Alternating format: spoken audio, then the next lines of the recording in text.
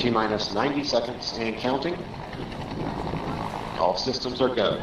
We're about 90 seconds from the launch of Space Shuttle Discovery. Go for launch, GC. Go. Guidance, go. Fido, go. Bravo, go. GC. Max, go. Eagle, go. Eco, go. Defeo, go. Payloads, go. Stand for the customer, go. DPS, we're go. Eco, go.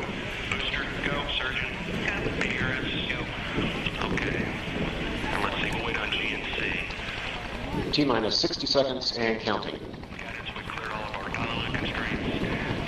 We are transferring to orbiter internal power at this time. Discovery is now running off its 3 onboard fuel cells. Coming up on a go for auto sequence start. FTO, I hear you loud and clear. 5 bytes. How many? Have you loud and clear as well? Thank you, sir. Let's go for auto sequence start. And we have a go for auto sequence start. Discovery's onboard computers have primary control of all the vehicle's critical functions. T-minus 17 seconds and counting. 15, 12, 11, 10, 9, 8, 7, 6, start, 2, 1, booster ignition, and liftoff of the Space Shuttle Discovery, returning to the space station, paving the way for future missions beyond.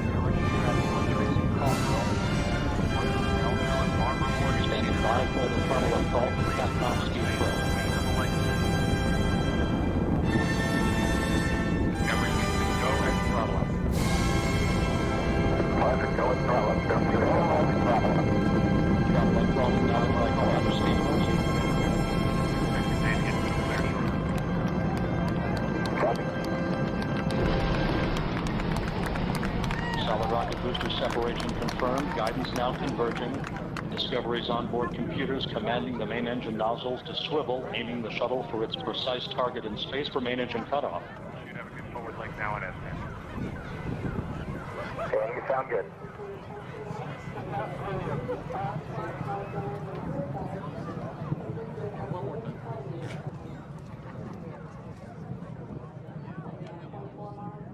Discovery Houston, negative return. Copy, a negative return.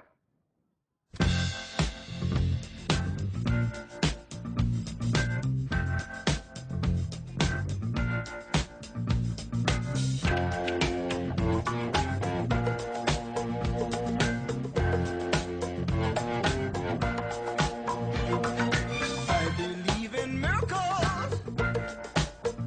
Where you from? You sexy thing, you. I believe in miracles. Since you came along, you sexy thing.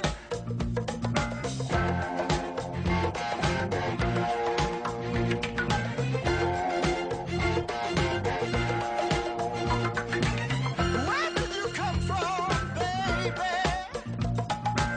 How did you know I needed you? How did you know I needed you so badly? How did you know I'd give my heart gladly? Yesterday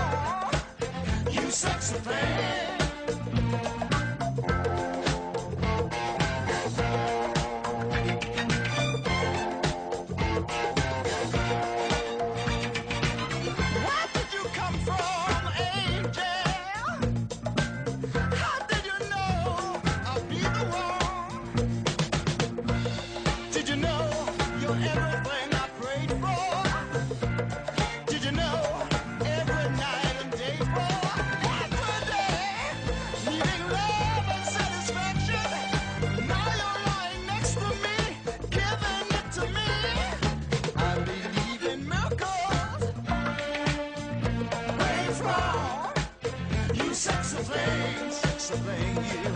I believe in miracles. Since you came along, you sexy thing. Ah, kiss me, you sexy thing. Touch me, baby, you sexy thing. I love the way you touch me, darling. You sexy thing. Oh, sexy, you sexy thing. Yesterday, I was one of the lonely people. Now you're lying close to me, giving it to me. I believe in miracles. Where you from? You sexy thing, you. I believe in miracles. Since you came along, you sexy thing. Oh, touch me. Kiss me, darling. I love the way you hold me, baby. Ah, it's ecstasy. Ah, it's ecstasy. Kiss me, baby. I love the way you kiss me, darling. Ah, love the way you hold me. Keep on loving me, darling. Keep on loving me,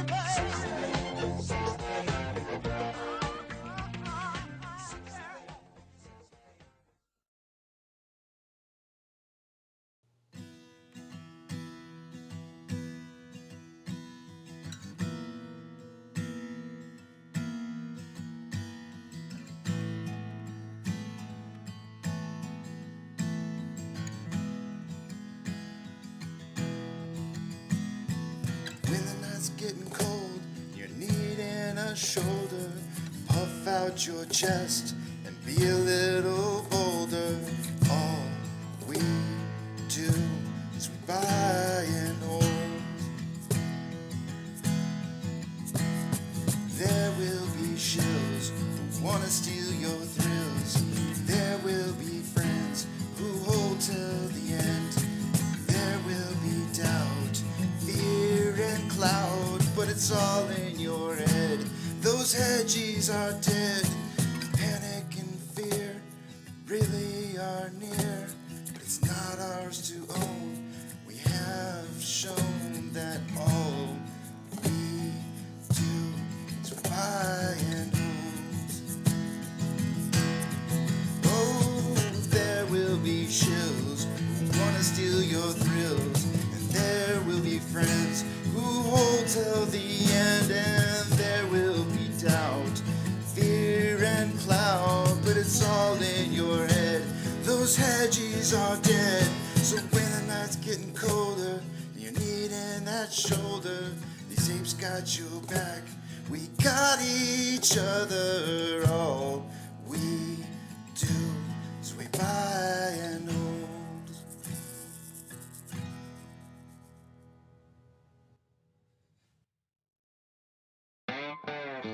Good morning, you filthy apes. Welcome to AMC and APE, where we buy, we hold, and we screw those hedgies. Screw 'em! That's right. That's where we like to fling poo and eat crayons for breakfast. Rock strong.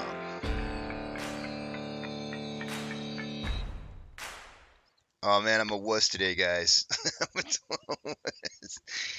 Arthur, Foo Dog, Yucca, me, myself, and myself joined in a little bit at the very end. Me, myself, I could have said me, myself, and I. We're all talking last night, and we were up until, I was up until, I don't know, maybe 30, let's see, 5:30, maybe like, I don't know, 2:30, 3 o'clock in the morning. I am so sinking tired right now. Sinking and stinking. Hence the title for the day. I literally spent 25 minutes trying to come up with like a title for today, and the mind is not working like it normally does. which is why it's sleep. It does a body good just to remind myself, like, Casey, you need to go to bed on time. This does not work. This is literally like this is like your mind with both of its hands tied behind its back in a fight for your life. it's not a winning situation. And so yeah, so I'm a little tired this morning to say the least. I think I'm gonna probably run through the numbers and take a really early break and head back upstairs and sleep for a little bit before market open. Um, it wasn't an invite, guys. So what happened was, yeah, I know, Ralph. I've got my first cup going down right now, and it's actually making me feel a little bit better here. But I'm still, I mean, 25 minutes to come up with a title and a song for the day is usually a task that takes me less than 15 minutes. And today I sat there 25 minutes, and I was going through a list of all the songs that you guys had suggested for me, and it's like, I don't know if maybe because I'm tired, none of them just fit my mood, which is tired, or and I'm just being a stick in the mud, or there are just some really bad choices in here. I'm not sure which, but I finally settled on the very last one that was in there, luckily, and actually it was submitted by Nikki, and she put in the actually it wasn't the very last one.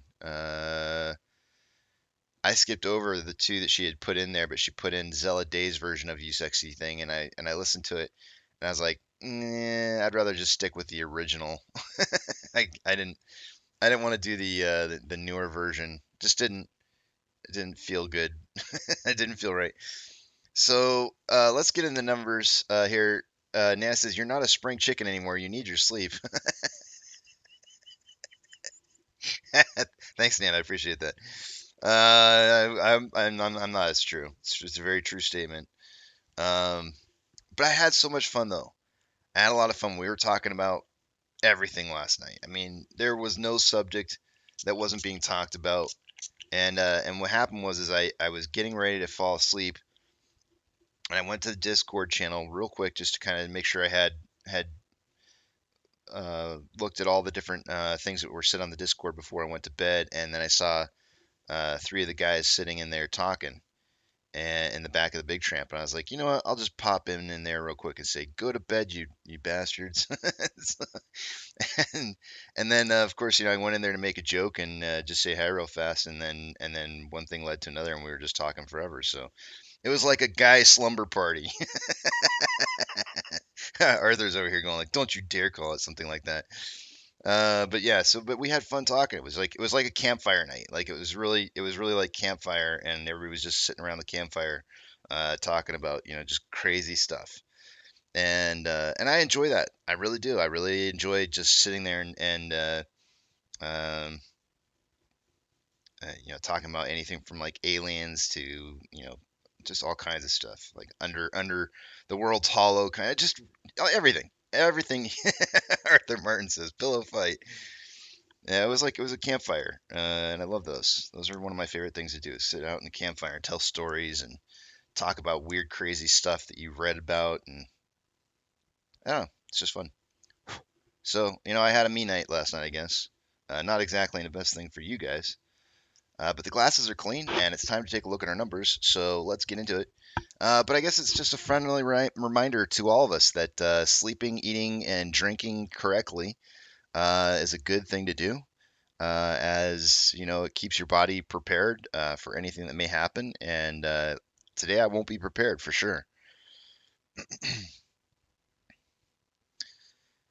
Let's see. Easter Beast says, Casey, I wish I was there. I got a crazy story that happened to me. Oh, man.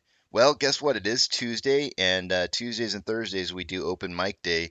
So if you want to go back in the back of the Big Tramp later on after the first reading of the numbers, I'll have it open for everybody to talk about anything they want to talk about. We'll do afternoon campfire. Let me log into my broker real quick here, guys, and we'll start taking a look at the numbers. Two-factor authentication, if you don't have it, you may want to consider getting it, as it could prevent somebody from being able to get into your account that shouldn't be in your account. If you have the opportunity to set up a secondary device to receive the code, not a bad idea, as you never know what's going to happen to your primary. It's just an added level of protection so you can get into your account. And what else was I going to say? Oh, yeah, yeah. Take screenshots or video footage of your portfolio in case something happens. If a broker decides to change your account or modify your account in any kind of way, you'll have the before and after results, and you can make a change or submit to them that they've made a wrong change or something like that if need be. If I take you guys over the other screen, I'm not going to be able to see what it is you guys are writing, so hold those personal thoughts, comments, questions, or concerns directly for me until after you see the big tramp back on the screen. Oh, yeah, one more quick story. One more. I know it's like, Casey, you've been rambling on for like 10 minutes of like talking about how tired you are. I woke up before my alarm even went off today, guys. I literally, I don't know how this happened. Like, being as tired as I am right now, I woke up before the alarm ever went off. But I woke up with like, nah, never mind. Yeah, why not? I'll just say it. I was drooling. I woke up in a puddle of drool. I was like sitting there. I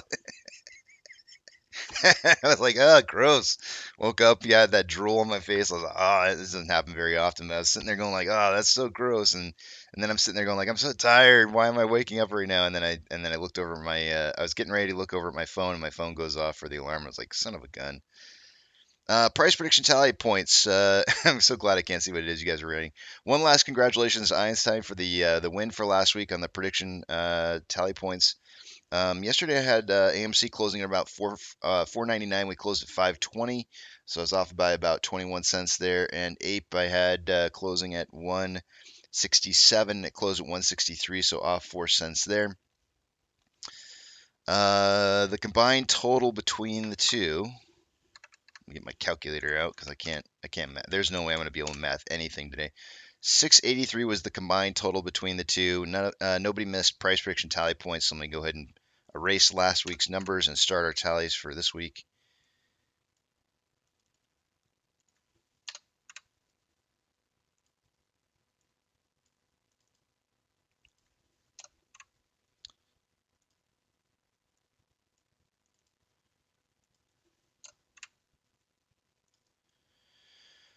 All right. So volume sucked yesterday. Really, really, really sucked bad. And I'm pulling up the data right now just to see what it was. But yesterday for AMC, it was 16.1 million shares traded. I mean, it was we've been averaging close to probably right around 30 for the last week or so, or higher. And so for us to drop from that like 30 range down to 16 really took the wind out of our sails. Now, what's interesting about that is that obviously if there's not a whole lot of volume, there's not a whole lot of short exempt volume that needs to be created either during that period of time. So not a whole lot of short exempt, even with SSR being tripped, there wasn't a whole lot of need for SSR for the day. Let's see here. Final numbers for short exempt volume on AMC was 280.9.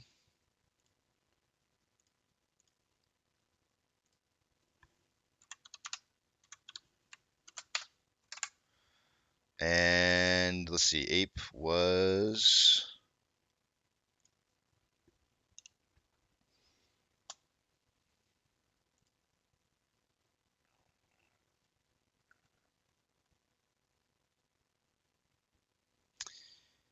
let's see here. Ape was, wow, really, really low. 17,000 shares in short exempt volume.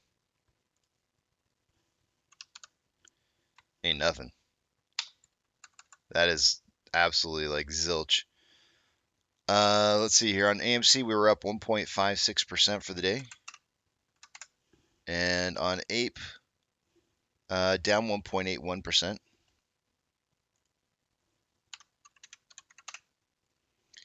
Let's take a look at that utilization, see what it's at.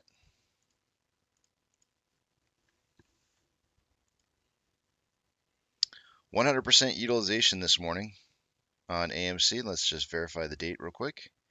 I'm showing April 17th, which is yesterday's date, so that's accurate. We are on day number 65 of 100% utilization. And on Ape, we're sitting at 68.35, which is up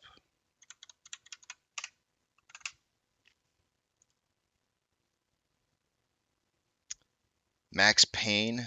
I'm expecting this to very slowly start creeping its way down, especially with all the volume that was created yesterday at a $4 and a $3 strike for AMC. There was so much volume just kicking in down at those on the put side. So my guess I mean, with as much volume as we had yesterday at those strikes, my guess is we may even already be down to 6. I was thinking it was going to creep its way down throughout the week, but it might. I'm going to guess 6 today. Straight down to 6. Yep, there it is, 6. There's a lot of $3 and $4 puts that were created yesterday. Let's see here. Off exchange by the end of the day yesterday, I would expect to see about 64% going through off exchange.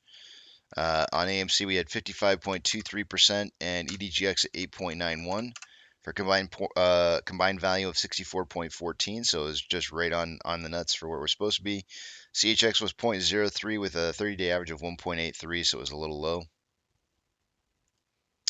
On Ape, and that is, by the way, that's today would be the 5th day technically if we don't see a whole lot of volume in CHX today. I'm pretty sure by tomorrow we fall off the threshold list. I'm pretty sure of it. I mean, we'll see, but I would think that would be the case. Off exchange data for Ape was at 50. Actually, let me refresh this real quick. Yeah, 54.24% through off exchanges. EDGX at 5.56. The grand total 59.8. Essentially 4.2% lower than it should be by the end of the day. A little low. And CHX, and hence the reason why probably not a whole lot of short exempt volume either. I mean, it was just super low volume, low off exchange. It's just not a whole lot of movement going on here. And CHX right now is showing 500 shares went through that. That was it. On GME, CHX volume was 0.06% of the 30-day average of 0.28. So it's pretty low. Institutional ownership, 134 million shares yesterday.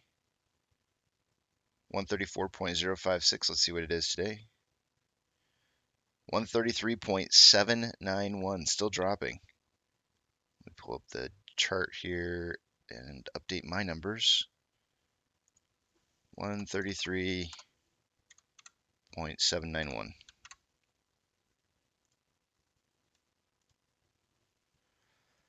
And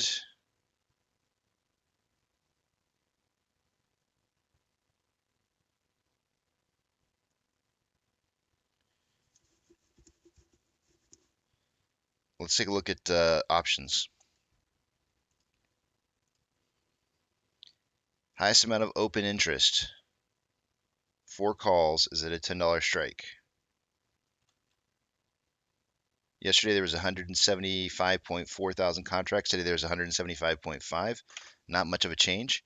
On puts, I'm going to scroll up just a tad bit here because I have a feeling I don't want to miss. Yeah, there's the largest amount. I almost missed it. It's a good thing I scrolled up a little.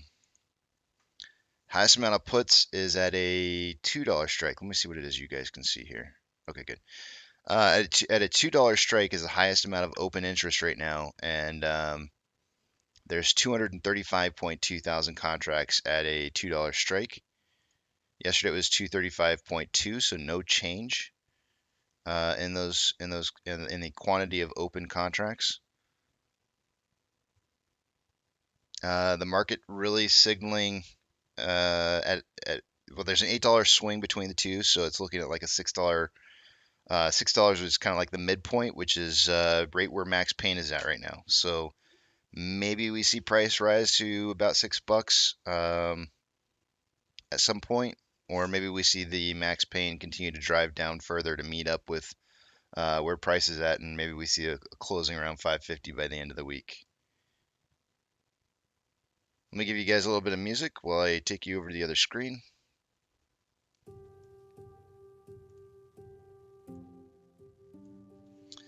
And pull up a few pages and we'll go over the rest of the data.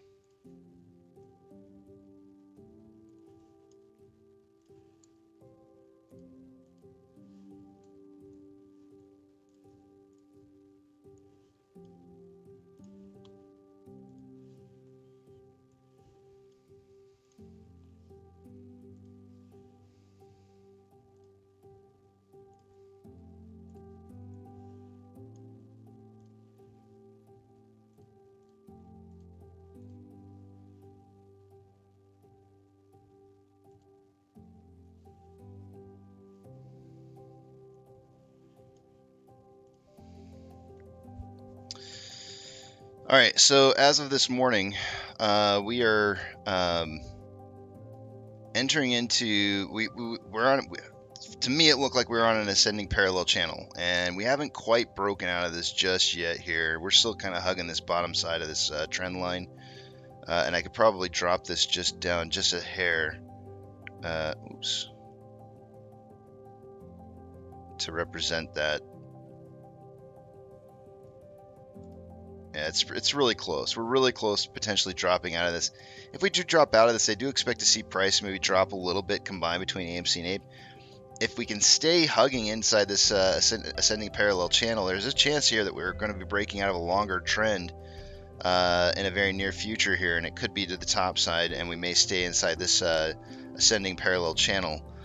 So we'll have to see what happens, but I do have the breakout for that wedge type pattern. Actually, I'm going to get rid of this old wedge here real fast, clean up. Yeah.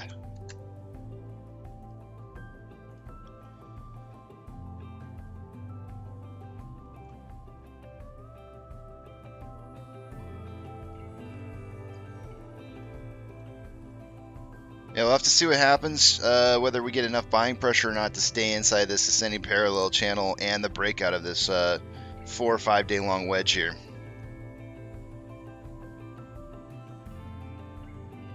As of this morning, it really doesn't look like there's a whole lot of volume coming in, though.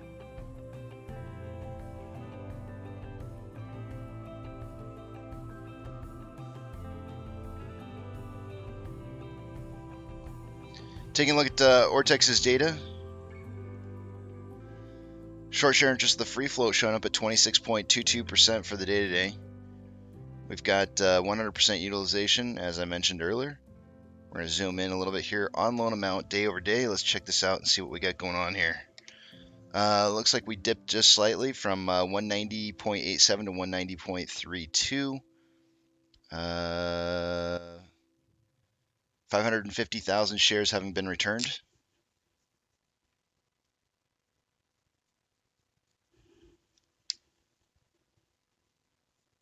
That's going to drop the estimated short share interest of the free float a little bit here.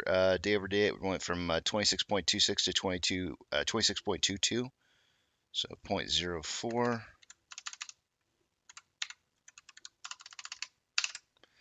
About 207,000 of that is what Ortex is estimating to be in short interest that was returned.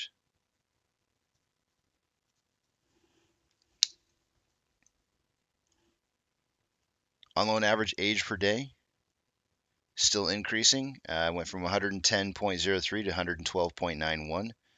That's the average age of a share on loan. Security lending volume day over day slightly decreasing from 13.22 to 11.56. On APE, short share interest of the free float's at 5.72. Utilization slightly rising day over day from 67.95 to 68.35.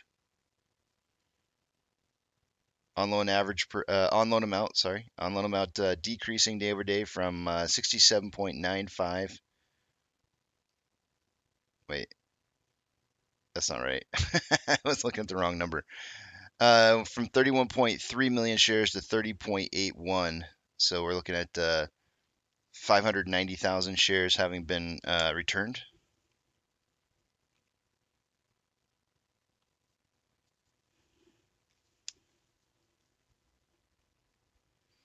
On estimated short share interest of the free float dropping from 5.75 to 5.72, and the on loan average age per day still rising from 61.43 to 64.8.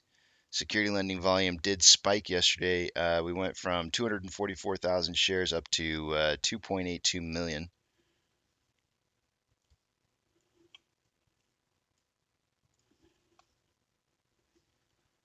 Let's see, these are all the orders from yesterday, not just the last 4 minutes here. AMC, APE, and GME are the only 3 that I'm looking for on this page, and I don't see any of the 3 on here, likely due to low volume. Trigger price for SSR is going to be at $4.68 for AMC. Let me check APEs real quick. 1.467.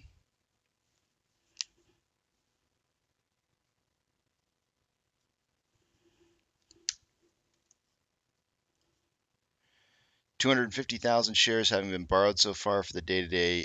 We've gone from so far this morning. Really early this morning, there was about 200,000 shares at 1 o'clock this morning when I was still awake. There were 600,000 shares. They returned about 200,000 shares, and so there's in total about 600,000 shares available to borrow. And they've borrowed 350,000 of that and about 25,000 out of the ETFs, but I'm not going to count about 20,000 out of the ETFs. I'm not going to count those because I only count in increments of. Actually, it looks like they borrowed another 20 back here. I am going to count it. I'm going to call it 50,000 in total. So we're looking at 350, 400,000 shares borrowed so far for the day today. Yesterday it was 350.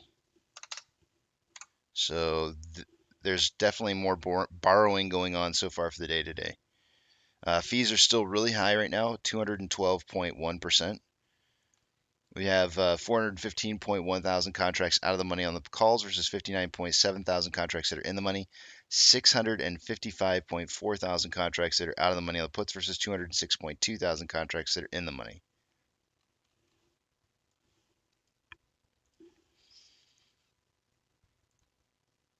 VIX is currently showing down 0.14. Most of the markets are looking up as of right now, anywhere from 0.19 to 0.75%. So some good positive movement in the pre-market futures as of right now.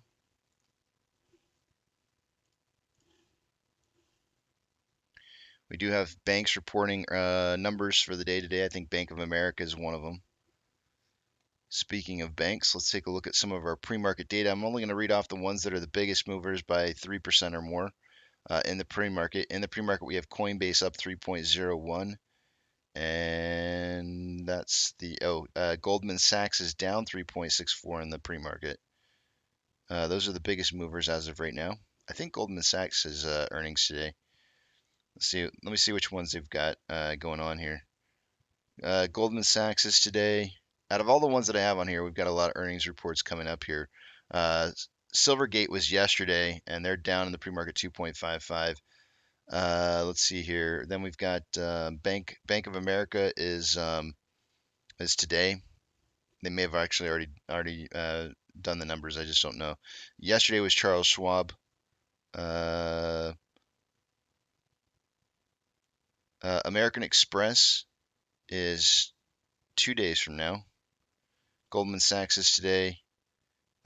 Morgan Stanley is tomorrow. So we've got a couple different banks coming out with numbers.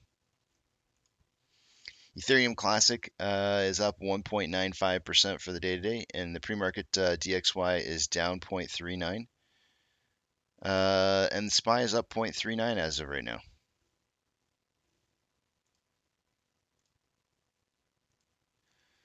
Tesla's up in the pre-market 0.65, Amazon up 0.64, Cinemark is up 2.52, Doge is up 2.08, Bitcoin is up 2.91, right back to 30.3K a coin. GME is up 0.13, HYMC is up 1.42, NCMI is down 4.03, HOOD is up 0.4, APE is up 0.61, and AMC is up 0.77.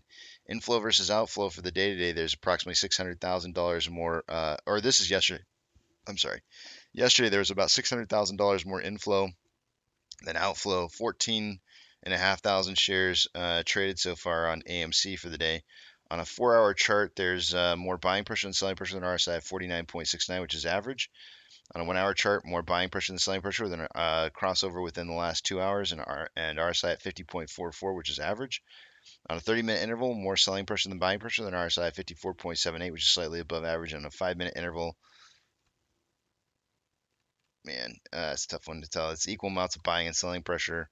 RSI at 51.34, which is average.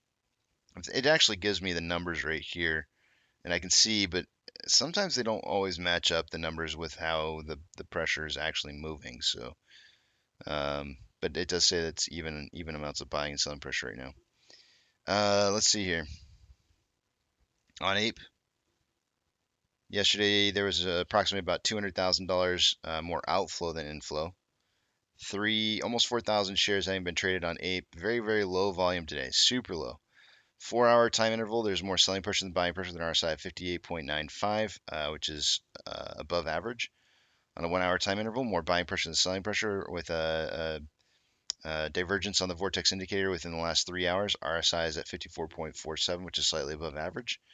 On a 30-minute interval, more buying pressure than selling pressure than RSI at 53.6, which is slightly above average. And on a 5-minute interval, we have equal amounts of buying and selling pressure with an RSI of 56.76, which is slightly above average. Taking a look at the Ichimoku cloud,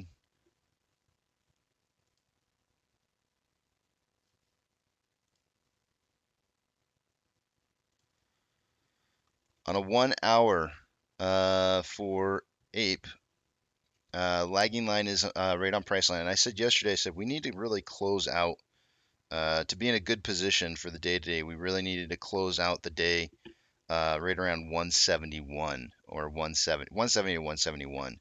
And what that would have done is it would have gotten price back above the price line, and then left, and more than likely would have left the conversion above the base. In this particular case, because of the sideways trading action, we're now getting really, really close to a thinning portion of, well, it's not really the thinnest portion. The thinner portion would come tomorrow. But it is getting us closer to a thinning portion of the cloud here, and conversion is below. Is conversion below base? No, base and conversion are right on top of each other. So this doesn't really show a whole lot of signs of strength. In order for us to see some signs of strength for buying pressure, again, we got to get this lagging line above price line. By the end of the day today, I would suggest that that would need to look right around like 165 by the end of the day. So if we saw price rise back up to 165, there's a potential that we could see some additional buying pressure coming back in. Maybe. But we need to break that. Break 165 and continue rising. And it's only a penny away from where we're at right now at 164. But it does need to, and that's by the end of the day. Hopefully we can get there sooner than later. On a 4-hour chart, we were attempting to break through the red cloud here. Conversion is above base and lagging line is above price line. Everything looks good about this except for the fact that the price has been unable to break through the cloud. The top of the cloud for the day today would be at about $1.70. So those are going to be the big push points. Again, it's still 170 and 165 and 170. So finishing out the day above 170 would be ideal. On AMC, on a 1-hour chart, we've got conversion above base. Lagging line just now finally broke price line. And we are moving into a thinning portion of red cloud here, which tops out at $5.33. Seeing a move above $5.33 would likely generate buying pressure before the end of the day is out. No, 533 is good. Anything above 533 would generate buying pressure. On a 4-hour chart, we've got conversion is just slightly below base and the lagging line is right on price line. By the end of today, we would need to see price above 564 for a continuation of a signal here for more buying pressure. So 533 and 564.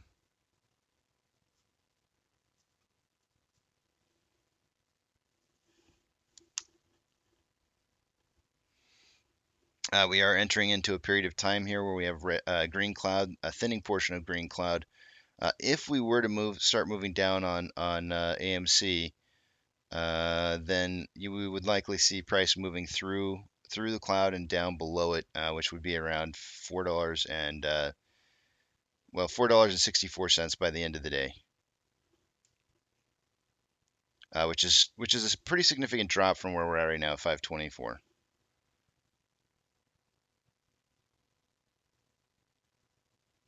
And if I'm not mistaken, yeah, that would trip SSR again. SSR is at 468. It would be really, yeah, it would trip SSR. It would definitely trip SSR. So we're either going to have one of those days where we move down in price drastically to trip SSR again, or I mean, based off a 1-hour chart here, we might see some upwards momentum.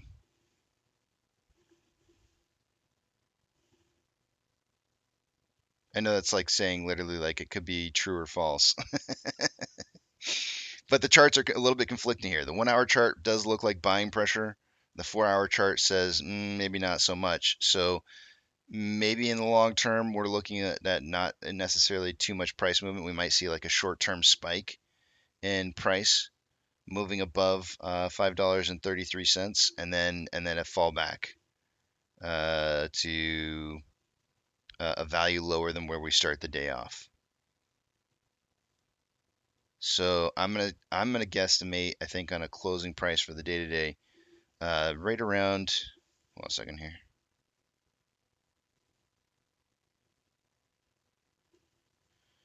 Um, hmm.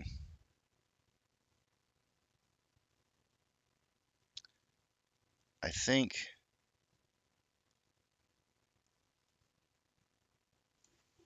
I personally believe that this is heading upwards on a short term, but I think that there's a strong chance that it could come crashing back down after maybe seeing a 540 price range.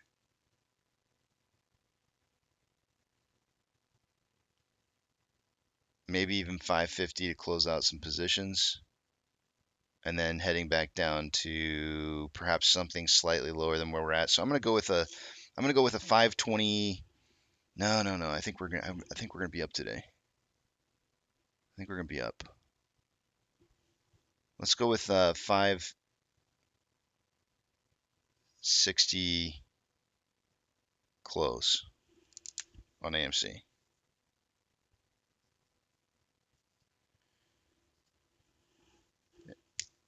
I'm gonna go 560 today. And then on Ape,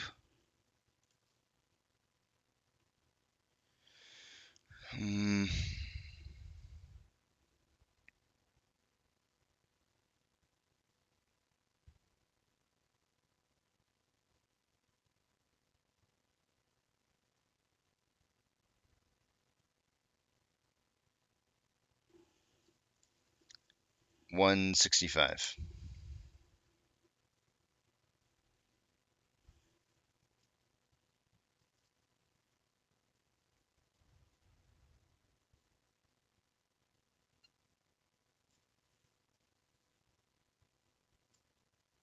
So combined between AMC and Ape, I have 725.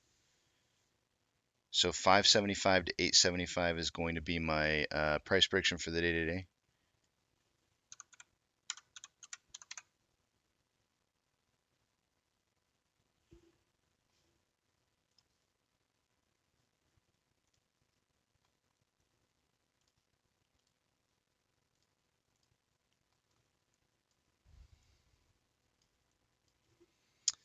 And I think that's it. That's all I got for you guys. I think I'm going to go sleep.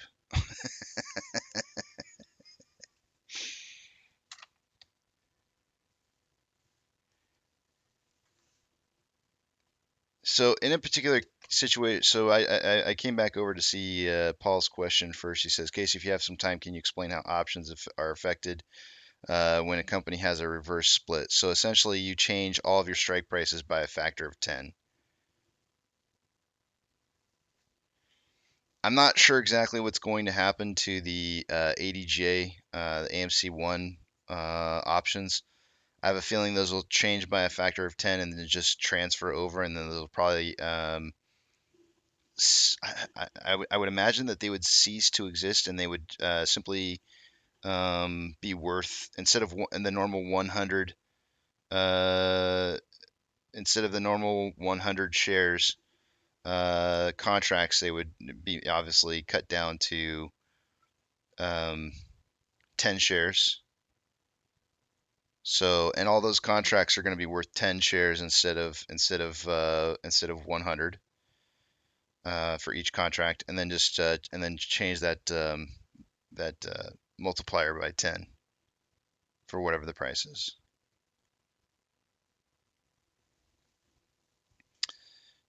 Einstein 482 to 782. Putting you down, sir.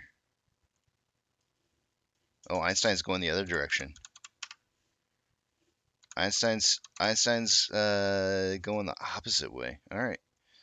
482 782. I got you down, and let me take a look at real quick here what Danny's saying. He says, "Can you read the Unusual Whales just posted about movie theaters?" Let's see here.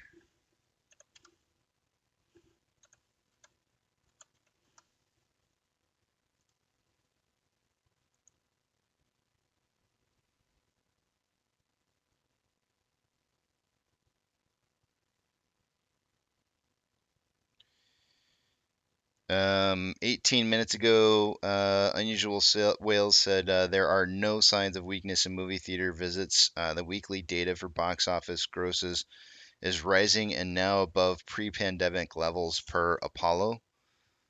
And I guess we can put this up here. We're getting our pokey stick of volume in here, but I'll show this real quickly. Let's see here. This is a graphic per Apollo. It's going to be blinding, guys, in 3, 2, 1. There it is. Hallelujah. I'm awake now. So let's see, what do we got here? Let's see, box office level, box office overall weekly grosses, and it does look like we've slightly edged our way up above any pre-pandemic levels.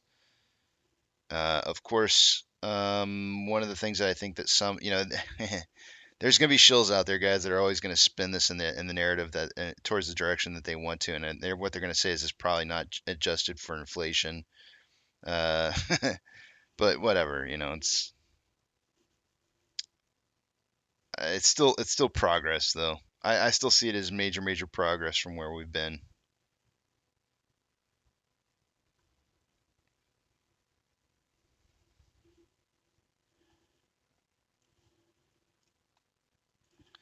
Let's take a look at this. I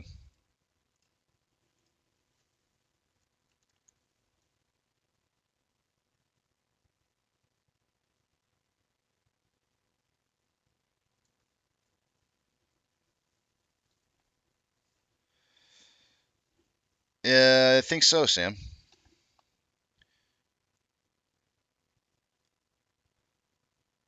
25,000 shares traded in our Pokestick of volume for AMC, giving us a total 54,000 shares traded for the day.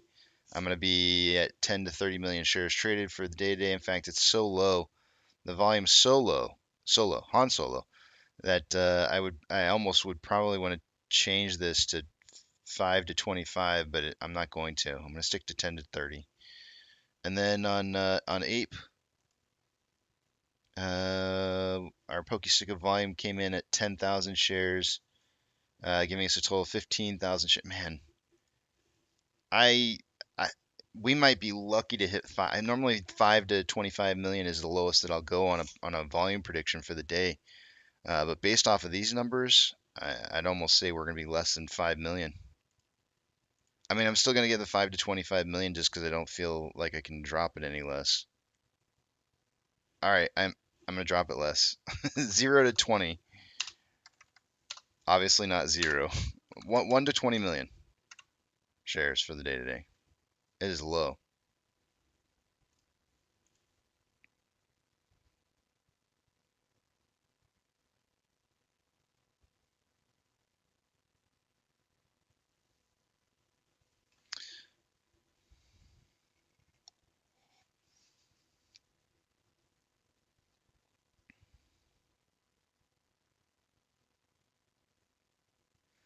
Andrew Morgan says numbers are look pretty damn good to me. My teenage kids are flocking to the movies like it's a new thing for them.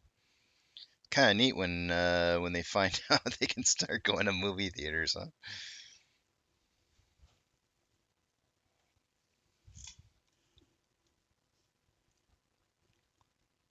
All right, I'm gonna sign off here, guys, and go take a nap, like a 1 hour long nap, real quick, cause I'm freaking tired.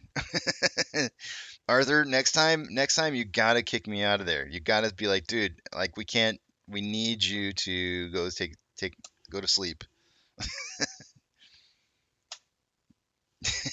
Like, I have no self control.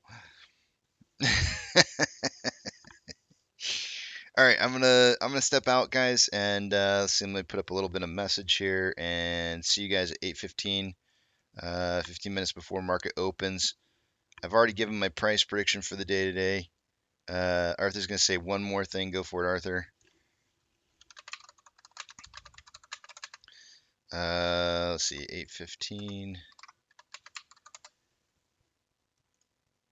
and let me resize Ape. Throw up those Bollinger Bands. Look at that barcoding. That barcoding is just so amazing. So epic. Oh, one more thing. Got it. Let's see here. I think that's it. I gotta put on some music for you guys, and then I'm gonna head out.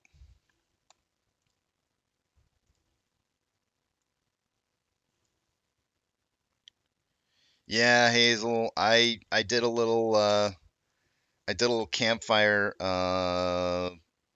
tales. I don't know what to call it. What do you call those? Campfire s'mores night last night with the guys, and stayed up past my bedtime. Should have gone to sleep earlier.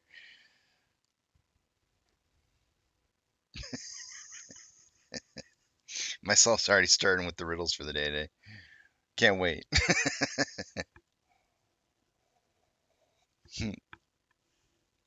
Arthur says we had s'mores. Hey, I always bring the good food with me. I can't help it that you didn't ask. All right, I'm gonna head to break, guys. See you in a bit.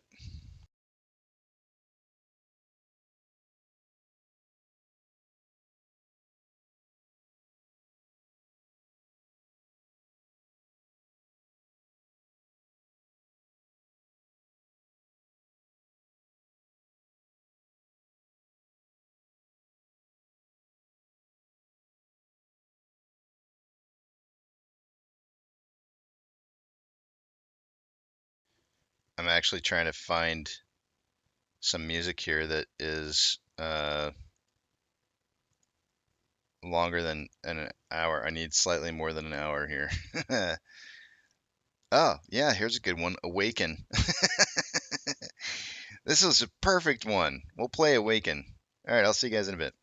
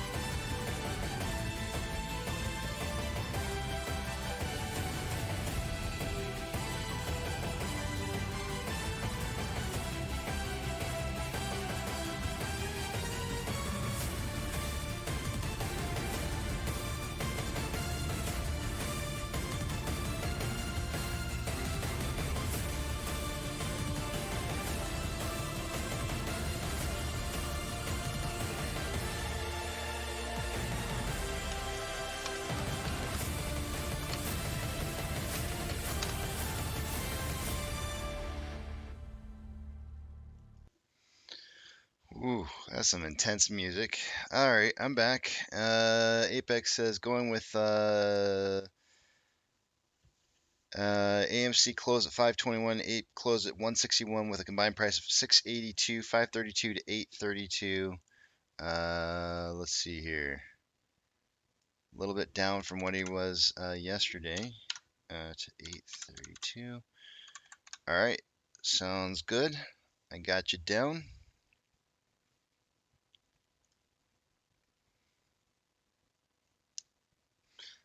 Derek says, is GG testifying today? I don't know if that's the case. If it is the case, you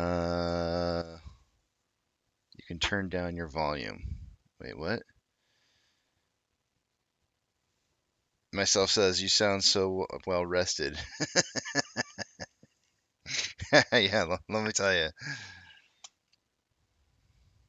If GG is talking today, we could probably pull it up and listen to what it is that he's saying. We'll try it. We'll see if we can find it. All right, GameSong says yes, he's testifying today. Let me pull up. I don't know if it's probably before the Senate, maybe. I don't know. Let me look it up real quick here.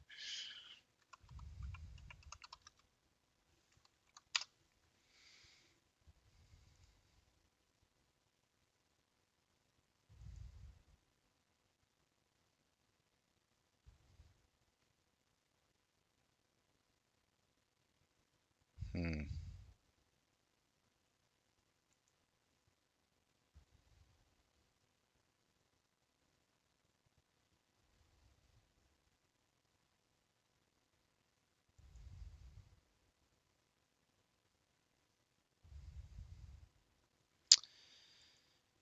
Hmm. Hmm. Hmm. I'm looking to see. Because I wouldn't mind listening to anything he has to say.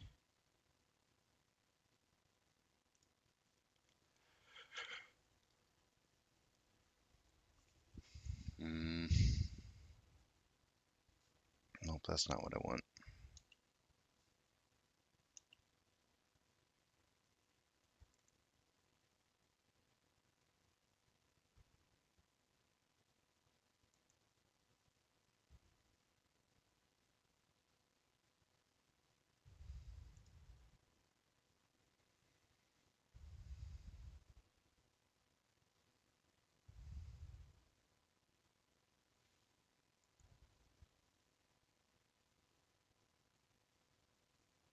I'm looking for it. What I'll do is as the intro is playing for the day to day, I'll try and see if I can't find a link for it to see if I can pull it up and listen to it for us.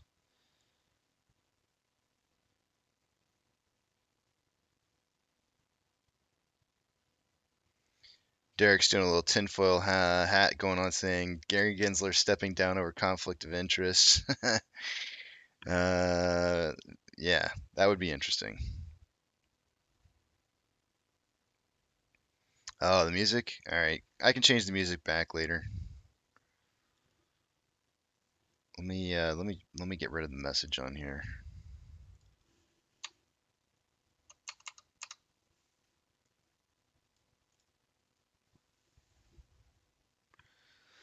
Let's see. In the pre-market, Ape is not moved at all. It's at $1.63 still. And on AMC, we're up 0.77 at 524. My price prediction for the day today was 560 on AMC, 165 on Ape. I'm looking for a 725 combined close between the two.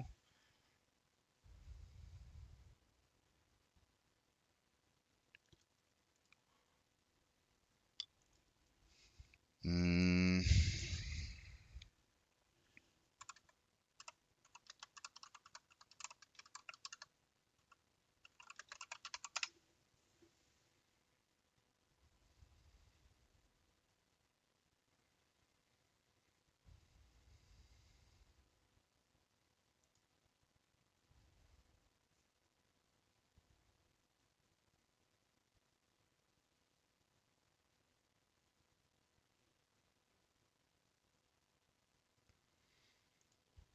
It looks like I found it. Maybe. hearing notice.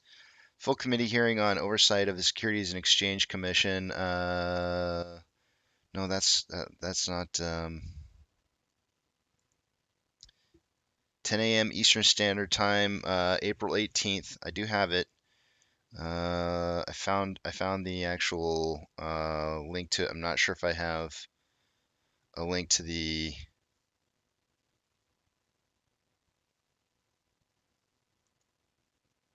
hearing. Here we go. I think I found it.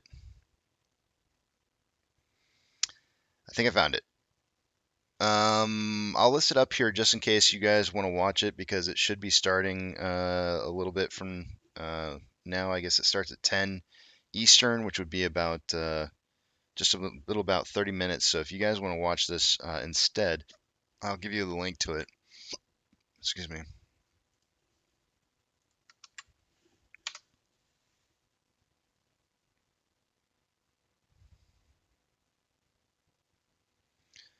So that should be the link that'll get you to be able to watch that on YouTube.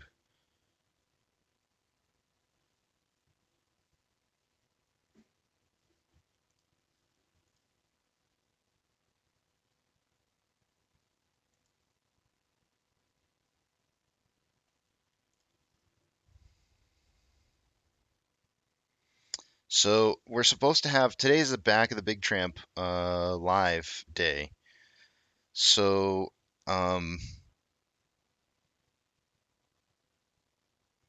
normally I would have you guys come back on and speak after we do 9 o'clock numbers, or 10 a.m. Eastern Standard Time numbers.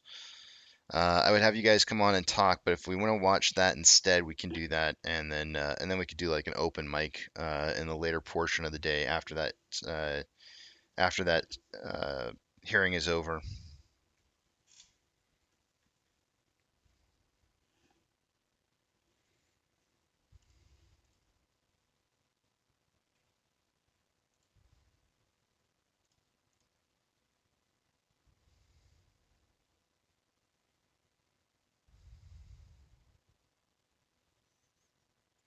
Petro says it says Honorable Gary Gensler.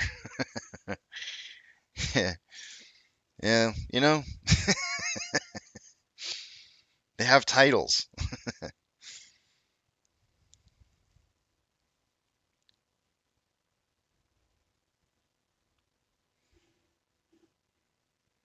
All right, we're about 30 seconds away from the intro starting here for the day-to-day, guys. So I will see you on the other side of market open, and let's get this day started. It's looking like a pretty low volume day today, by the way, guys. Don't get ready for a real yawner, let me tell you. Sleep does a body good.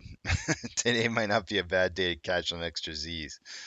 Take it from me. No. Anyways, I'll see you guys in a bit.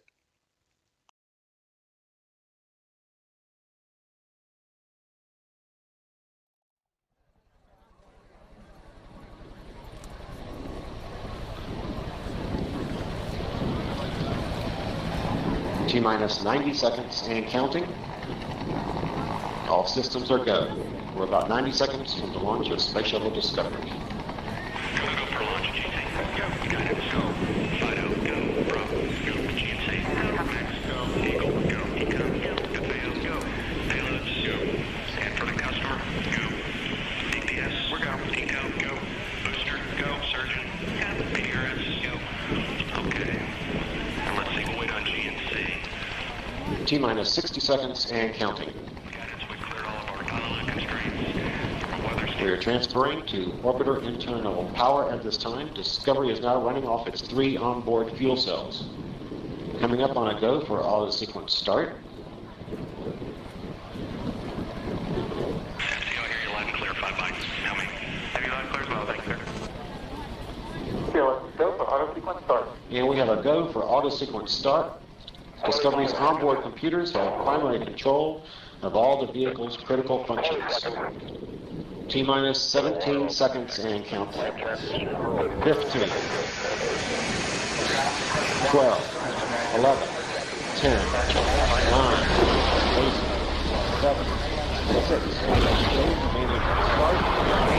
start, 2, 1, booster ignition, and liftoff of the Space Shuttle Discovery, returning to the space station, paving the way for future missions beyond.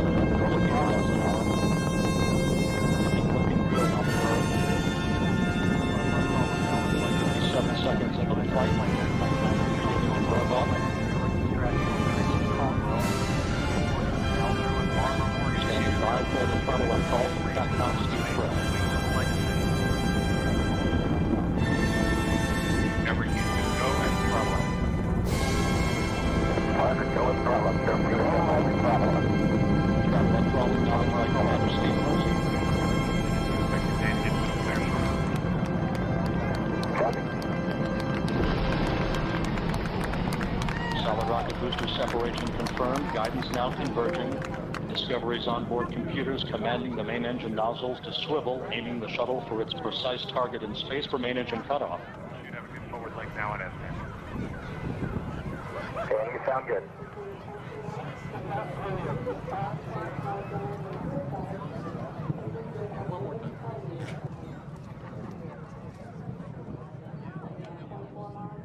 Discovery Houston, negative return. Copy, a negative return.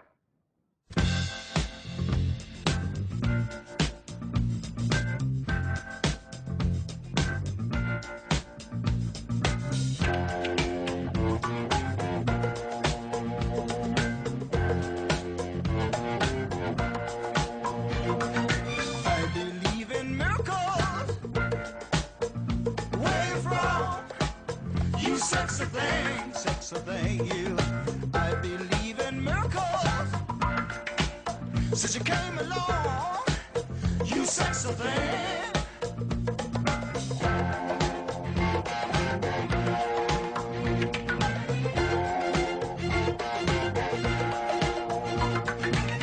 Where did you come from, baby? How did you know I needed you? How did you know I needed you so badly? How did you know I'd give my heart gladly? Yesterday, I was one of the lonely people. Now you're lying close to me, making love to me. I believe in miracles. Where you from? You sexy thing, you. I believe in miracles. Since you came along, you sexy thing.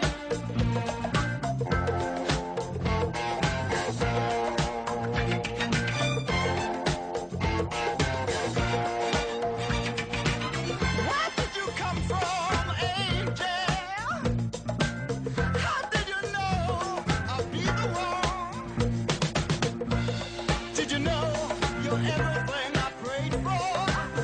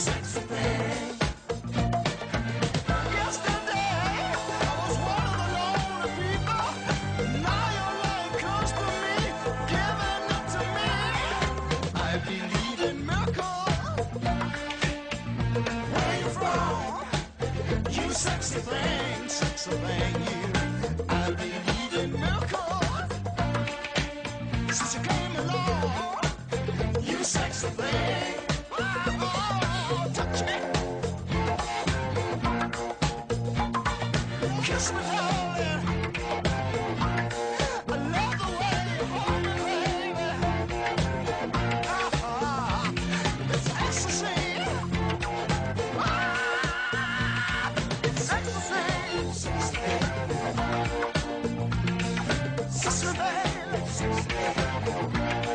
love the way you kiss me, darling.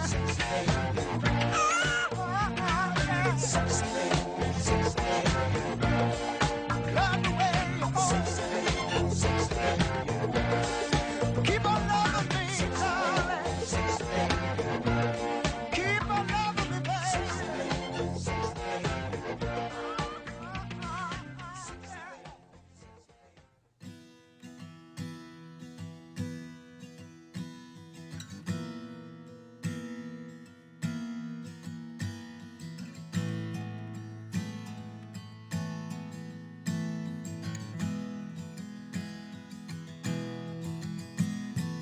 When the night's getting cold, you're needing a shoulder. Puff out your chest and be a little bolder. All we do is we buy and hold. There will be shills who wanna steal your thrills. There will be friends who hold till the end. There will be doubt, fear and cloud, but it's all in your head. Those hedgies are dead. Panic and fear really are near, but it's not ours to own. We have shown that all we do is buy and hold.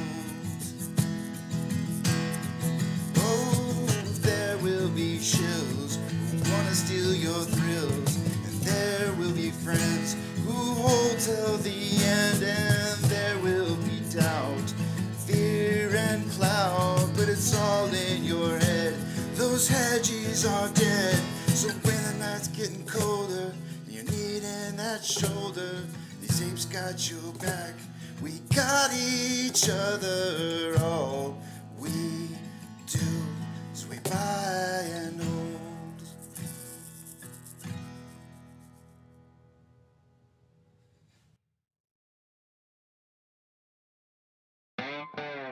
Good morning, you filthy apes. Welcome to AMC and APE, where we buy, we hold, and we screw those hedgies. Screw 'em!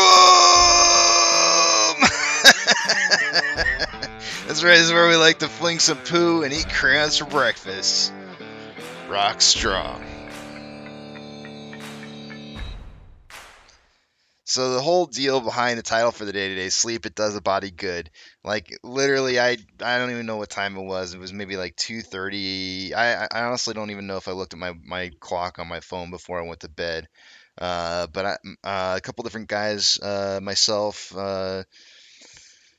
Foo Dog, Yucca, and Arthur were all sitting in the back of the big tramp having a midnight fire gathering where we were just sitting there just having a good time, just talking about all kinds of crazy stuff. And it was a good time. I had a great time, but I ended up really being super, super tired this morning. And so I was like, when I got up, I was just kind of sitting there going like, I spent like 25 minutes like trying to figure out like what I was going to put in for a title. What normally takes me 15 minutes took me 25 to come up with a title and a song for the day. And so, you know, I guess it's just kind of a helpful reminder to everybody. Make sure that you're getting that good sleep that you need. Eat properly, drink properly. You know, a couple drinks a day is not a bad thing. So yeah, you never know. But sleep is a good thing. Sleep is always definitely a good thing. And I left a little bit earlier this morning to go back to bed for an hour so I could get just a little bit more sleep in, and I feel a little bit better now. So that's good. We had this really sharp push down right at market open. Found that Fibonacci supported about 508 and started to rise back up.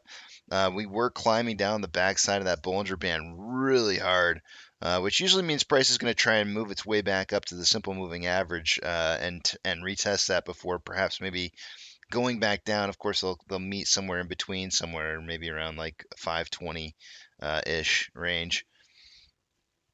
Before deciding whether it's going to continue moving upwards or heading back down again. My prediction for the day today was 560. I think I may have gone the wrong direction today on my prediction, but I don't know. We'll see. I had 560. I started to think that there was a chance that we might start going down, but the more I was looking at the data, I was like, no, this really looks like it might be heading upwards. I'm not sure if this is going to be an attempt today to trigger SSR really quickly right off the bat for the day to day, and then perhaps maybe seeing some a rise after triggering SSR. But as it stands right now, we're only down 1.16 on AMC at $5.14, and 1.8% down on Ape at 1.6. So it's not it's not as bad as it looks. It looks way worse than it is. As it stands, also the VIX is breaking even right now. The VIX isn't really doing a whole lot of anything, and the SPY is trending upwards at 0.35.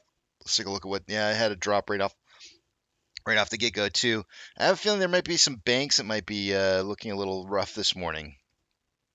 Perhaps, yeah. Golden Snacks, Golden Snacks is down just about 3% so far in the in the opening market this morning. I'm not sure what their earnings numbers look like. Estimated was 8.09. I'm guessing they may have not had too favorable numbers, but I haven't actually looked to see what their news is yet.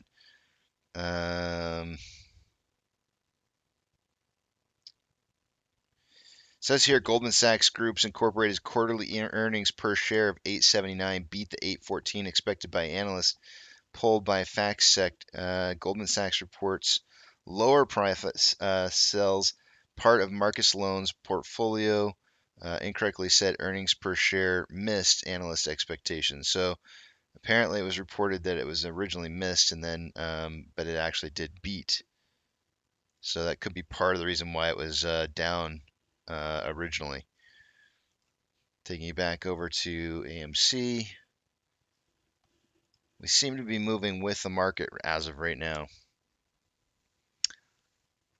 Golden Snacks.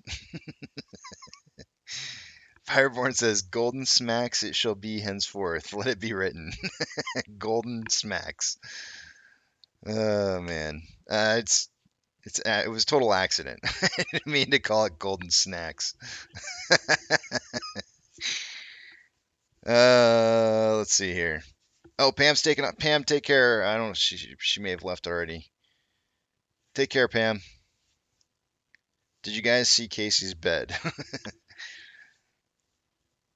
What's wrong with my bed? I knew it was coming. I knew there's gonna be some kind of criticism about my bed. What's wrong with my bed, man? Just because I don't make it?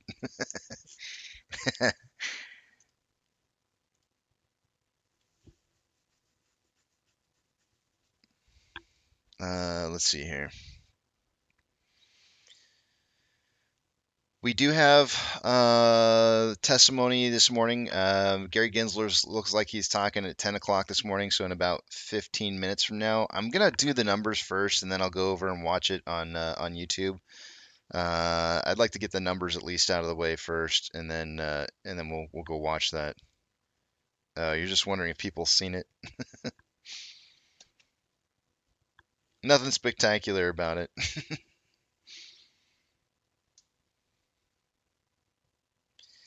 That's it's a really interesting thing. I've been married once before, Arby, and this is my second marriage. And Melissa, my wife, she's like, why? She's the exact same thing you just said right there. Why make it? It's just gonna get messed up again. So her and I are both kind of like under this agreement of like, it's just gonna get messed up. What's the point? Who cares? You're just gonna pull all the covers up around you anyways. We're not really bed making people, so we always have a messed up bed. It's always messed up, and my the reason I brought up my ex-wife was because she was the kind of person where you had to make your bed every single day, and not only that, but you had to put on like the 18 pillows that went with the bed as well. And so you went through this process of like making the bed every morning, and it was so tedious. It was like, I can't do this. I told her at one point, I told her, I was like, I'm not touching the damn pillows anymore. I get two pillows for me on the bed is all I need, and that's it. I'm not putting another pillow on there. If you want it looking nice, you put the pillows on. Because my dog was sprawled across the entire bed. That's why.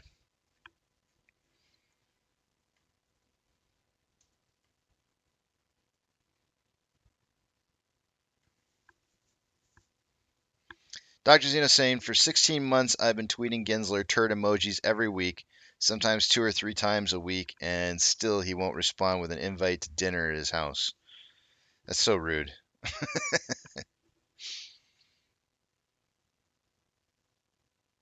Arby says my ex was the same way. Guess what? That's why I won't do it. I don't know, man. There's something so annoying about throwing up like 18 pillows onto a bed, to make it look nice. And it's like I just don't. I'm not that kind of person. I don't have that. I don't have that kind of patience. I know that's stupid pillows.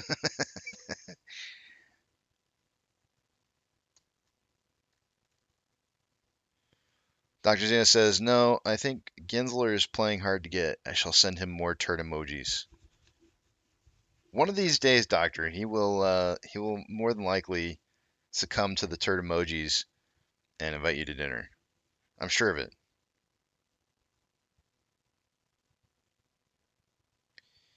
Myself, my wife and I actually didn't have a bed frame for many, many years. We just had a mattress. That was it. It was good enough. And I didn't like I like the fact that it was really low to the ground because it makes it really easy to get out of bed. Um, but I went out and when did I get that for her? We went out and got that bed frame not too long ago. Defined many, many years. Well, let's see. We got married in 2015, and we didn't get the bed frame until I think within this last year.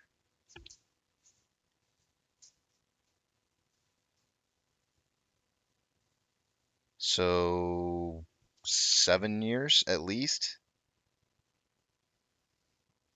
And we were together for a little while before that, before we got married. Yeah, it's definitely been more than 5 years that we didn't have a bed frame. Sammy Boy says less noise without a frame too. Exactly. Exactly.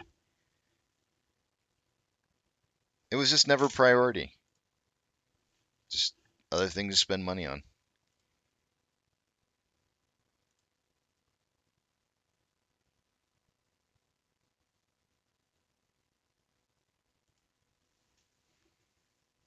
I know it sounds really weird. But if you go to places like IKEA or something like that and you shop there is a lot of beds out there that have like super super like minimalist frames that are super low to the ground and that's I kind of prefer those, to be honest. I don't like a big huge bed frame. I'm very much a minimalist and don't need all that junk. So myself says, so you could sell the bed frame again now to buy more AMC. That's right. Who needs the bed frame? We'll just sell it.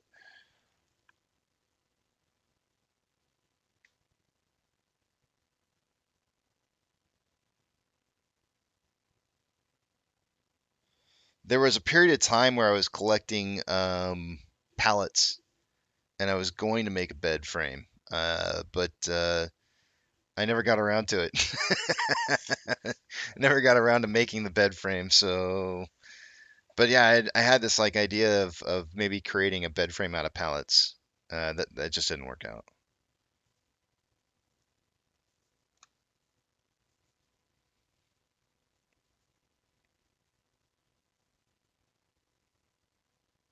Nope, James, I don't do any of that. No, no way. Actually, after this is all said and done, if you ever happen to meet me and my wife in the general public, you can buy our beer, and that's how you can.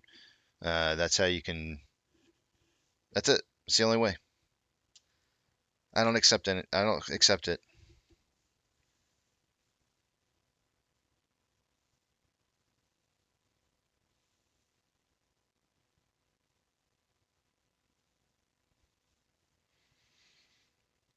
Remember back in the day, my water heater went on water beds, slept on the cold bed for 4 months. Ex would not sleep on it. Best sleep I ever got.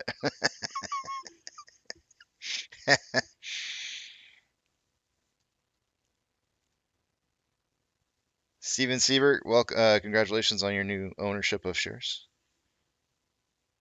Your 10 shares. Your brand new owner.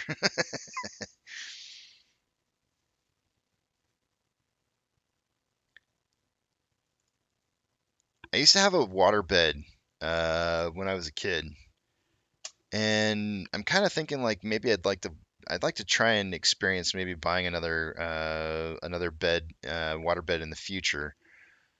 I don't I feel like I remember liking the water bed as a kid, but I don't know. I kind of want to try it again.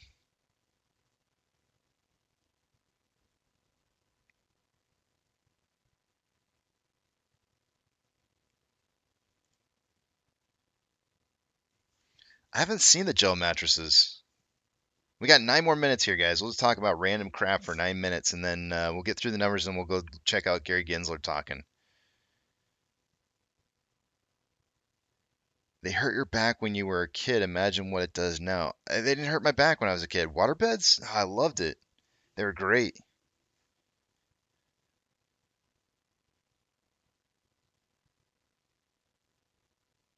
Ooh, Rose says waterbed is fine until you wake up when the heater has died. Oh my gosh, I can only imagine like freezing cold on that. Oh, yeah, that would suck. Casey, what was your favorite game show growing up? Hmm,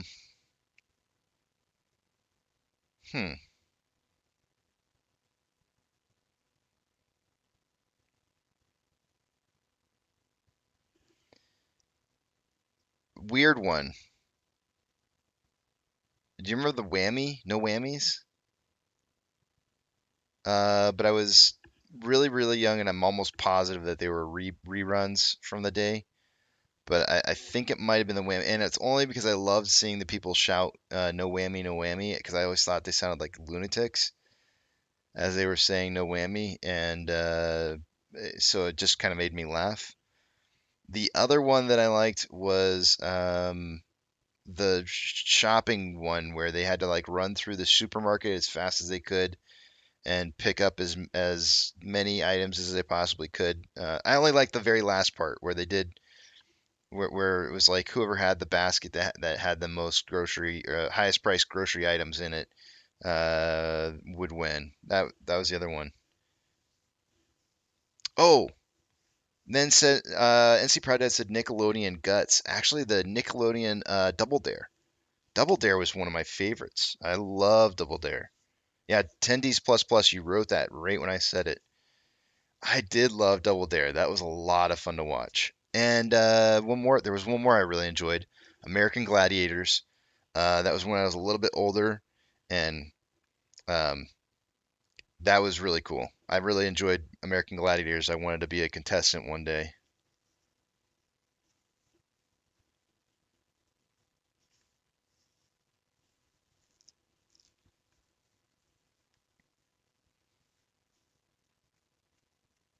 10Ds plus plus says laugh out loud. I was typing that too.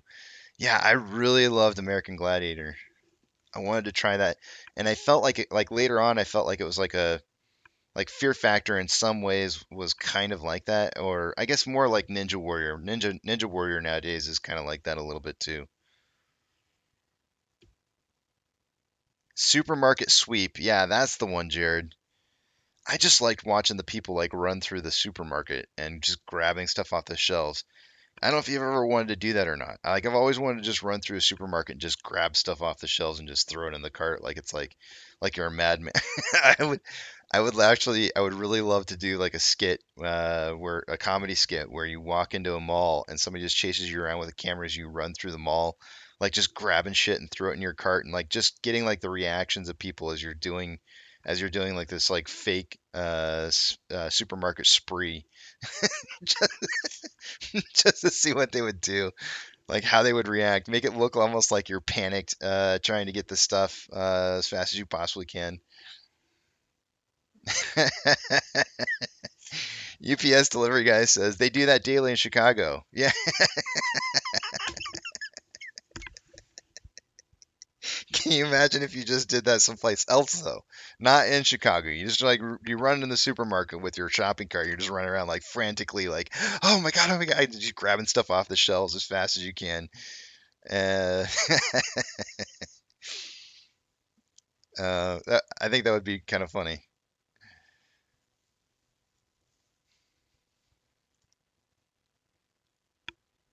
Aaron Drade, good morning to you. Yo, Casey, I was on Supermarket Sweep and we won. FYI, there is nobody in the audience. That makes that even more entertaining to me because it literally sounds like there's like tons of people like clapping and cheering them on and everything. I think that's funny. That's congratulations to you, by the way. That's pretty strong feat to be able to win one of those. Mega Johnny says, "Don't you live in Texas, Ben?" Well, I'm not saying I'd run out of the store with the groceries, Mega Johnny. I'm just saying I would run through the store, frantically trying to put things into my cart as fast as I can.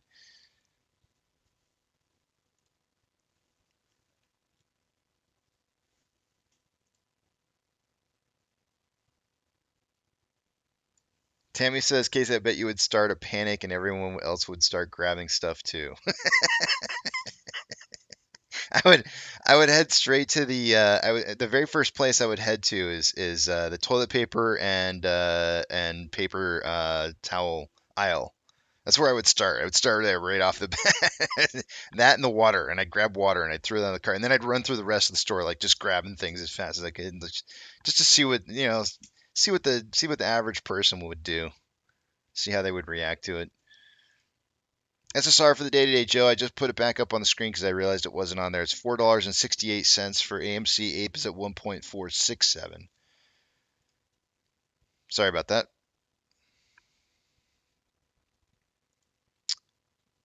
Oh, yes. How could I leave that one out? Bob Barker.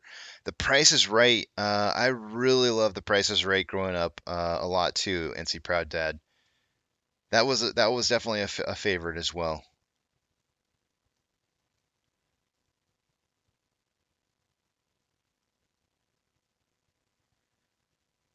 Aaron Jade says they let you walk. Yeah, they always go for the turkeys. Like that always seemed to be the first thing that they would, the turkeys and the hams. They would go right for those every single time we're out. It was always kind of weird to me. I always feel like turkeys don't really cost all that much for the size that they are. So I always thought it was weird that they would go for the turkeys, but they would definitely grab like the ham, big solid blocks of ham and whatnot.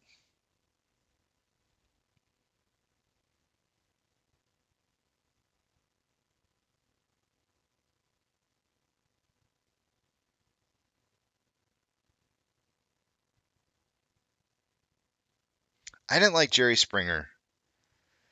I mean, I thought it was funny. Um, Actually, I got a funny story to tell. We got 2 more minutes before we got to look at numbers, anyways. I was talking about Jerry Springer to my kids one time, and they're like, "Who?" I said, "Jerry Springer." I'm like, "You guys don't know Jerry," and they're like, "No, we have no idea who that is." So I went. I was like, "Well, you got to see it. You have no idea what you're missing." so I was showing my kids Jerry Springer. It's history, man. You got to show them the history. And I said, this is and I don't remember who it was. I think it might have been, I can't remember if it was Hunter or if it was Bradley, but one of them said like, this isn't real. There's no way this is real. I can't believe people are actually doing this. This has to be fake, all of it. And I just started laughing. I was like, it might be. Who knows? Who cares? It was for the entertainment value. Yep. What a great educational service sharing Jerry Springer. You got to know where your background roots are from. if you don't if you don't know what your from the roots of which it is that you came, you don't know how to correct the future. There's there's no way you can learn.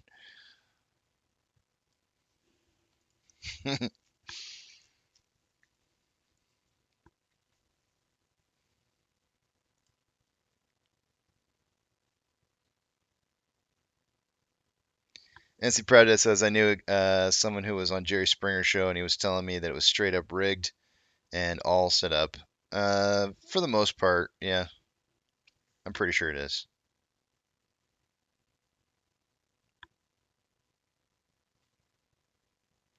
Carl says, no positive story ever started with, so I was showing my kids Jerry Springer.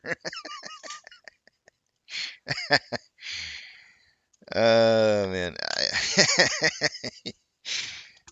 They just don't understand what they're missing out on. I mean, the humor for kids these days, guys, is kind of toxic. That's the word that that's their word I would use for their humor. It is very, very crass humor, super, super crass humor. And so I was like, man, if they like this kind of humor, they would probably really dig something like Jerry Springer. I think the kids these days, the humor is so different. It is so different. It's a little dark. It's dark, and they aren't. I don't know. It's different.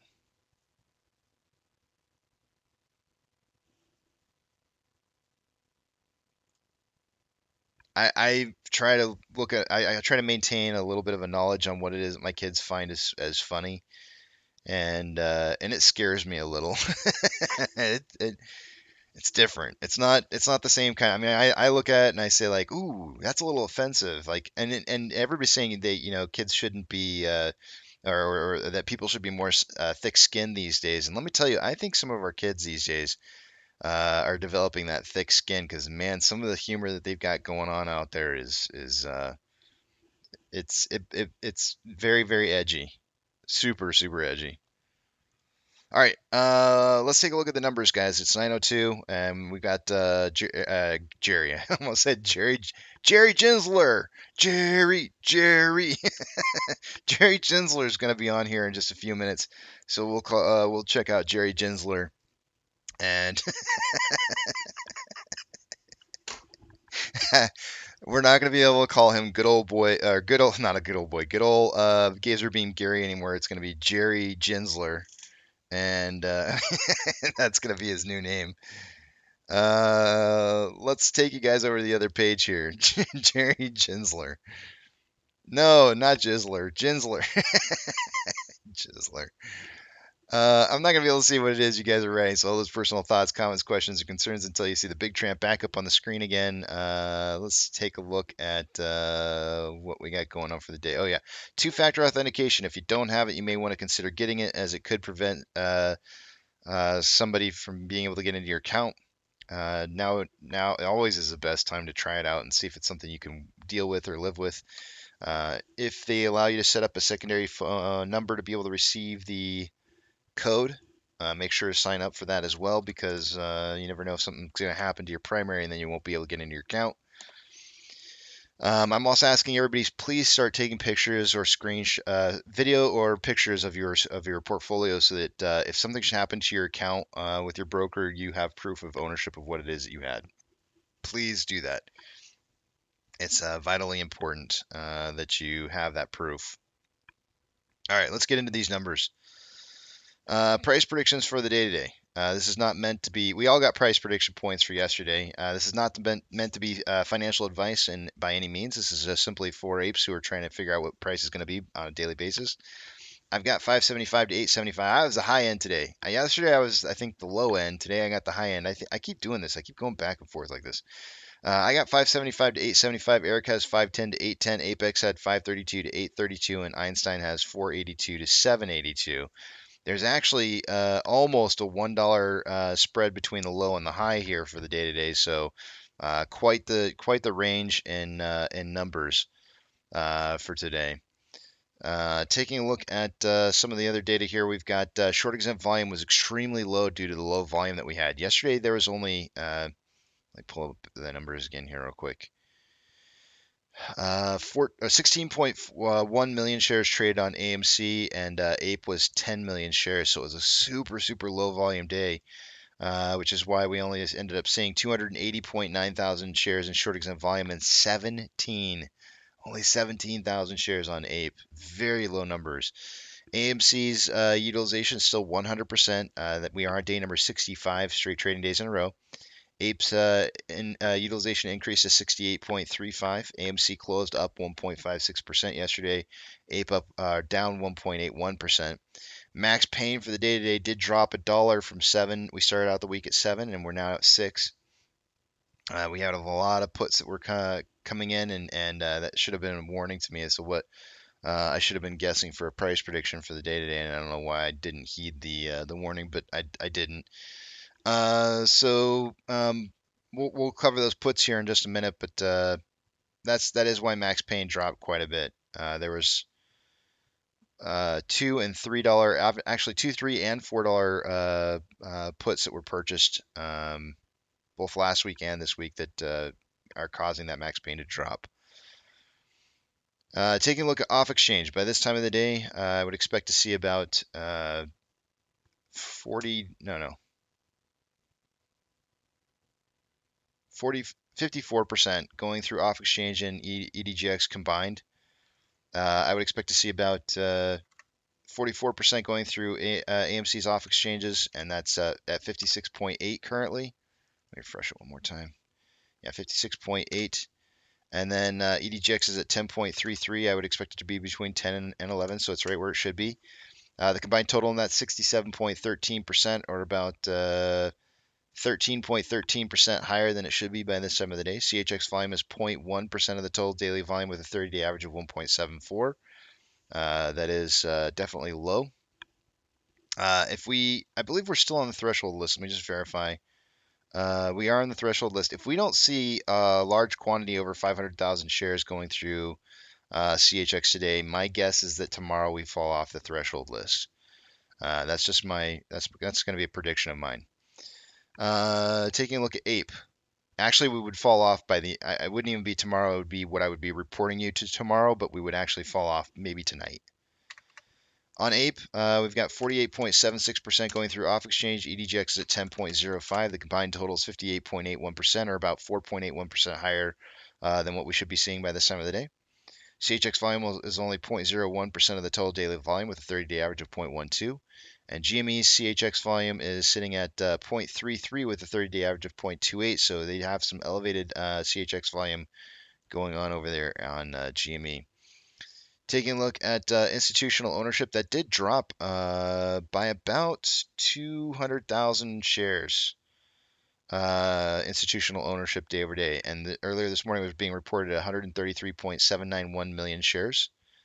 Let me refresh it and see if it's still the same. Now it's 133.79. Let me correct my numbers.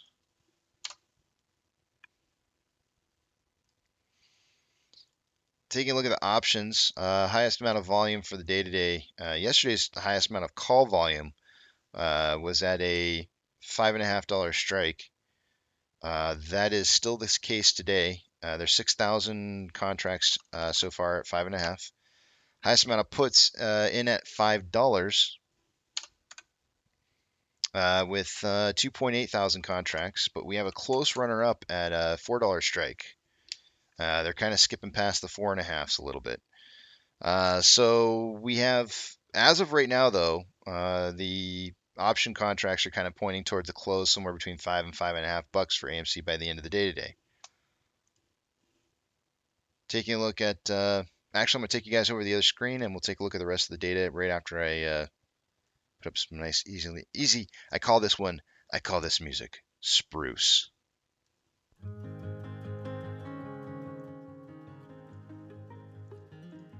I don't know why I called it spruce.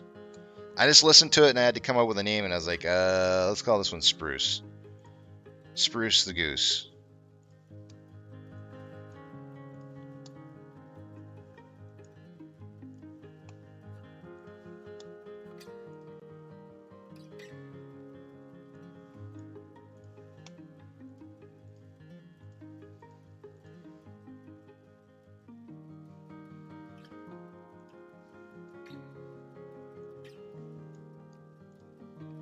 All right, we got the breakout of the ascending parallel channel. Earlier this morning when we were looking at this when I first opened up, I said we hadn't quite broken out of this yet, but when we do, we would likely come down and test $6.63, and that's right where we're at right now. So we got a little bit of an early breakout, but we are still trading inside of this we're hitting this rising level of support right here. If we do bounce off this rising level of support, we could see some consolidation still inside this wedge. We're getting really, really close to my box here, which has us breaking out potentially to the top side. I think. I don't know for a fact that that's going to be the case, but if we see... Because we have some weird stuff kind of going on with volume right now. We have like lowering volume, then rising volume, then lowering volume, and so it's like there's a little bit of a wave pattern here in the volume over the last. Let's see how many days we got here. 1, 2, 3, 4. We're on day 5. So over the last 5 days, 1, 2, 3, 4, right here. So basically, we've got falling volume with rising volume with falling volume, and so volume really doesn't know which way it's going here. It's back and forth, back and forth. Let me see what my moving average is set up for time period. 65. I'll just leave it like that.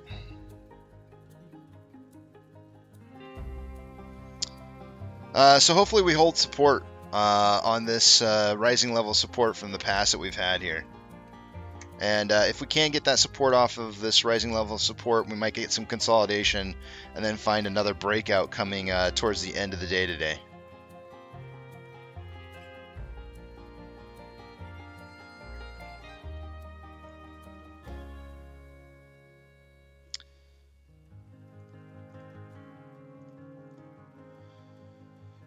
Utilization on AMC, we are on day number 65 with 100% utilization currently. On loan amount dipping day over day from 190.87 million shares to 190.32 million shares. That's about 550,000 shares less on loan. And Ortex estimated that about 207,000 of that was in return short interest, as it is now reporting instead of a 26.6% short share interest, the free float is at 26.22. So far this morning, we've had about 722,000 shares having been borrowed. Let me update my numbers. That's going to raise the estimated short share interest of the free float to 26.17%. Our cost to borrow min's at 197.2. Max is 395.06 and average is 330.45. Hold on a second here. I just accidentally clicked the wrong thing. Okay. On loan average age per day is rising. It was 110.03 and now it's 112.91. Security lending volume day over day slightly decreasing from 13.22 million shares to 11.56. On Ape, so far for the day today, we've had 446,000 shares having been borrowed.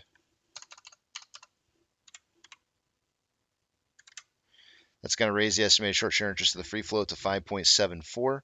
Cost to borrow, min and max and on average are all the same, which means that there is likely only one loan so far for the day-to-day in shares. And it's the average is 10.5. That loan was 10.49%. Shares on loan day over day decreased by 590,000 shares to 30.81 million shares. Here's our utilization day over day slightly increasing from 67.95 to 68.35. Here's our on loan amount slightly decreasing 31.3 to 30.81.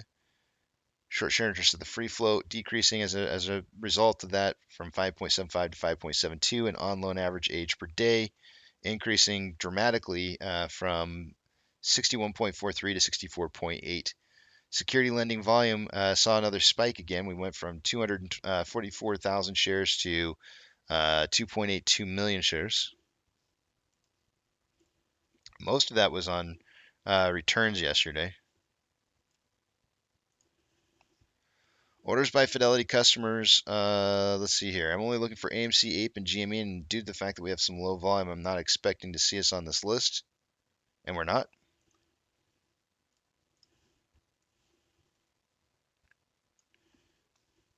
SSR triggers at $4.68 for the day-to-day on AMC. APE triggers at 1.467. Shares available to borrow showing up at 700,000 shares. Oops, sorry about that. That means we did have some returned shares from earlier this morning. There was 250. They returned almost all the shares and then some, and then borrowed out another 50,000 shares this morning. So that's putting us at about 450,000 shares borrowed so far for the day today. The ETFs were returned. There's as much as 110,000 shares back available in the ETFs now. So lots and lots of shares coming back in here. It seems to me like they're trying to return as many positions as possible. It does seem. It seems like. I think people would. I think you guys would probably agree with that. Now we've seen over the last week, from right now, we've seen about 10 million shares returned in on loan amounts. To only see about 1/10 of that showing back up in returnable or relendable shares is pretty significant. Fees are at 212.9%, so those have not necessarily gone. Actually, they're starting to head back up as 212.1 earlier. So far for the day, we have 415.1 thousand contracts out of the money on the calls versus 59.7 thousand contracts that are in the money. 655.4 thousand contracts are out of the money on the puts versus 206.2 thousand contracts that are in the money.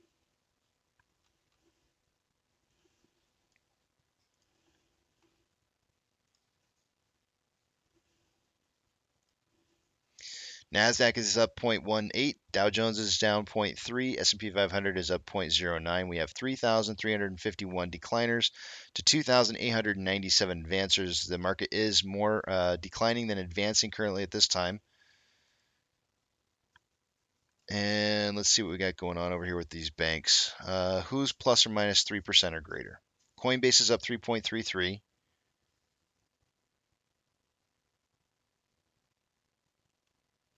And PacWest is down 2.92. Ethereum Classic is up 1.19. The US dollar is down 0.25. Oil is down 1.43. Mortgage-backed securities are up anywhere from 0.05 to 0.2. And SPY is up 0.11.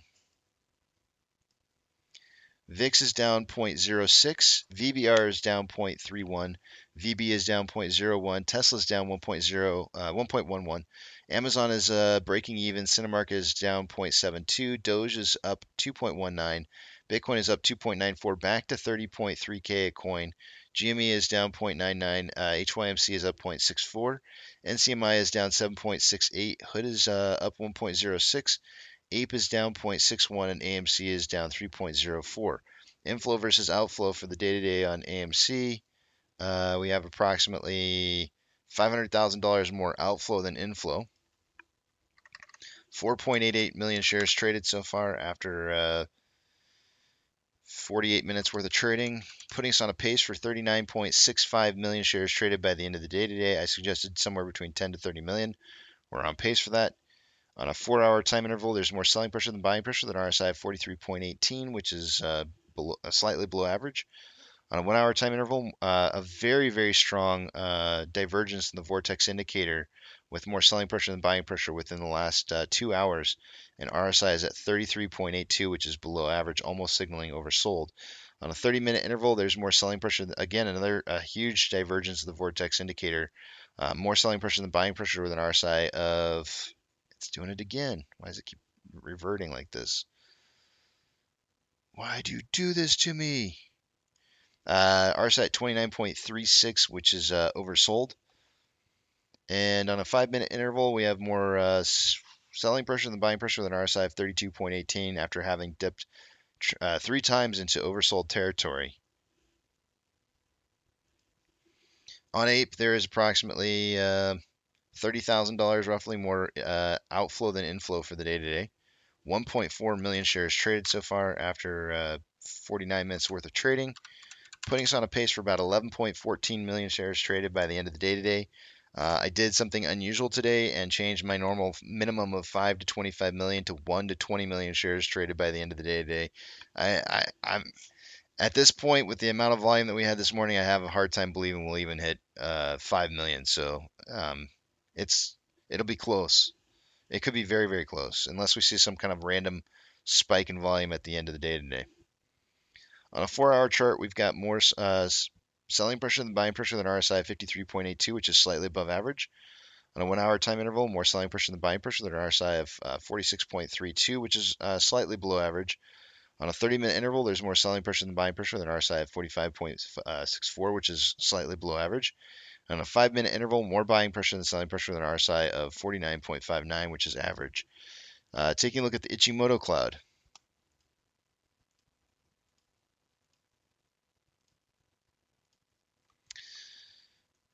On Ape, on the Ichimoku cloud, the lagging line is now below price line, conversions below base, and price has moved into the cloud, which is usually a sign of potential breaking down below the green cloud at this point, which before the end of today is over would end up being about $1.61, which is exactly what we're at right now. So whether or not this continues to move down at a quick pace or not, hard to say, but I haven't seen, other than when we've had some strange announcements, I haven't seen this stock move in big leaps and bounds. So I don't know. Maybe we see like a 159 close, maybe 160, unless some news comes out. The Allegheny AMC meeting with the judges this week, so there is a possibility on some kind of news. On a 30-minute interval, we have not 30-minute, 4 hour, 4 hour. Oh yeah, let me go back to the 1 hour. On the 1 hour, $1.65 is what we need to maintain for this to become a strong buy signal again. On a 4 hour chart here, we've got lagging line above price line, conversions above base, but the price is inside the red cloud, which is usually where it gets stuck and stalls out and never actually manages to break up through it if it doesn't push past the top, which is for us at $1.70. So not necessarily seeing that as the case right now. So we may not get the breakout through the red cloud on the front side today. On AMC, on the 1 hour cloud, we've got conversion just now crossing below base. Lagging line is crossing below price line. This does not look like it's wanting to push through the red cloud here. This is the main reason why I was guesstimating that there might be a push through the red cloud on the front side of this, because the 1 hour cloud is conflicting with the 4 hour cloud, and the 4 hour cloud's like a longer outlook on where price is going to move. And so I was suggesting that maybe we saw a break above the cloud early today, and then seeing a break back down through the cloud in the later portion of the day. Or even stalling out just above the cloud. We never actually even got that. We got the exact opposite. We're getting a really strong push down right at the beginning when we were really close to breaking through this here. It's kind of surprising to see it move the direction that it is, but it is on low volume, so that's a good thing. You don't want to see price driving down like this on high volume. The buying pressure point for the day today on the 1 hour chart would have been at $5.33, so we're well far away from that right now at 506.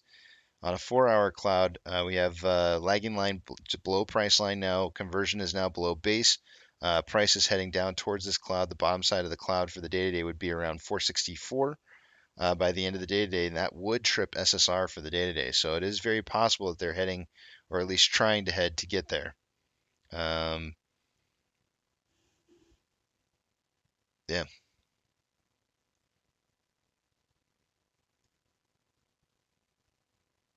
The buying pressure point that we would see, again, some renewed buying pressure would be at around $5.64 for this chart. That would get the lagging line above the price line and the conversion back above the base.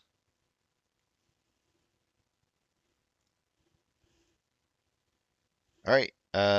With that, let's put this back the way it's supposed to be.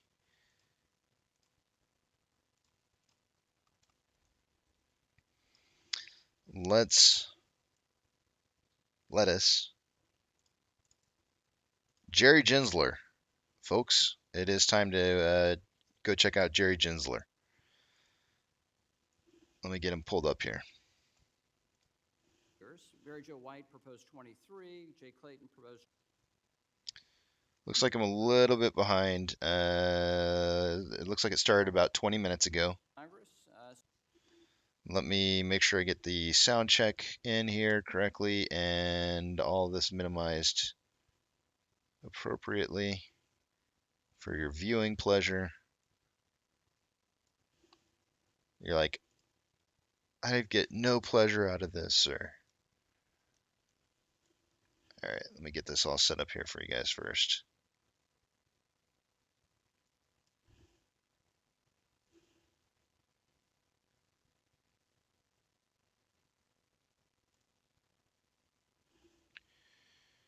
So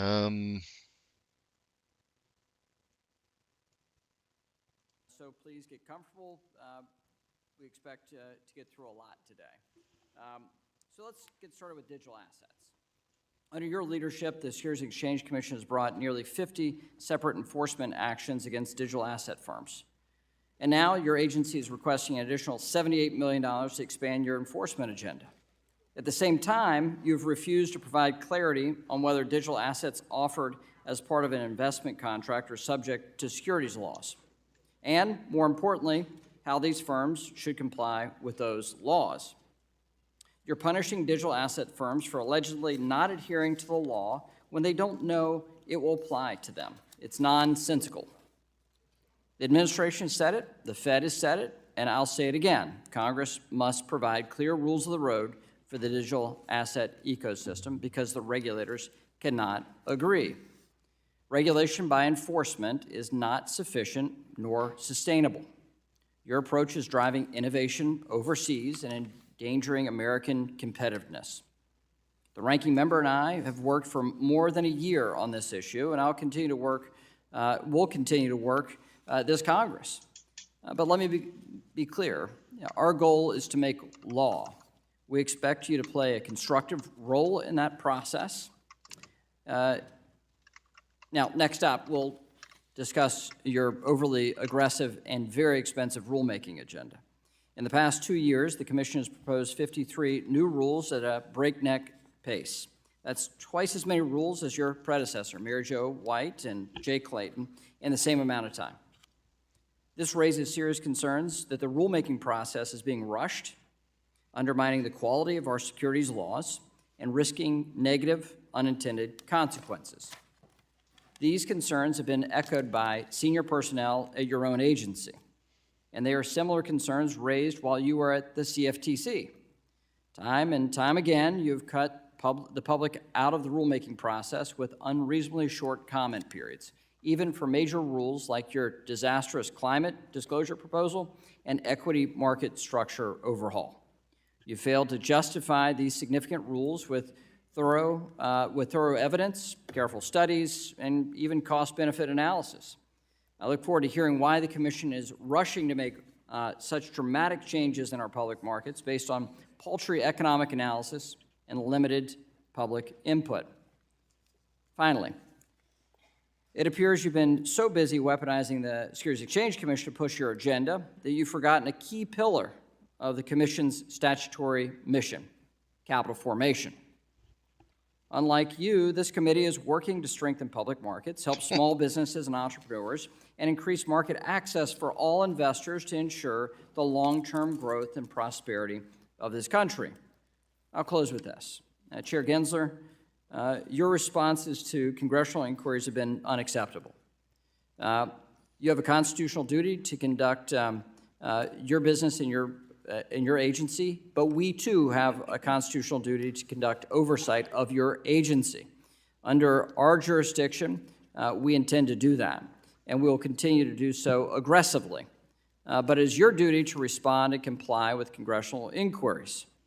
If you continue to thwart this institution by ignoring our requests and providing incomplete responses, we will be left with no choice but to pursue all avenues to compel the information or documents we need and the American people need and deserve to see themselves. So with that, I yield back. Jerry. The chair now recognizes the ranking member of the committee, the gentlewoman from California, for 4 minutes for the purposes of an opening That was statement. rough. He really laid into him. Good morning and welcome, Chair Gensler. Right now, our financial system is still recovering from the sudden collapse of Silicon Valley Bank and Signature Bank.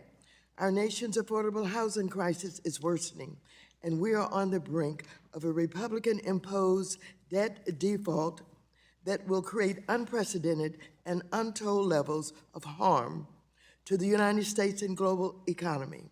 But unfortunately, today's hearing is not focused on addressing any of those looming crises. Instead, we're here this morning because last Congress, Republicans threatened to do a big number on the SEC and Chair Gensler, and today is the start of them making good on that promise. This playbook isn't new. Committee Democrats and the American public have seen it all before.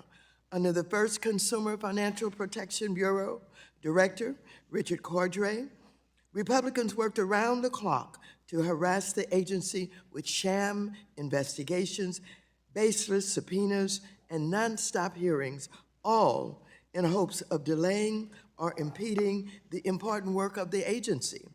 This is the same exact strategy they plan to use on the SEC, and unfortunately, everyday people will pay the price. The SEC has on average provided over twice the legally required time for comment on its proposals to strengthen Wall Street's rules, and yet Republicans still claim that things are still moving too fast and are joining industry's efforts to attempt to delay these long overdue reforms. For example, Republicans are desperately trying to hamper the finalization of the SEC's rule on climate-based disclosures, which will finally provide the material information that investors have been asking for to evaluate how their investments will fare as climate change worsens. The SEC is also working to finalize rules to implement major market structure reforms that would increase transparency, promote competition, and address issues that arose during the GameStop events and identified by investigations this committee led. Additionally, the SEC has proposed rules to require greater transparency for private equity and hedge funds, which are opaque even though they have significant impacts on our economy and society. These reforms are not being rushed.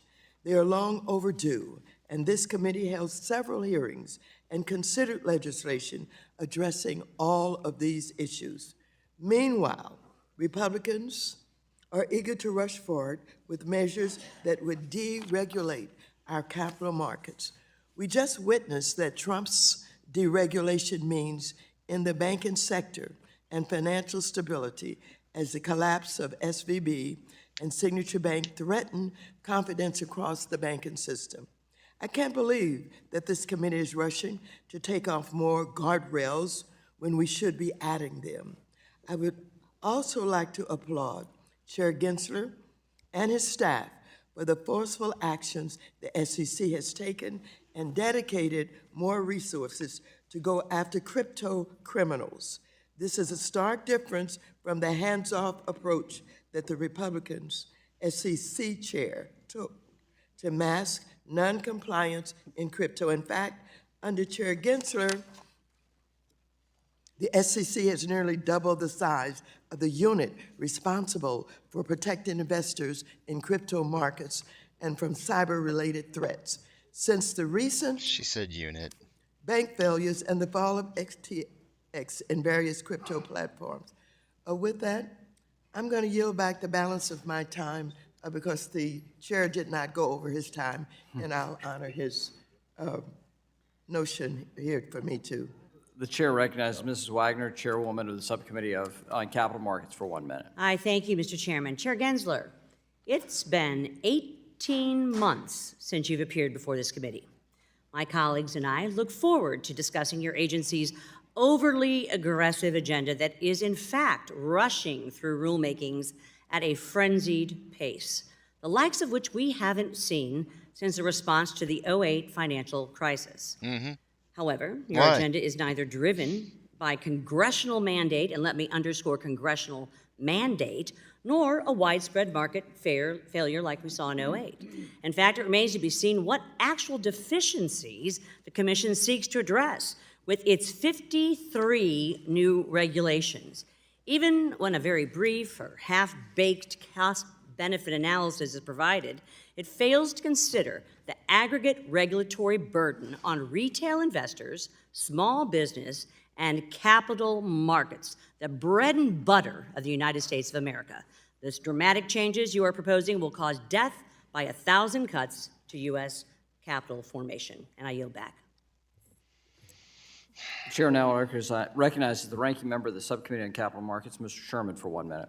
I actually Chairman don't agree. Gensler, thank you for working hard and getting things done and fulfilling the mandate given to you by the 33 and 34 Securities Acts and bringing them up to date for the 21st century.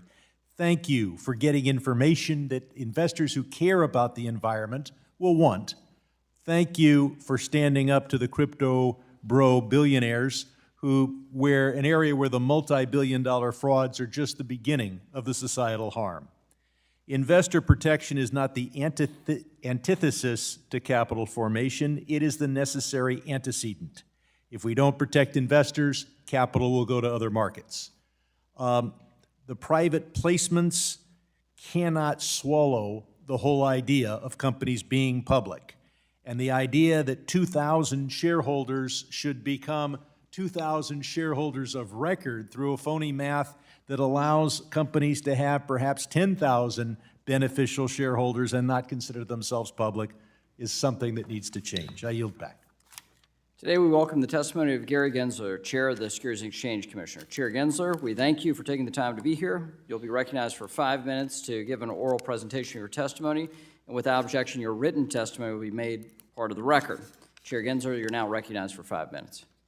Good morning. Thank you, Chair McHenry, Ranking Member Waters, and members of the committee. Thank you for inviting me to testify. As noted in my written testimony, my views are my own. Walking into the Rayburn building, I couldn't help but stop by. So I know his voice is like super low, guys. I have it like really turned up. I have turned up all the way that I possibly can. And I don't want, I risk if I try to turn it up any louder than this, when somebody else comes on to speak, it could, I don't know what would happen. So I'm trying the best I can here to make sure you guys can hear what it is that's being said. So it's forgive me. By the statue of Sam Rayburn, longest serving Speaker of this great House. His colleagues used to call him Mr. Sam. Well, you see, as chair of the House Committee on Interstate and Foreign Commerce, he worked closely with President Roosevelt to establish the nation's first federal securities laws in 33 and 34. In fact, that 34 Act was called the Fletcher-Rayburn Bill. Rayburn and Roosevelt were motivated by the lack of market integrity and disclosure. The markets were rife with fraud and manipulation, and they knew that market integrity and disclosure help protect investors, builds trust in our capital markets, and yes, lowers cost of capital for issuers. This foundational work has been part of our nation's economic success and global standing ever since. Wow. I don't know if you guys can see it or not, but his hands are shaking like crazy. I'm trying. Let me watch the hands a little bit more closely, because I'm not sure if it's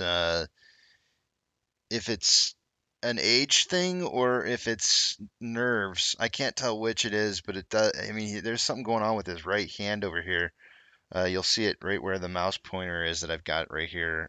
You'll see his hand pop up there, but his hand is it's shaking pretty hard. Can't take it for granted.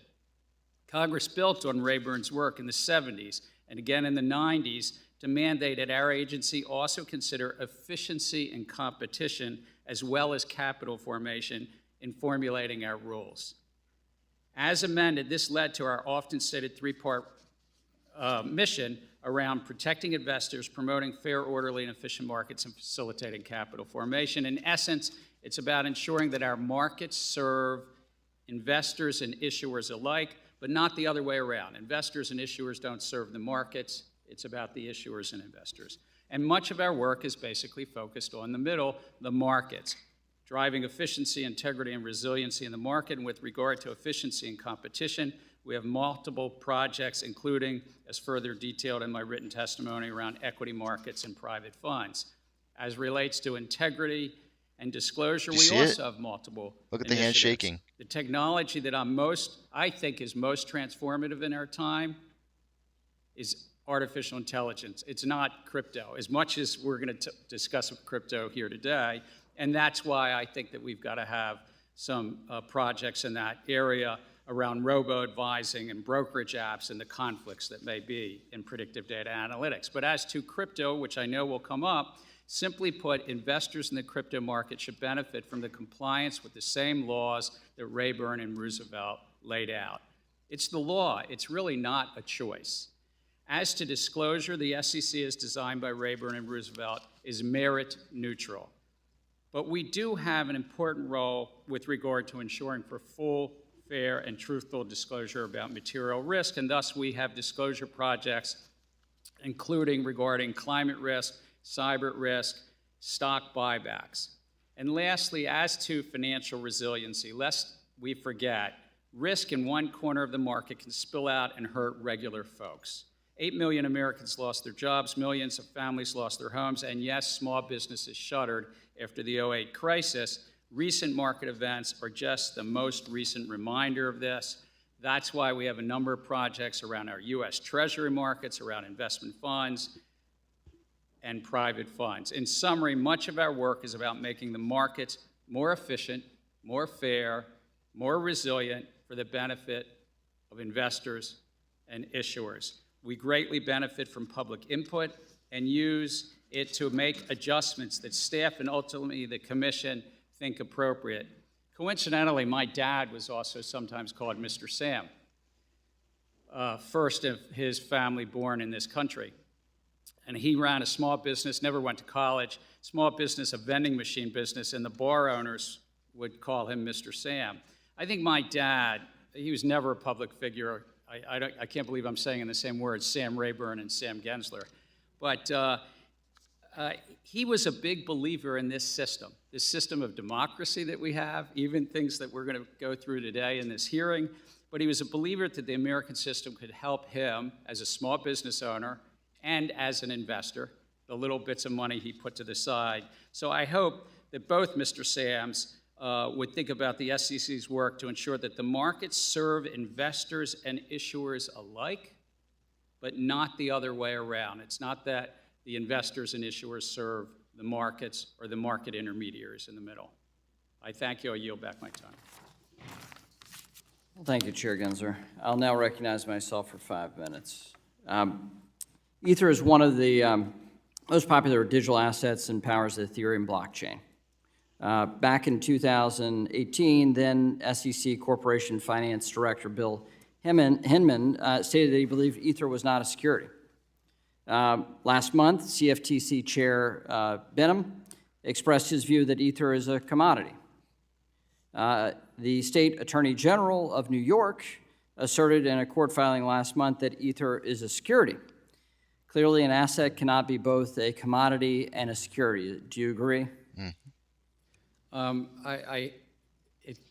Actually, all securities are commodity under the Commodity and Exchange Act. It's that we are excluded commodities. But I would agree that a security cannot be also an excluded commodity and an included commodity. I'm sorry, Chair, just to talk about the Commodity Exchange Act more precisely. Okay, so do you recognize, how would you categorize Ether then? Look, I think that the general sweep of what Congress did, not just in the 30s, but as amended. I'm asking you, sitting in your chair now, to make an assessment under the laws as exist. Is Ether a commodity or a security? Without speaking to any one. I know you've repeatedly said you're not going to speak to one, except you've spoken to one, Bitcoin. So I'm asking you to speak to a second one, the second largest market cap here. And speaking to the tokens, there's 10 to 12,000. If there's a group of entrepreneurs in the middle, asking about one. The public is anticipating a profit based on the... I'm asking you a specific question, Chair Gensler. I said this in private. This should be no shock to you. I'm asking this question. Is Ether a commodity or a security? And again, it depends on the facts and the law, and if there's a group of individuals... I'm asking you about the facts and the law sitting in your seat and the judgment you are making. And so, Mr. Chair, I think you would not want me to prejudge because I'm also... But you have prejudged on this. You've taken 50 enforcement actions. We're finding out as we go, as you file suit, as people get Wells notices on what is a security in your view. and your agency's view. I'm asking you a very simple question about the second largest digital asset. What is your view? And my view is if there's a group of individuals in the middle that the public is All right, so let me just ask a second question then. efforts. Do you think it serves the market for an object to be viewed by the commodities regulator as a commodity and the securities regulator to be viewed as a security? Do you think that provides safety and soundness for the product? Do you think it provides consumer protection? Do you think it serves the value of innovation? I think no should be a very simple answer for you here. I think that uncertainty is bad, is it not? And I think that Congress has said that there's one agency, the Securities and Exchange Commission, under this committee. And you won't answer my question, and you're the head of that agency. So give me a break. Come on.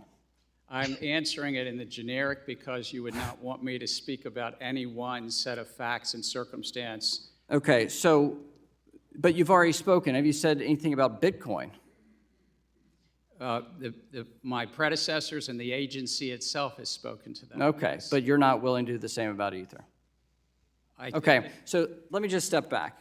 There's a lack of clarity here in the marketplace. Can you at least agree to that? I think that the clarity is there. The law is clear. All that right. There's a group So of individuals let me be explicit about this. The market doesn't see it. Your regulatory actions and the CFTC's regulatory actions say that there's a great deal of uncertainty here.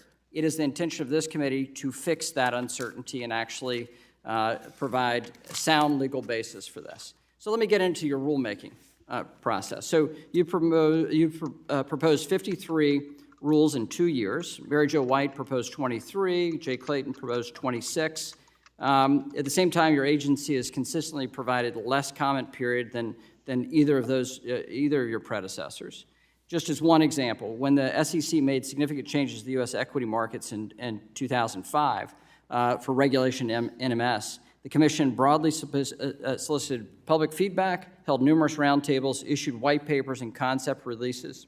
Fast forward to today, you've proposed 4 equity market structure proposals that would impact millions of retail investors, and you provided a mere 60 days of comments on 1,600 pages of regulations.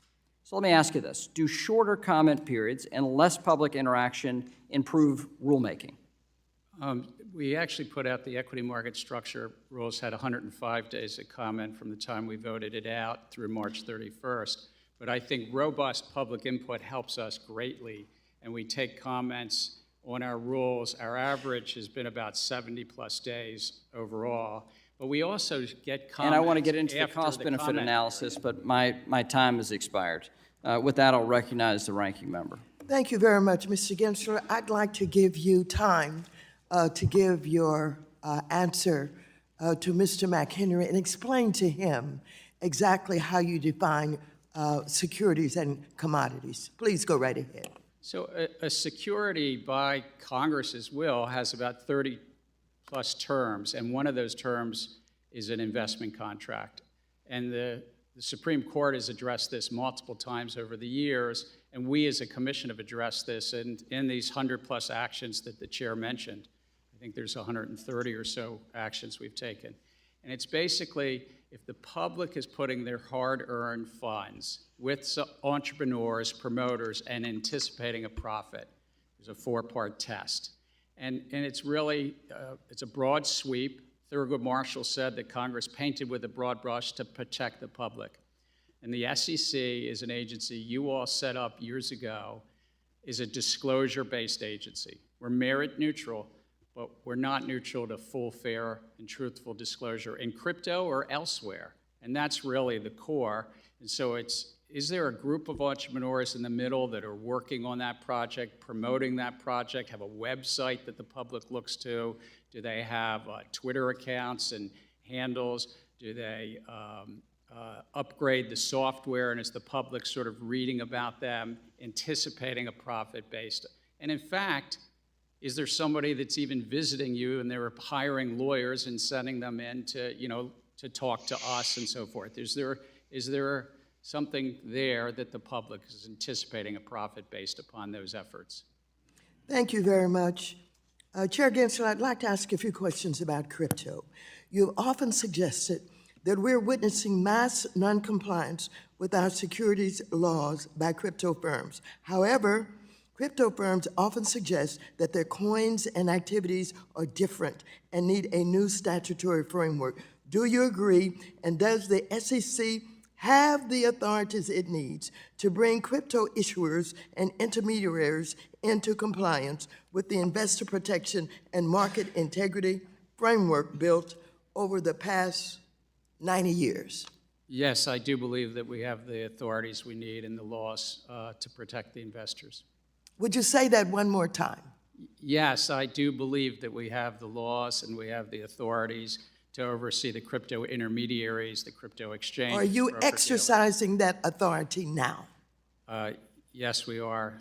Would you describe for this committee how you're doing that? I understand that you have engaged with a number of crypto firms. Is that correct?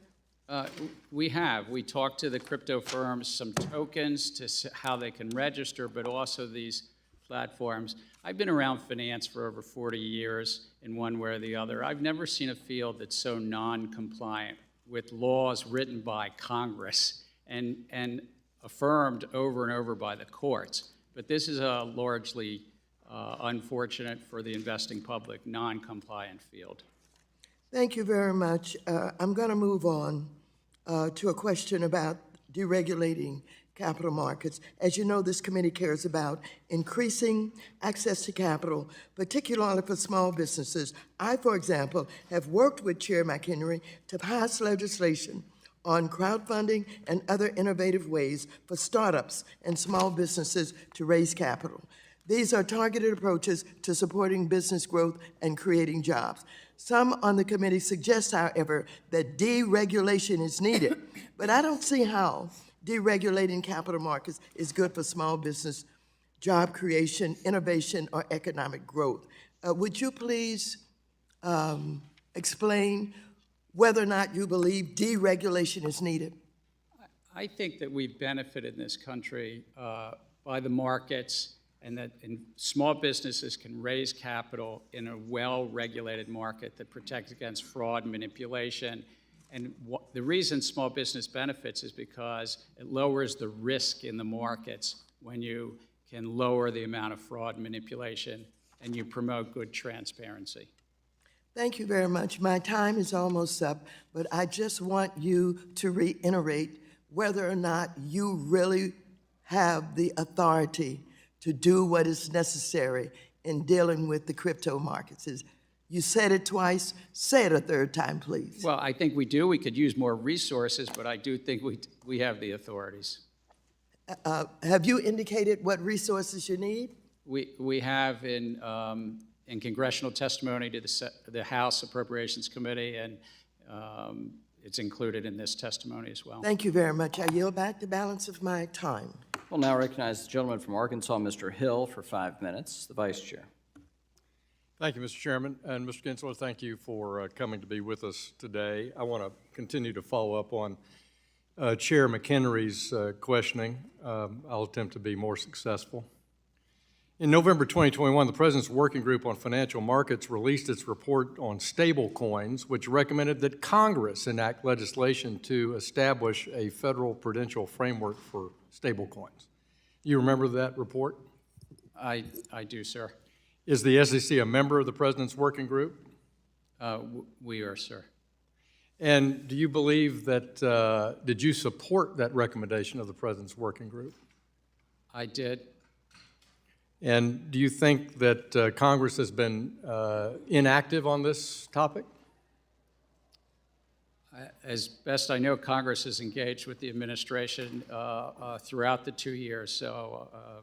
You would call that active? Yeah. We're looking for that framework, and you support us drafting a regulatory framework for payment stablecoins. If I could say, when stablecoins, I think that it's important to ensure that there's safety and soundness there, and that if this committee and Congress were to address this through legislation, to ensure that we don't undermine our $100 trillion capital markets, that we don't inadvertently somehow undermine what money market funds operate in this country, or how other parts of the financial markets Lastly, that we don't undermine both the CFTC's and SEC's authorities to go after fraud and manipulation, because right now these stable coins are being used in the crypto ecosystem, and I think you really do want that cop in the beat, the SEC on the beat in the crypto ecosystem. Well, I'm glad to hear you say that you support a regulatory framework, and I think those issues you raise have to be taken into account by the President's working group, and I think they have. I mean, I think those are addressed in their reports, and I think that's certainly the focus of hearings. And so I'm glad to hear, and I don't think I'm putting words in your mouth, that you do support Congress attempting to create a regulatory framework for payment stablecoins. Is that fair? I think with the guardrails of not undermining the $100 trillion capital markets, and remember, no, I got your checklist. We've got that. I was just going to also, in the recent events in the markets, one of those stable coins actually had over $3 billion at Silicon Valley Bank. Understand. So terrible decision by them. So terrible decision by Silicon Valley Bank. We've already had a hearing on that subject, and I know we'll have some more follow-up on it. Let me ask you about the consolidated audit trail, something that's plagued my existence for the 8 years I've served in Congress. I've already on record not a supporter of the CAT. Has the SEC issued the final rule on the consolidated audit trail to the best of your knowledge? the rules are in place. We're still working on parts related to filings in front of us on funding and some amendments with regard to data security. Would it surprise you that some people in the brokerage community weren't aware that the CAT is actually already being collected as of December 31st? And are you aware that that data is already being collected? We're actually, as a regulatory agency, aware that it's being collected, transaction data is being collected, and we benefit from that. Are you concerned about the encryption of that data, that it's inadequate? I think as a government agency, we should always be focused on data security, and data encryption is one of the pieces of data security. I'd like for you to respond to me about if you would, respond in writing about the encryption of that and the protection of anything that would be considered personally identifiable information. Let me turn to a different subject, which is the Treasury market. We have a time right now where the Fed is shrinking its balance sheet and where there's an unprecedented amount of Treasury issue because of the avalanche in spending by the Biden administration. Is the SEC a member of the Interagency Working Group on the Treasury market? Yes, we are, sir. And yet you have this proposal, as I read it, that would say that people who are buyers of Treasuries could somehow be swept up and become dealers. Why are you proposing that someone who might be a dealer, an investor in Treasury suddenly become a dealer?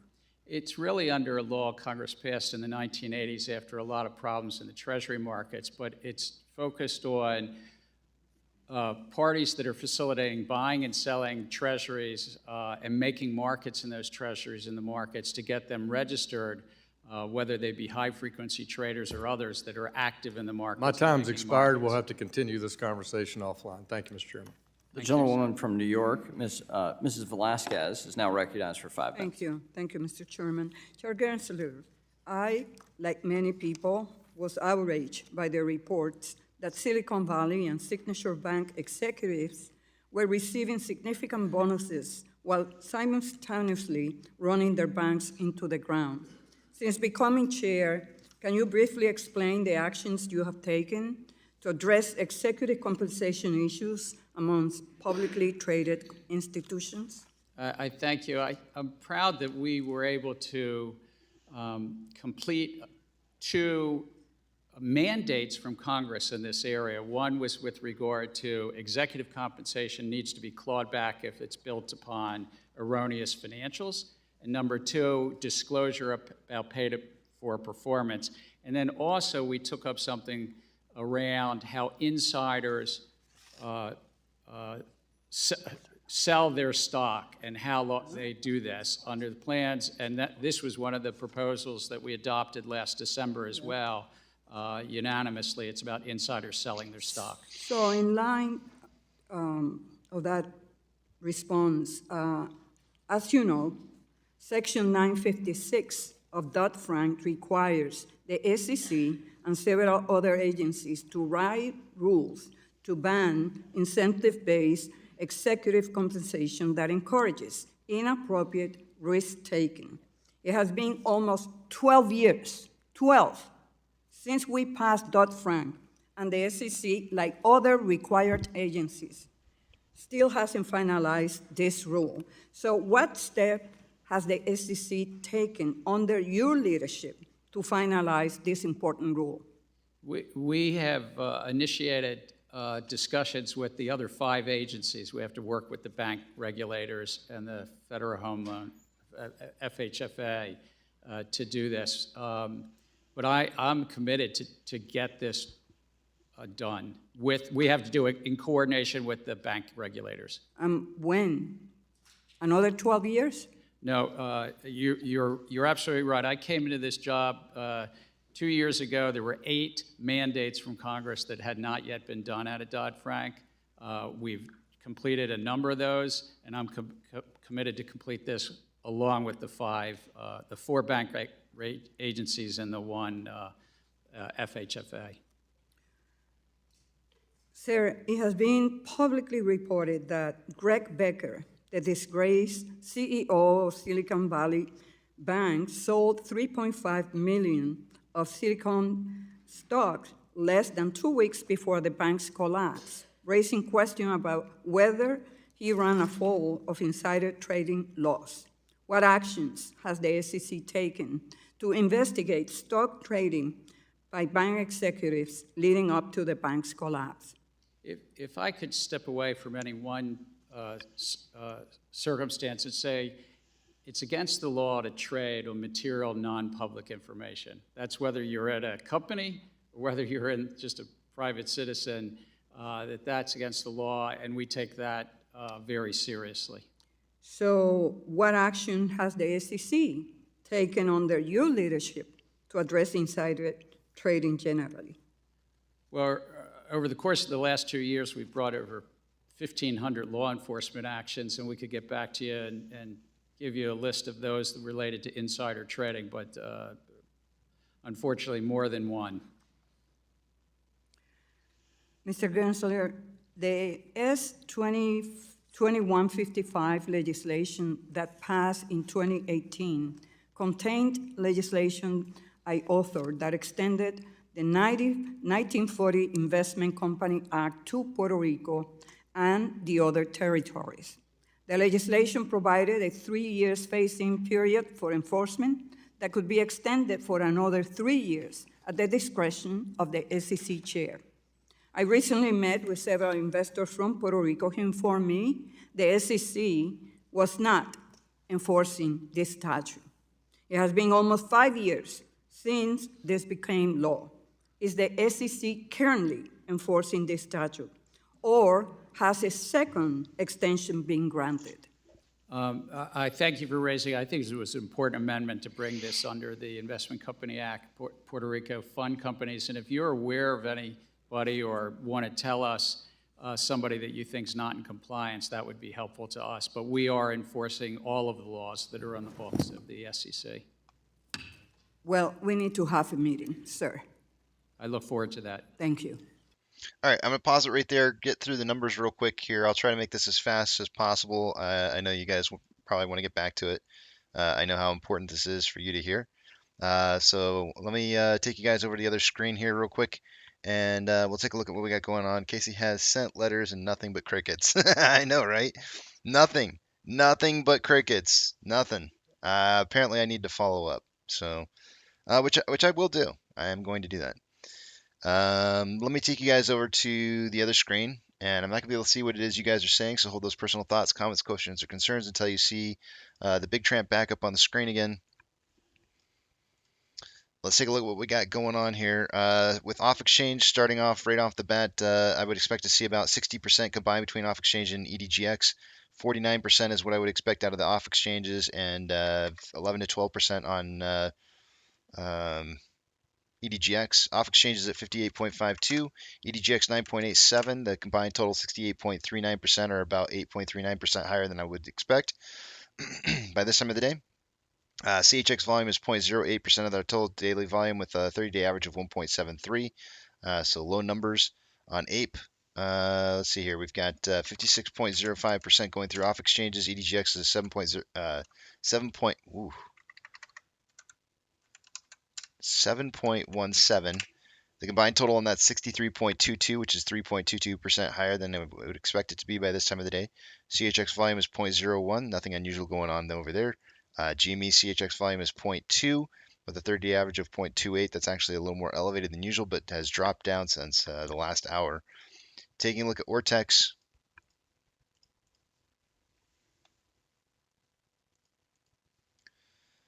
An hour ago, AMC had 722,000 shares having been borrowed for the day. It's now a return of 480,000 shares. And that's going to cause the estimated short share interest of the free float to drop to 26.19%. Cost borrow min is at 197.2.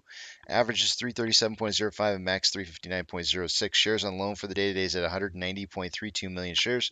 That's 550,000 shares having less on loan today than there was yesterday. And Ortex is estimated about 207,000 of that was in return short interest. Taking a look at Ape. An hour ago, there was 446,000 shares having been borrowed for the day. It's still the same, leaving that estimated short share interest, the free float at 5.74. Only one loan has gone through for 594,000 shares for the day today, and it's putting the cost per hour average max and min all at the same value at 10.49%. Shares on loan decreased by 590,000 shares day over day, putting us at 30.81 million shares on loan. Taking a look at options, highest amount of volume for the call options an hour ago was at a $5.50 strike. That is still the case. It went from 6,000 contracts to 10.6. And on the puts, highest amount of volume is still at a $5 strike. An hour ago it was 2.8 thousand contracts. It's now 6.4. Market still suggesting a closing price of somewhere between 5 and 5.50 by the end of the day today on AMC. Combined price of AMC and Ape is at $6.68. We did find, oh no, what happened to my other line? Hold on a second here. There it is. Woo. I somehow managed to delete this line here. I was like, oh, it's gone. It's back.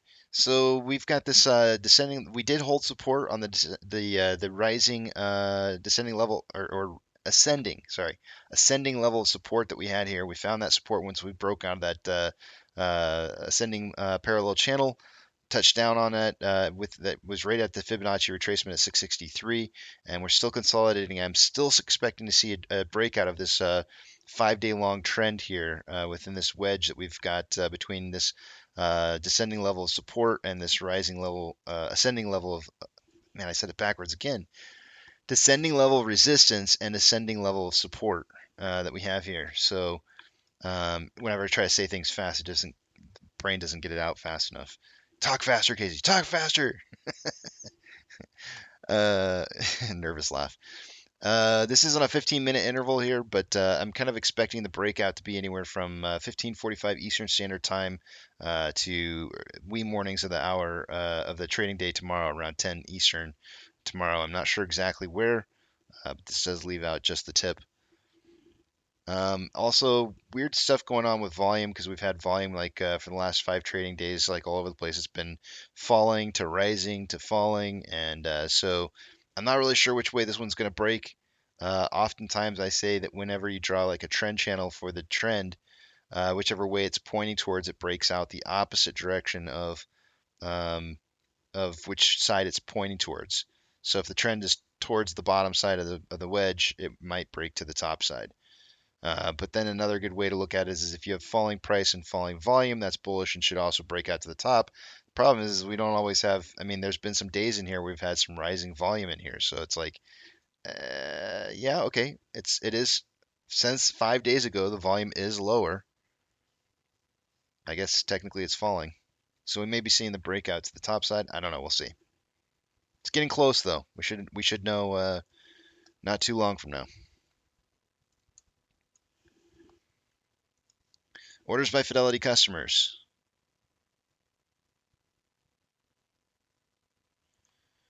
AMC, Ape, and GME are the only ones that I'm looking for on this list here, none of which are on the list, likely due to low volume. Trigger price for SSR for the day-to-day on AMC is at $4.68. Ape at 1.467.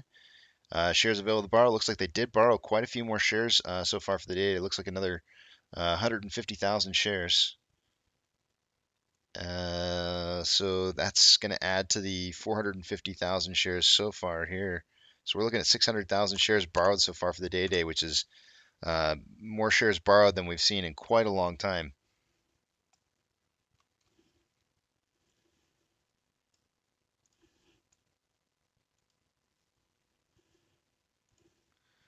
NASDAQ is down 0.11, Dow Jones is down 0.42, S&P 500 is down 0.16. We have 3,708 decliners to 2,504 advancers. I think the market's slightly more advancing than it was an hour ago. I think, maybe? I don't know. I can't remember if it's 38 or 36. So it's real close, really close to where it was an hour ago. Taking a look at the banks, only 3% plus or minus gains. We've got FRC is down 3.01. Let's see what else we got going on here. Everything else is within those margins. Ethereum Classic is currently up 0.63% for the day-to-day. DXY, or the US dollar, is down 0.32. Oil is down 1.73. Mortgage-backed securities are up anywhere from 0.11 to 0.26. And SPY is down 0.21. VIX is up 0.83, suggesting that the market should be heading down further. VBR is down 0.49, VB is down 0.39, Tesla is down 1.17, Amazon is down 0.72, Cinemark is down 1.8, Doge is up 2.29, Bitcoin is up 2.37, GME is down 1.03, HYMC is up 0.31, NCMI is down 7.87, HOOD is up 0.1, Ape is down 1.53, and AMC is down 3%. Inflow versus outflow for the day-to-day on AMC is approximately 600, almost 700,000 shares. More inflow than outflow for the day-to-day. 6.86 million shares traded so far after 101 minutes worth of trading, putting us on a pace for 26.48 million shares traded by the end of the day today. I suggested somewhere between 10 and 30 million. It looks like we're heading on that pace. On a 4-hour chart, we have a 4-hour interval rather. We have more selling pressure than buying pressure than RSI of 43.18, which is slightly below average. On a 1-hour chart, we have more selling pressure than buying pressure with an RSI of 35.08, which is below average. On a 30-minute interval, looks like more selling pressure than buying pressure than RSI of 34.78, which is below average. And on a 5-minute interval, we do have a divergence of the vortex indicator within the last 10 minutes of more buying pressure than selling pressure and an RSI of 40.35, which is below average. On Ape, we have approximately just a little over $100,000 more inflow than outflow for the day-to-day.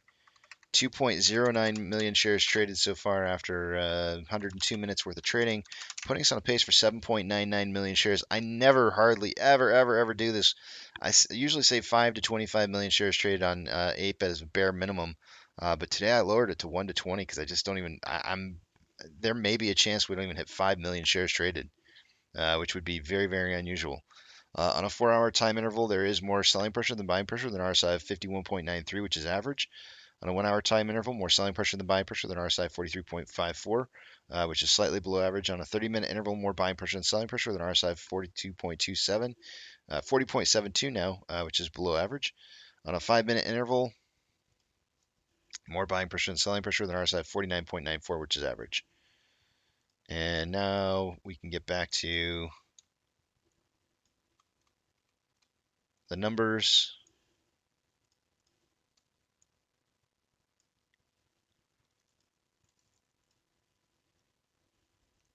Let me take you guys back over here to the other page. I'll be able to see what it is that you guys are writing, but I'm not going to be able to see. I'm not going to comment, obviously. I'll try to comment through the chat. The gentleman from Texas, Mr. Sessions, is now recognized for 5 minutes. Mr. Chairman, thank you very much. Mr. Gensler, you started your conversation with this committee with "my views are my own." Yes. Why did you say that? Because it's part of our law that I always say that my views are my own. They don't represent the staff or my fellow commissioners. Do they represent the agency? I'm here as the chair of the agency, but because I'm a member of a 5-member commission, the commission speaks as that commission, and so that's standard language that we including Standard each of our language. speeches and our testimonies. So you don't represent you cannot speak on behalf of the agency. Why are you here? As chair of the agency, to express the views as the chair of the agency. Then why didn't you say I express the views as chairman as opposed to my own? I don't understand that. Those are personal. When you say my own, that's personal. Now you're contradicting that and saying as chairman. Again, because it's... I'm a little dissatisfied with my congressman, with myself. Oh, this is driving me nuts. Why are we picking on this? Like, is this really like the most important topic of at hand? Like, is this the one thing? Like, oh, let's focus on his wording for how he expresses his opinion, or I don't know. This is kind of pointless. This is pointless. It's written into our. I think you ought to reevaluate that, because I think Come on, that's Sessions. a complete cop-out. I think that's a cop-out that I think we hear, and that's why this committee is going to express its opinion to you today. Mr. Chairman, I'd ask unanimous consent for a letter that I've sent to Mr. Gensler to be entered. Without objection. Mr. Gensler, you were kind enough, and your staff was kind enough last year to engage me on an issue that I asked for. I asked for us to speak. I asked for us to try and get closer to understanding. You've spoken a couple times today about, in regards to the chairman, but perhaps issues about, well, these would not be appropriate in public forums to talk about. But almost every filing that companies make are public filings.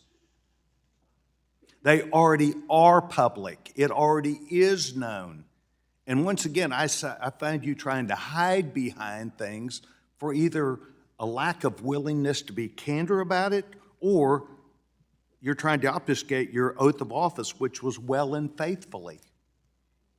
This committee is not happy with that attitude or performance.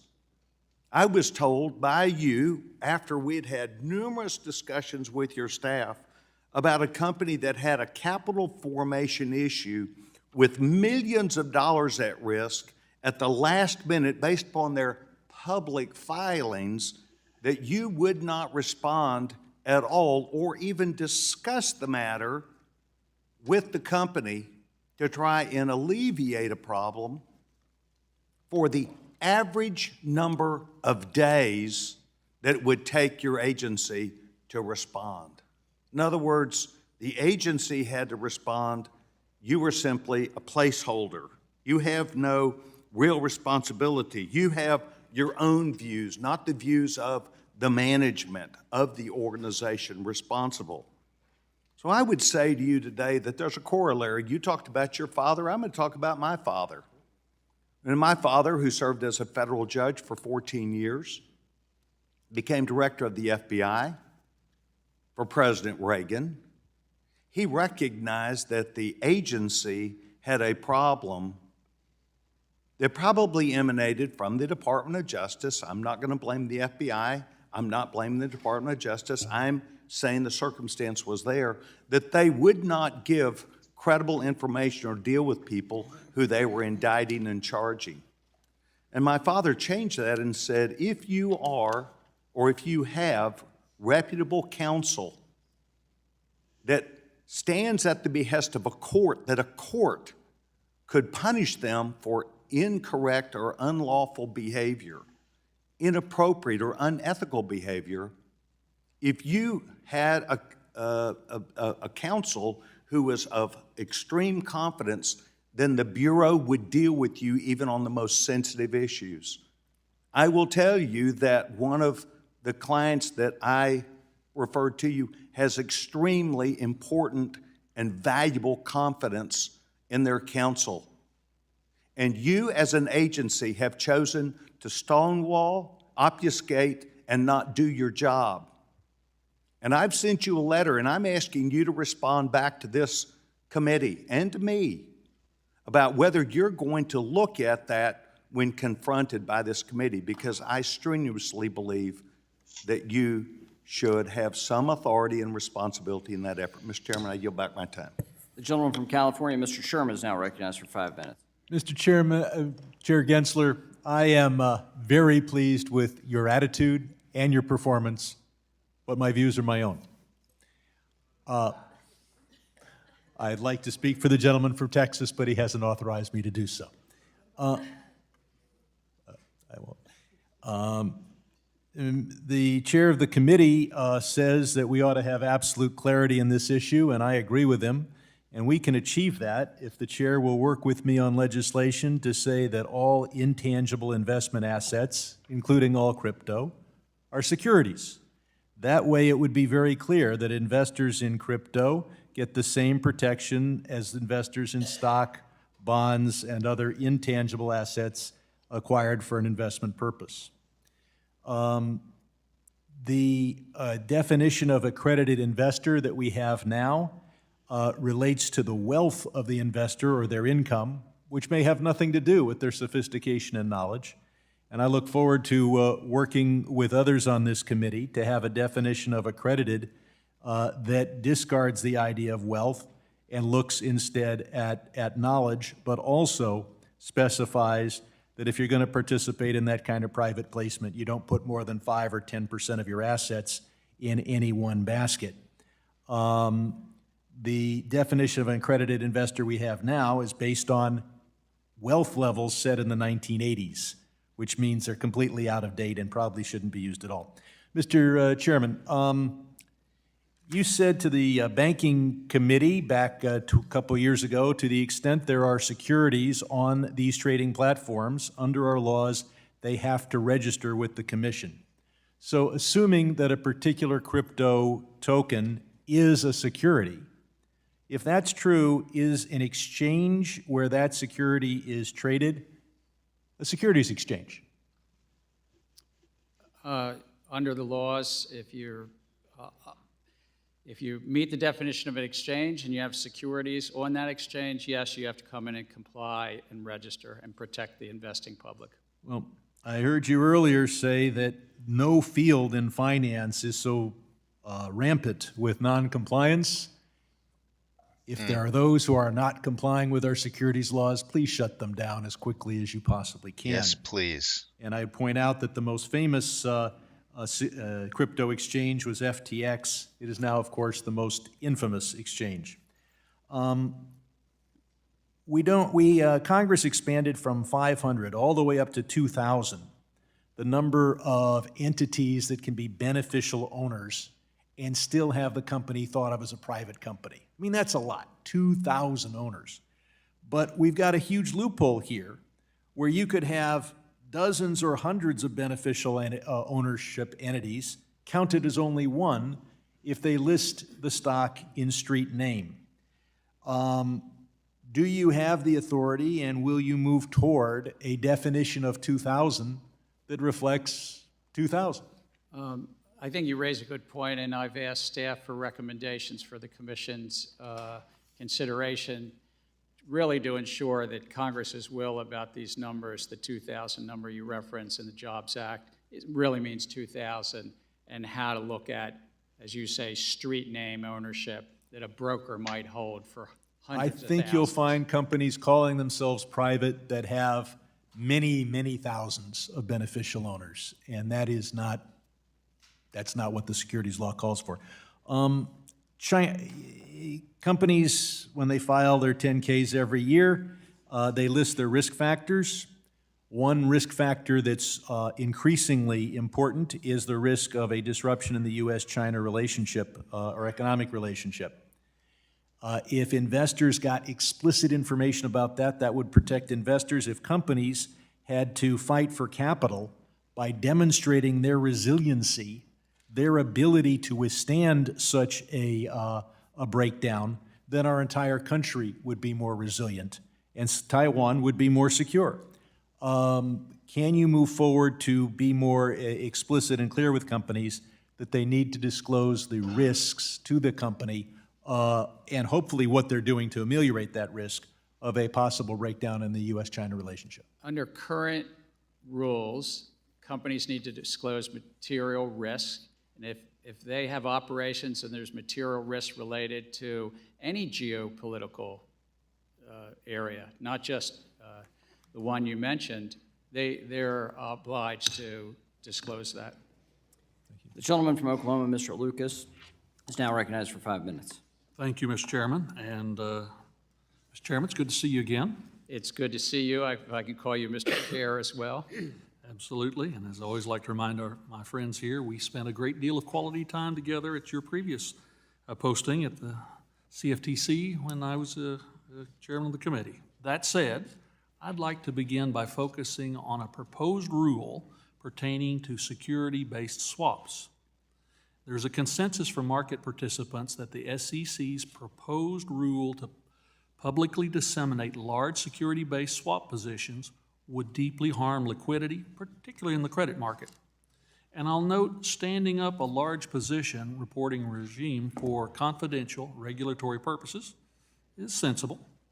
As you know, for example, CFTC has a large position reporting regime for futures, but that information is anonymous and aggregated.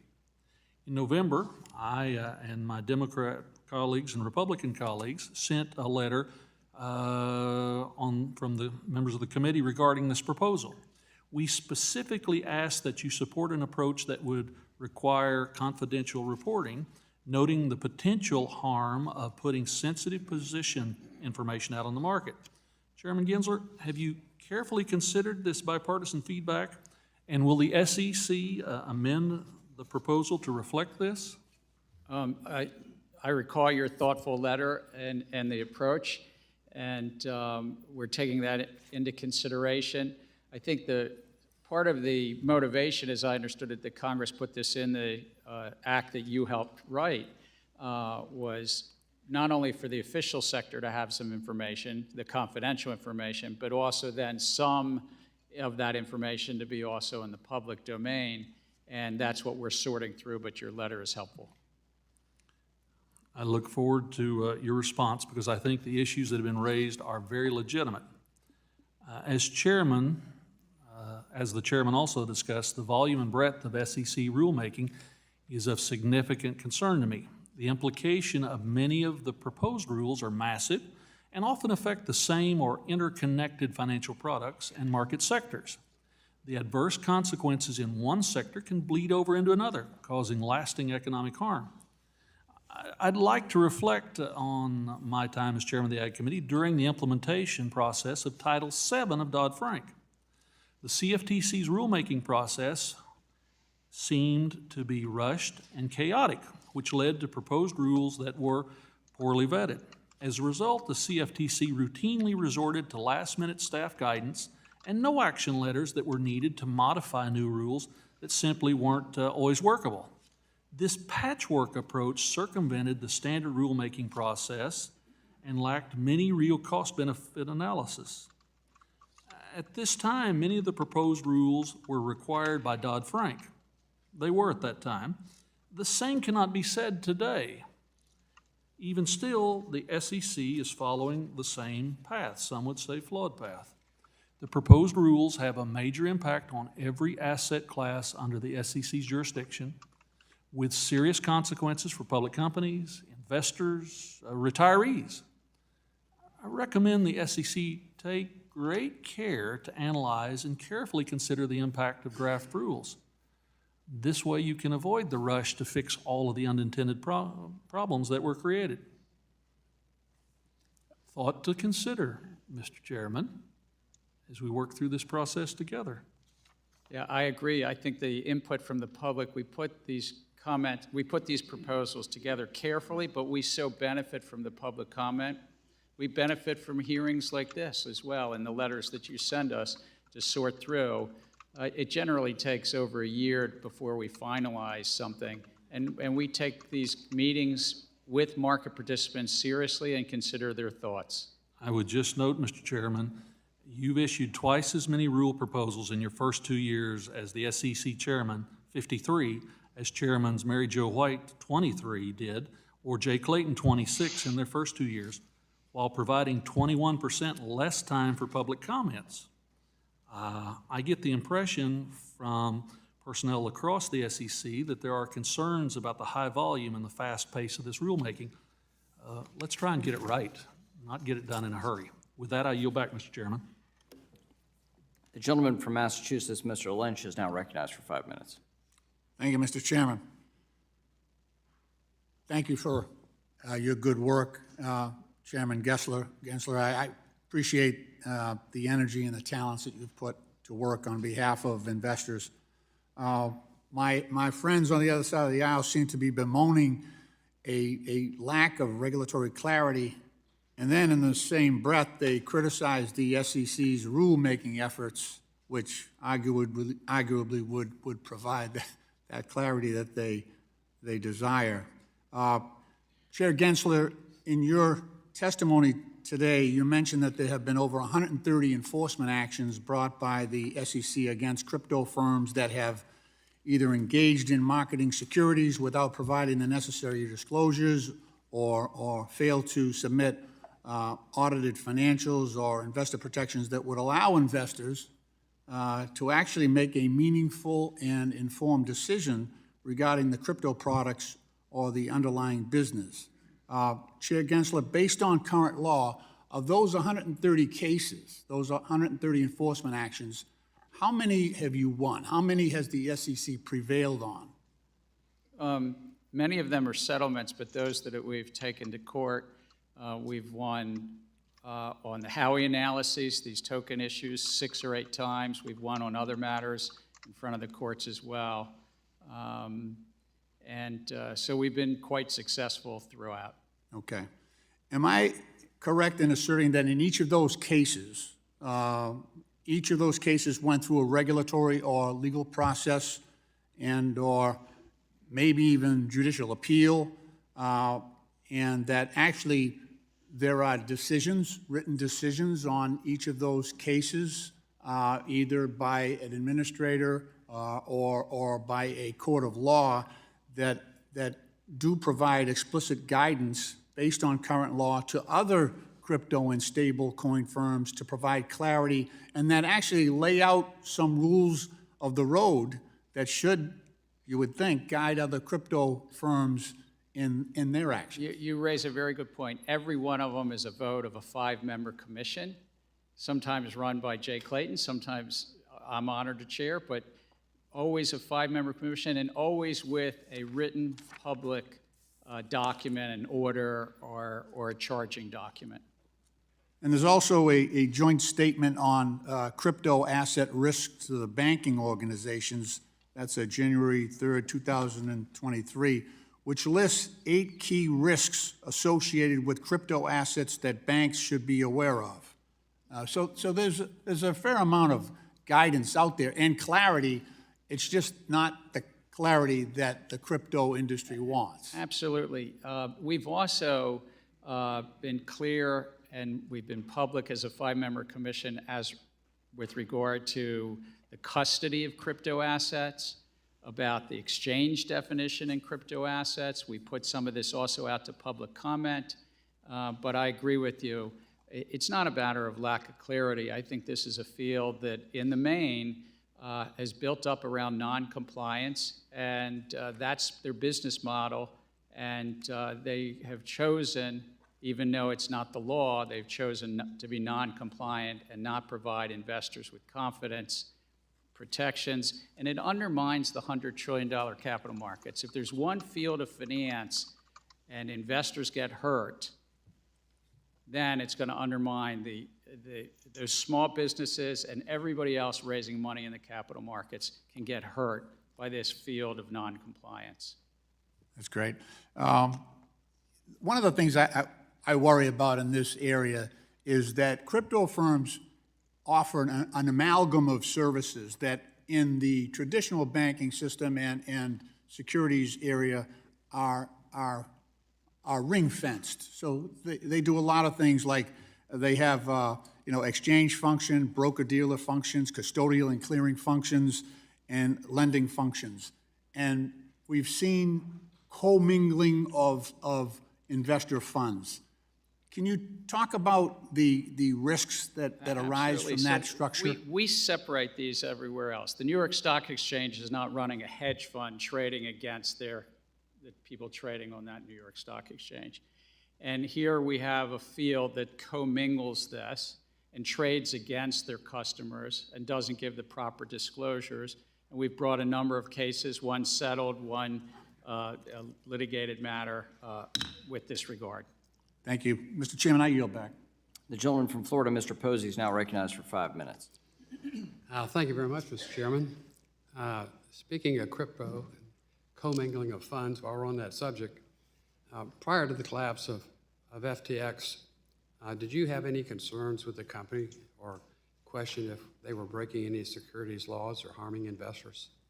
I think, if I might, I have had, since I've been in this job, a general concern about the field, and as expressed here today about the non-compliance. I'm sorry, guys. I got to stop this just real quick here. I just want you to note that, I mean, the barcoding was getting pretty bad, but we just saw about 3 minutes of like pretty much like zero activity here. I mean, there was volume, significant amount of volume. Well, I shouldn't say significant. There was 5,500 shares traded this minute, 6,100 shares traded this minute, and 4,600 shares traded this minute. And then we're finally getting a price move on 1,000 shares of volume so far. So it's not even, it's almost getting to the point to where it's just not even being traded at all. It's just it's just existing. we have a stock that's just in existence during market trading hours. It's just, I had to throw that out there just because I saw it and I was like, wow, that's. I mean, usually you see a little bit of upwards or downwards motion like this in here, but very rarely do you ever see 3 minutes of no changing of price whatsoever. That's highly unusual. Just, I don't know, just throwing it out there, I guess. Compliance to this commingling of these various functions, and that they should come into compliance by separating exchange from broker-dealer, from what you might call a hedge fund function and other functions. So with those concerns, did you direct your staff to look into FTX? I want to stay at a little bit higher level, but I directed the staff to look into the crypto intermediaries and a wide range of crypto intermediaries. Yes, sir. Okay, so what did they find? Well, we filed an action late last year, a number of actions, which are public actions with regard to Sam Bankman-Fried and FTX that are on our website. But what we found in those actions, as they show, is we allege a number of violations of the securities laws. Yeah, when did you think FTX was problematic? At what point? Well, again, we filed these actions in December, and I think we filed follow-up actions in January because it takes time to develop an investigative file, and we follow the facts and the law where they come. But I've given speeches, and I've been clear with many members of this industry that right now they need to come into compliance. We have one goal, is to bring them into compliance and to stop commingling all these functions, stop using customer funds as if they're their own. It's like somebody who's got their hand in the cash register because they say, I want to take some money out of the cash register for the weekend. I'll put it back later. Hey, reverse repo, never heard of that before. How long after you met with FTX and investigated, and did you notify the public and investors that there was an Again, as we've chatted earlier today, we protect anything we do in our examination function, our investigative function. We protect that information and hold it confidential because it's important for the integrity of any investigation, but also for people's privacy. And often we find that we close investigations without bringing action. So there's a time-tested reason that you, of course, would want us to keep things confidential. So we only make them public when and if we either settle or bring charges. Sad to hear that. The Inspector General found that your SEC is facing the highest attrition rate in 10 years. How's the attrition rate affected your agency's ability to regulate digital assets? No, it's a very dedicated workforce. We've moved up to about 6 or 7% attrition. That's consistent with other financial regulators across the U.S. government. I'm really pleased to say that last week the Partnership for Public Service, we went up in the overall rankings. We're now in employee surveys. These are employee surveys done by outsiders. I think we're now 3rd out of 27 mid-sized agencies. But in terms of digital assets, we could certainly use more resources. I mean, it is definitely, there are more things to look at and investigate than we have people on the staff to do. Thank you. Thank you, Mr. Chairman. I yield back. The gentleman from Missouri, Mr. Cleaver, is now recognized for 5 minutes. Thank you, Mr. Chairman. Mr. Chairman, thank you for your April letter, which I interpret to be a gentle reminder to Congress that we needed to raise the debt ceiling. And I appreciate the fact that you clearly understand and recognize the importance of this. I mean, we've raised the debt ceiling 78 separate times since 1968, and both parties, 49 times under Republicans and 29 times under Democrats. It is something we have to do. My first question is, do you think that the mere suggestion that we're not going to deal with the debt ceiling create a problem for us economically? I mean, one of your responsibilities is maintain some level of order in the markets. So what do you think, just the mere suggestion, just the mere threat, what does that do? It puts a dose of uncertainty into markets, but it becomes particularly problematic the closer one might get to whatever deadline that is. And that's not our jurisdiction, that's others. But, and then if we were to go over said X date, it would really undermine, it would be one heck of a mess in capital markets, that's for sure, but it would undermine the base of our capital markets, U.S. Treasuries, or the risk-free part of our capital markets, that everything else is built on top of that. I was here in 2011 when there was a stalemate. We're not going to do anything, and so we ended up, of course, averting the cataclysm, but we still did damage to the economy because we were, the gamesmanship caused us not to address this very serious problem. I guess we have failed once, at least, maybe more, you may have been, to address our obligations. 1812, we didn't have the resources for a period of time. But since then, we've met our obligations. And I'm really maybe obsessed with what could happen if we don't.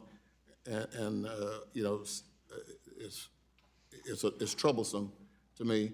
I don't think you're probably old enough to remember a movie that came out in 1974 called Blazing Saddles. It's one of my favorite movies, should have won the Academy Award. But you may remember the scene. Gene Wilder's just brilliant, but Cleavon Little played the role of a guy named Bart. And at one point in the movie, he is surrounded by people who are ready to lynch him. He takes out his gun and puts it to his own head. And he said, "Get back or I'll shoot." You're probably hesitant to want to say this. Isn't that what Congress is doing right now with the debt ceiling? Being old enough to have seen the movie, I think I learned enough to say it's between Congress and other parts of the administration, the Treasury Department, the White House. I can just speak to the capital markets piece. On the capital markets piece, we've already seen some small bits. You know, there's certain money market funds and other funds that are being careful about which short-term Treasury bills they buy. But if we were to get close to that X date, your proverbial visual that you just did from the movie from 1974, it is likely that we would start to see fraying. it takes on a whole new meaning when Gary Gensler goes, "Look out, I'll shoot." Who is he gonna hit? I'm sorry. His hands just when you Gary Gensler, you're killing me, man. Yeah, it takes on. I gotta scroll back just a little bit. I gotta see that one more time there. Wait, Bruno, stop hitting my hand. You're making me jerk. And I gotta find it. Hold on a second here. Hold on, I gotta find this. And he said, "Get back or I'll shoot." I think I learned enough to say it's between Congress and other parts of the administration, the Treasury Department, the White House. I can everybody behind him and the chairs behind him, they start ducking. We've already seen some small bits. You know, there's certain money market funds and other funds that are being careful about which short-term Treasury bills they buy.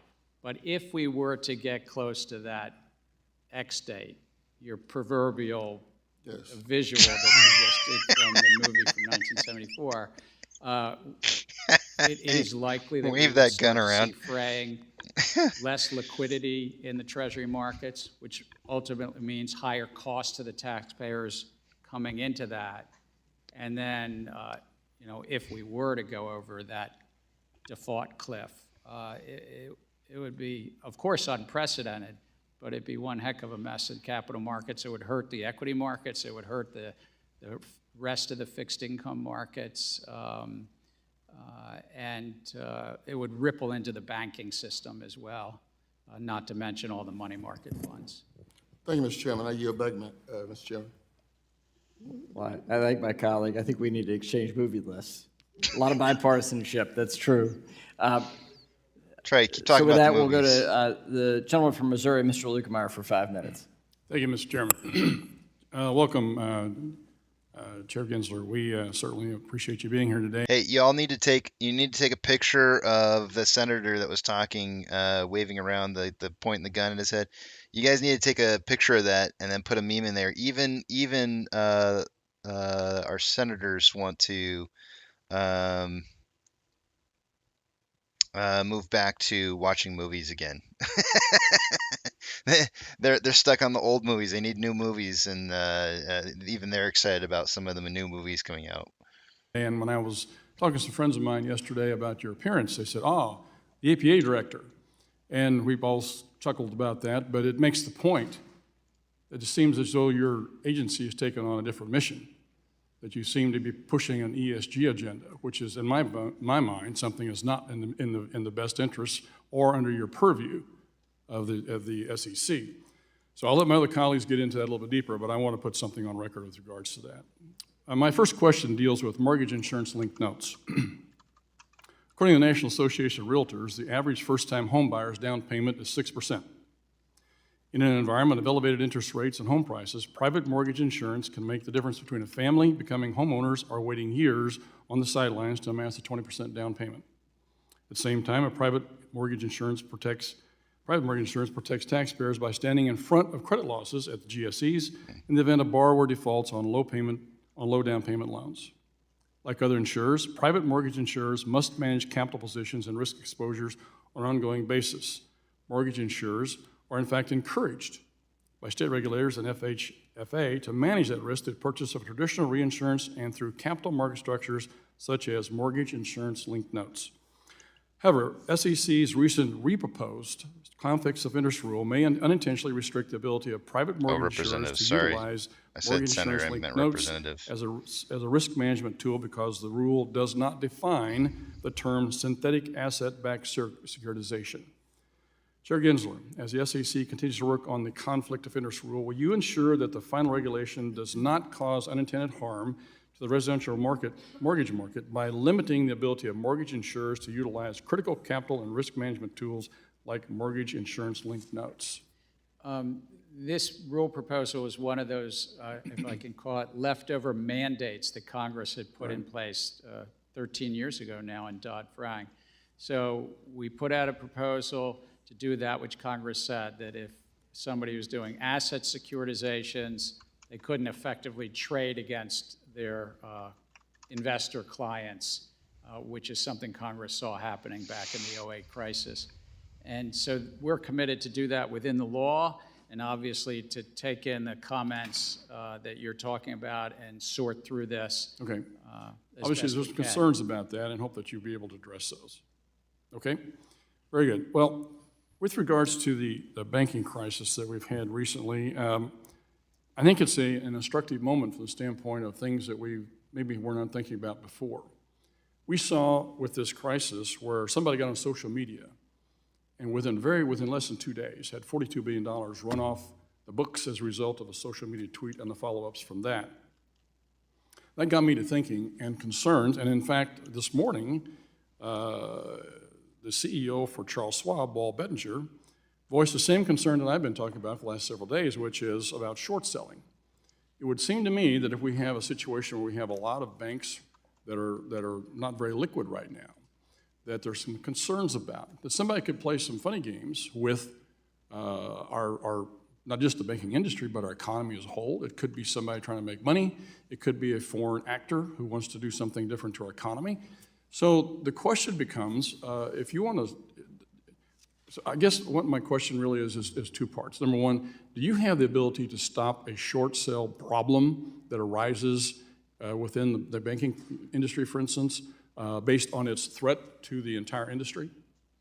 Both buying a security, going long, it's called, and shorting a security are important parts of our capital markets and important parts of and are legal. To go both long and to go short, it's a way to express and help capital markets work. And so we facilitate that. What we guard against is people trading on material non-public information, and we guard against people doing manipulative acts in the market. So it's really... well, my question is very simple.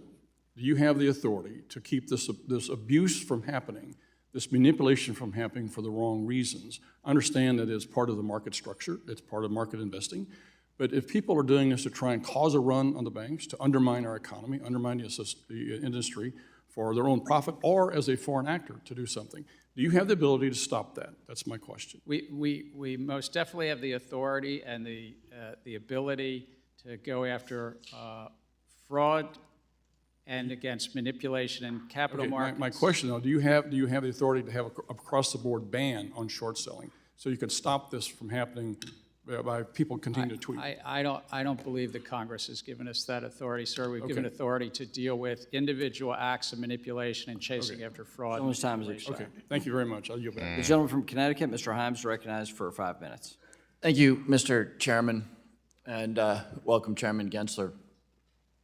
I don't have blazing saddles today, but I've got Lionel Trilling.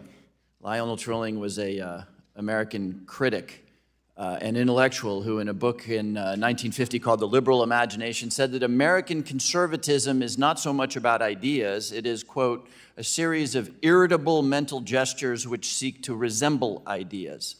That was true in 1950, it's certainly true here today, and to illustrate that, the head-spinning irony of where you're sitting right now is that less than 3 weeks ago, the Federal Reserve, the FDIC, and the Treasury were sitting in precisely those seats in a hearing about the crumbling of Silicon Valley Bank. And to hear the majority at the time, it was all their fault. They had done too little and they'd done it too slowly.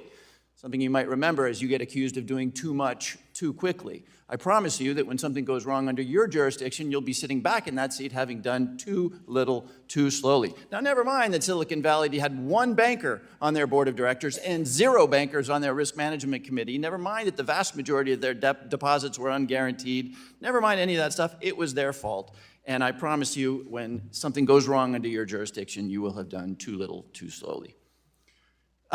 You've been accused of not being here. The Republicans have been now in the majority for 100 days. You are here on day 100. Did you receive an invitation from the Republican majority prior to the invitation that brought you here today? We worked with the chair to come when he wanted me to be here. Have you said no to a majority invitation to testify? We'll work, and whenever the chair wants me here, I'll be here. Okay, all right. Having gotten that off my chest, I do have a serious question. I've long been concerned by the fact that an awful lot of our capital markets are migrating to private markets. You mentioned it in your testimony. You point out that the amount of liquidity in the private markets now exceed actually the banking system in size. If you look at public versus private market offerings since 2009, registered offerings are more or less flat since 2010 anyway, and exempt offerings are really skyrocketing. The challenge there, of course, is that individual retail investors, by and large, can't invest in private offerings. I worry that profitability and good deals will migrate to those private offerings that accredited investors and institutional investors, that's a term of art for people with substantial amounts of money, can invest in, and retail investors will be left with an increasingly small set of opportunities to invest in the American capital markets. So with my 2 minutes remaining, Mr. Chair, I think it's fair to consider the possibility that the regulatory structure, which I have long supported around public offerings, creates some arbitrage for issuers versus the exempt market. So I just want to give you 2 minutes to reflect both on the proposals that you've made with respect to market structure, but also overall, big picture, are there things that we can be doing along the lines of the Jobs Act or anything else that would hopefully reduce some of this arbitrage between the public and private equity markets? Let me start by, I think that the American economy has benefited both by vibrant, robust public markets and private capital markets. My dad never had to tap the private capital markets of like today, but he ran a small business with 30 or 40 employees, and he didn't tap the public markets. I was at Goldman Sachs for many years before it was a public company, and I was a big company that tapped only private markets. So I think both have a role to play. In terms of our regulatory agenda, what we're trying to bring is greater efficiency and competition in the asset management of private capital, this $20, $25 trillion of assets under management by hedge funds and private equity and the like, and through greater transparency of their fees, their performance, and their side letters where they might be having different deals. And this is really going to help the retirees in all of your states, because most of your states are invested in private equity and in hedge funds as the limited partners. It helps the state treasurers, it helps the endowments, it helps the people behind that if we can bring greater competition in a field that probably has, at just 2%, it would be $500 billion a year in revenues to the asset managers. This is what I meant earlier. It's important that our capital markets work for investors and issuers, not the middle, maybe. We have another Gary Gensler snafu. wait, we gotta see this again. Coming, in my opinion, but it helps the endowments. Watch this last little motion right here. We can bring greater you can competition clip this. in a field that probably has just 2%. It would be $500 billion a year. Somebody's got to clip this. To the asset managers. This is what I meant earlier. It's important that our capital markets work for investors and issuers, not. Wait, here comes.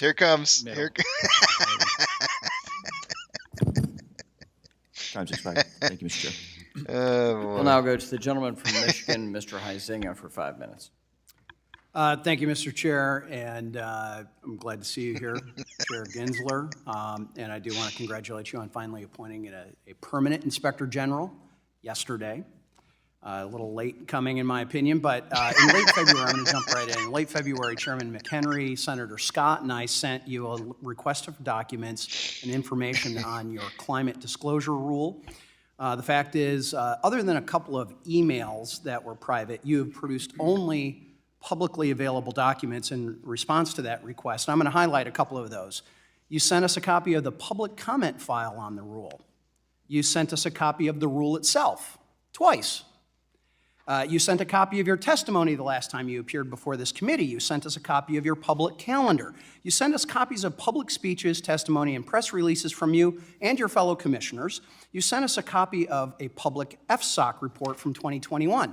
And the most interesting and frankly dumbest example of this that we received to date is a copy of a letter that myself and Chairman McHenry sent you congratulating you as being confirmed as chair in 2021. I have that one in my file already. So frankly, it's insufficient and frankly unacceptable what has been going on. I think it's an embarrassment to you and to your team that you sent me a copy of the letter I sent you and then tried to call that responsive. That doesn't really make a whole lot of sense. And further, your response letter to the chairman and myself, the SEC staff admitted that the proposed rule, quote, could increase costs, quote, close quote, related to energy prices under certain circumstances, but you provided no analysis, the actual information that we were looking for, not my letter to you congratulating you as becoming chair. We wanted the analysis on how the commission determined that. Did the SEC conduct an analysis of how this new climate disclosure regime could change energy prices before publishing the proposal? We, under the law, focus on the costs and benefits. Did you produce an analysis? Did you conduct an analysis? The analysis that we put out is in the proposal we put out last year about the economics with regard to issuing companies. You did do an analysis, all right? Because it looks like it may have relied mostly on public comments to form your cost-benefit analysis. I just want to make sure, for the record, we did an analysis with regard to the cost. It's technically the efficiency, competition, and capital formation analysis that we put, and it's out there in the public domain, and we've gotten feedback on that. We're not a climate regulator. So, well, amen to that. I mean, we understand agree that. on that, sir. So did you rely on any internal economic data or assessment to inform your cost-benefit analysis? In other words, did you, the SEC, perform any of that cost-benefit analysis internally? So the SEC looked at, I think, over 6,000 public registration So that's a yes? statements. Yes, there's a lot of analysis, and that is summarized and put out to public comment. All right, and I would like to see those documents provided immediately. Are you willing to do that then? I'm a firm believer in congressional oversight. I know that I'm not... Okay, well, that was previously requested, and you sent me a copy of the letter that I sent to you congratulating you. So, sounds like we now have an understanding that you're going to actually send us your analysis. So, I know that this... Yes or no? Well, I know that our staffs are working with... We have a minute. Yes or no? And I believe in congressional oversight, and I know okay. our staffs All right, are working. moving on. I'm taking that as a no. So the climate disclosure request, you like that. You responded to our FTX request solely with publicly available documents. To date, 213 pages of those publicly available documents have produced. And guess what? You didn't give us anything surrounding the charges filed against Sam Bankman-Fried. On April 12, Chair McHenry and I sent you a follow-up letter, and we're led to believe that the staff recommendation memo presented to the commission for a vote on charges against Sam Bankman-Fried exists. Is that true? Is there a memo from the staff recommending to the commission the charges that Sam Bankman-Fried was ultimately charged with? Under standard practice, our commission receives action memos from the staff on every... So it does exist? We work on... So it does exist. Okay, well, you haven't sent that to us. Your staff has frankly told us that it exists, yet you have not sent it. When we conduct an investigation, we are obliged to keep investigative matters confidential. So don't, hold on a second, don't hide behind the DOJ, because then it sounds like I need to send letters to the DOJ and not to the SEC about the SEC charges. So we'll be following up with this after this. My time has expired. Response to our questions would be appropriate. We'll go to Mrs. Beatty of Ohio for 5 minutes. All right, I'm going to stop right there and go through numbers real quick here, guys. It is time. That was, I don't understand why you can't just say yes or no. I don't like that. I don't like the let me explain and take up your time kind of thing. Like just give the man a yes or no answer. You know? Can you give it to me or not? Yeah, sure, no problem. We'll have it sent out to you tomorrow. Or no, we're not really we don't have that right now. I mean, it just if you have it, you have it. You send it. Say sure, absolutely, we'll get it right out to you. If you can't, then maybe you start kind of playing a little bit of like him and ha, kind of let me explain to you what's really going on here kind of thing. Something's weird about that, you know. Just send him what he needs. I don't know. Yeah, Pantheon says it's a play out the clock scenario. It's basically killing time. It's exactly that's what I'm getting at Pantheon. I think he's trying to run the clock out, and it's the fourth quarter. The ball's suddenly in his hands, and he's the more time he can waste, the closer he gets to winning the game. So, it makes me a little upset. It's just I don't like it when people just can't answer a question. You believe in regulatory actions, but yet you can't answer a question. Just answer it. All right, taking you guys over to the other screen. I'm not going to see what it is you guys are writing. So those personal thoughts, comments, questions, or concerns until I get done with these numbers. And you see the big tramp back up on the screen again because I won't be able to see what it is you guys are writing. Let's take a look and see what we got going on here. Some insane amount of consolidation occurring right now. Let's look at off exchange first, though. By this time of the day, I would expect about 62%. 62% going through off exchange and EDGX combined. On AMC, we got 54.35% going through off exchanges and 9.55% going through EDGX for a combined total 63.9%. That's about almost 2% higher than it should be by this time of the day. Here we go, guys. CHX volume, we got the number we needed. I think we get to stay on the, there's a very good chance we stay on the threshold list tonight. 6.82% of our volume going through CHX for the day-to-day compared to the 30-day average of 1.78. It's 530,000 shares. I told you guys we probably need to see at least 500,000 shares either yesterday or today to continue to stay on that threshold list, unless that's the remaining portion of the shares that's needed to be delivered to get them off of the threshold list. So it's going to be, I think it's going to be all based on tonight. We hit this number right here, this 530, and I think that may be a sign that we may end up still being on this threshold list. We'll see. We'll find out tonight, won't we? On Ape, we've got 50.09% going through off exchanges. EDGX is at 7.99%. The combined total on that's 58.08%, or about 4% lower than what I would expect by this time of the day. CHX volume is pretty much nil. It's 100 shares so far for the day. It's hardly anything. GME CHX volume for the day today is at 0.17% with a 30-day average of 0.28, so it's kind of back to normal and low. And then taking a look at Ortex. As of an hour ago on Ortex, there was approximately 480,000 shares having been returned so far for the day-to-day. That's now 1.5 million shares having been returned. They're obviously needing to return a lot of shares right now, and we're seeing a lot of shares being borrowed as well. So that's why they had to close out a bunch of short positions over the last week, over 10 million worth to be exact. And actually, it wasn't 10 million worth of shorts. Some of it was just loan shares, but some of it was shorts as well. But anyways, 1.5 million shares having been returned so far for the day today. That's going to lower the estimated short-term interest of the free float to 26.2%. Cost to borrow mins at 197.2, average is 342.18, and max is 366.1.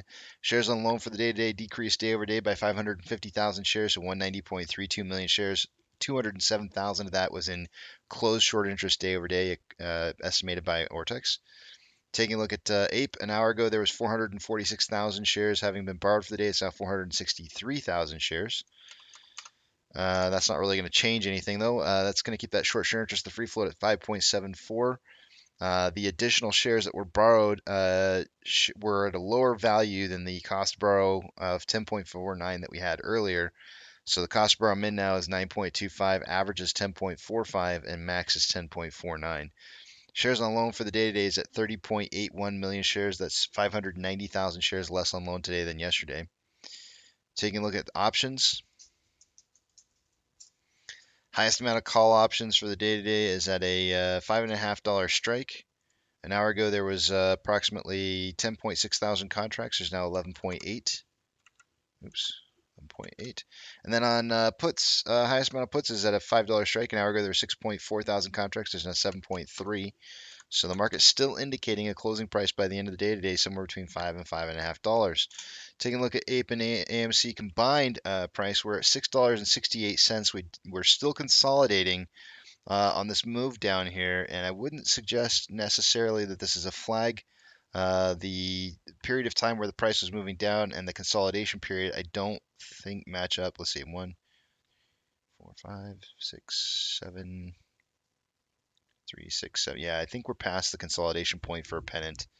It does look like one though, and oftentimes people would look at this and say it would be a flag down for the next run going downwards. But I think that we've gone beyond that time for the flag and pennant type scenario. So I do think we're still kind of trending inside this 5-day wedge that I've got drawn out here with the trend channel as well.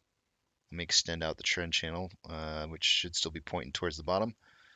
We are having decreasing volume with decreasing price, and the trend channel is pointing towards the bottom of the wedge. Oftentimes that means a price breakout to the top side. Not always, but it does help indicate in a more difficult pattern to read. Let's see here. Orders by Fidelity customers, AMC, APE, and GME likely not on the list due to low volume for the day today. Massive amounts of consolidation. Price is at $4.68 for AMC. APE is at, the trigger price for SSR for the day today would be $4.68. APE is at 1.467. Shares available to borrow for the day today at 500,000 shares. That's another 50,000 shares borrowed. As of 11 o'clock, yeah, an hour. Did I count those?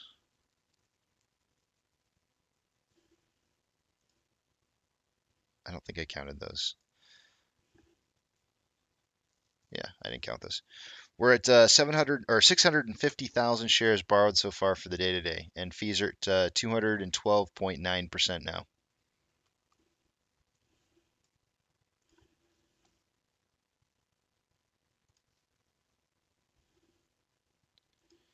NASDAQ is down 0.06, Dow Jones is down 0.11, and the S&P 500 is down 0.01. We have, and yes, my mouse is shaking. I'm moving my leg back and forth, and it's like making the mouse vibrate.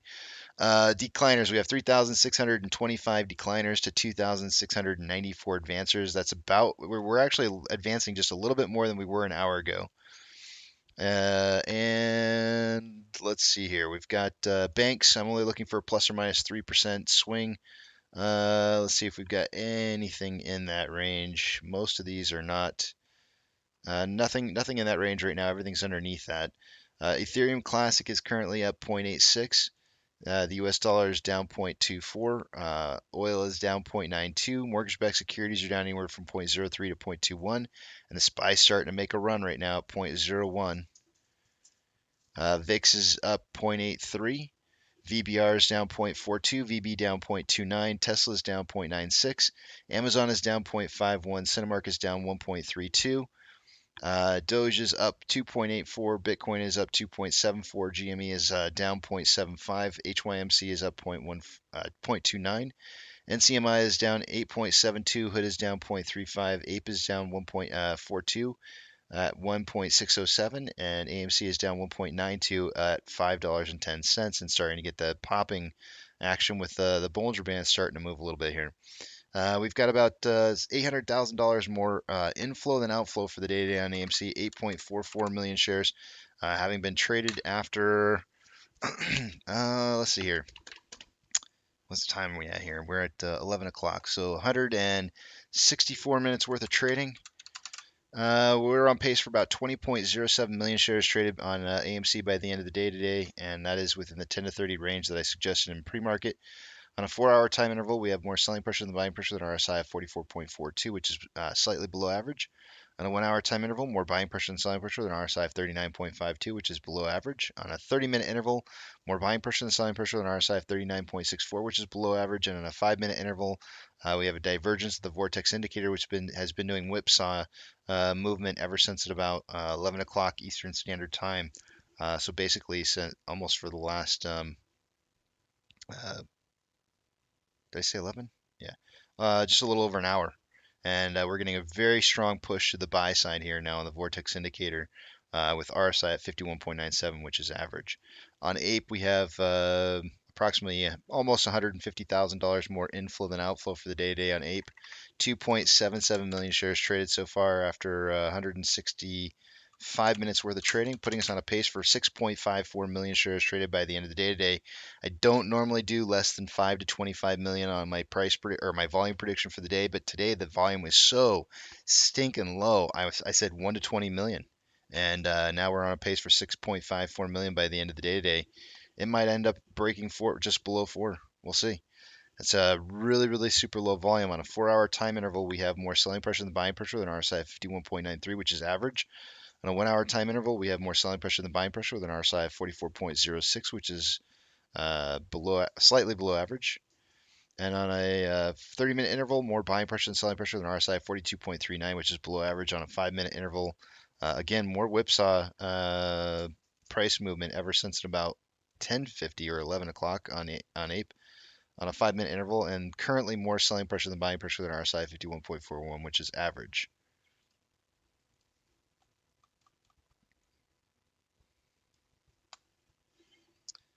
And with that, I can see 1796 Patriot says Casey's hands shaking like Gary. He's making me like I feel nervous for him. He's making my legs shake. Like you ever get the leg shakes where you just can't like your leg just starts shaking. You're just like you can't control it. It's just like I mean you can stop, but it feels more pleasant to just let the leg shake. It feels almost like you get too antsy and not doing that leg shake. I don't know if you guys know what I'm talking about. Let me see here. Let me get. Aaron says shake the third leg. Yep, that's what I'm doing. All right, yeah, time for break. I gotta go to break here, guys, but I am gonna put Gary Gensler back on here, and I'm gonna continue to watch it with you guys. Off the side, I'm gonna go grab some food and something to drink, let Bruno out, all that kind of good stuff. And Savvy says I know exactly what you're talking about. Savvy, I'm glad I'm not the only person because I felt like I might have been the only one there. Yeah, it's not an oh moment, not at all. All right, so I'll put Gary Gensler up here, and I'll be watching I'm gonna be watching my own YouTube stream here in a minute. So maybe I'll see you guys in the chat.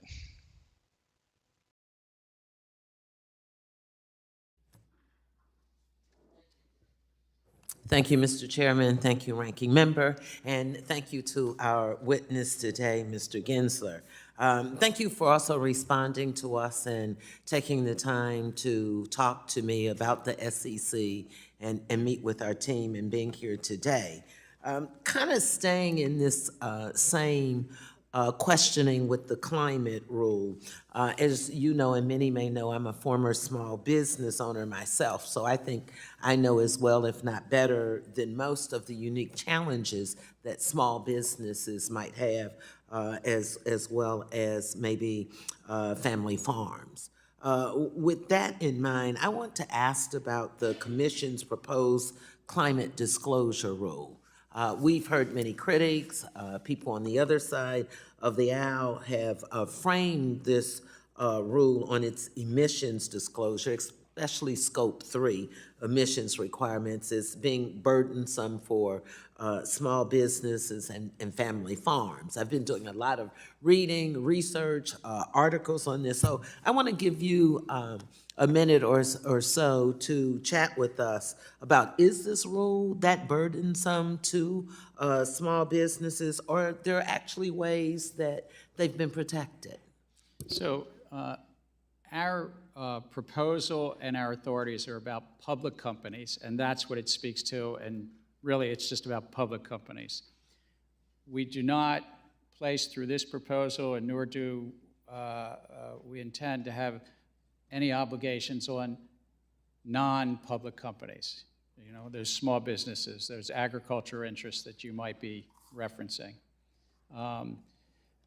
Companies currently are making, hundreds and hundreds of companies are making disclosures about greenhouse gas emissions, and some of those are, as you mentioned, about their supply chain or so-called Scope 3.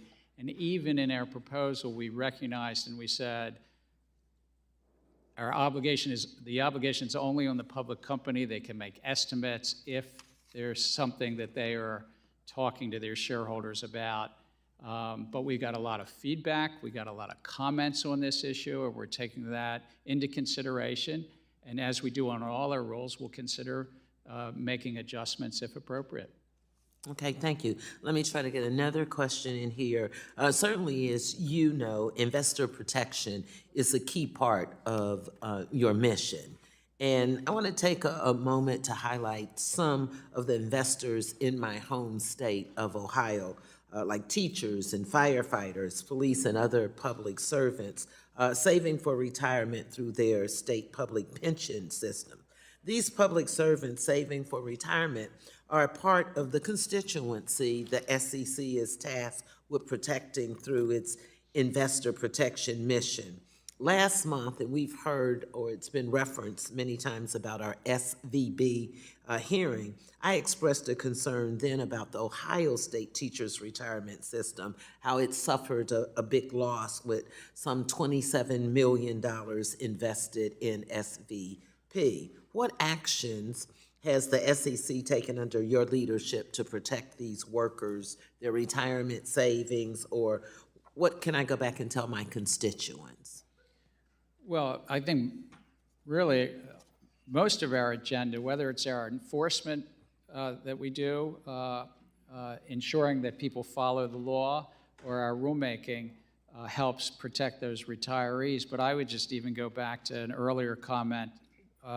We're really trying to bring greater competition and efficiency in the private funds area, because those retirees are often invested in those private equity and hedge funds. And if we can help through transparency instill greater competition, that could mean lower costs, lower fees to those folks.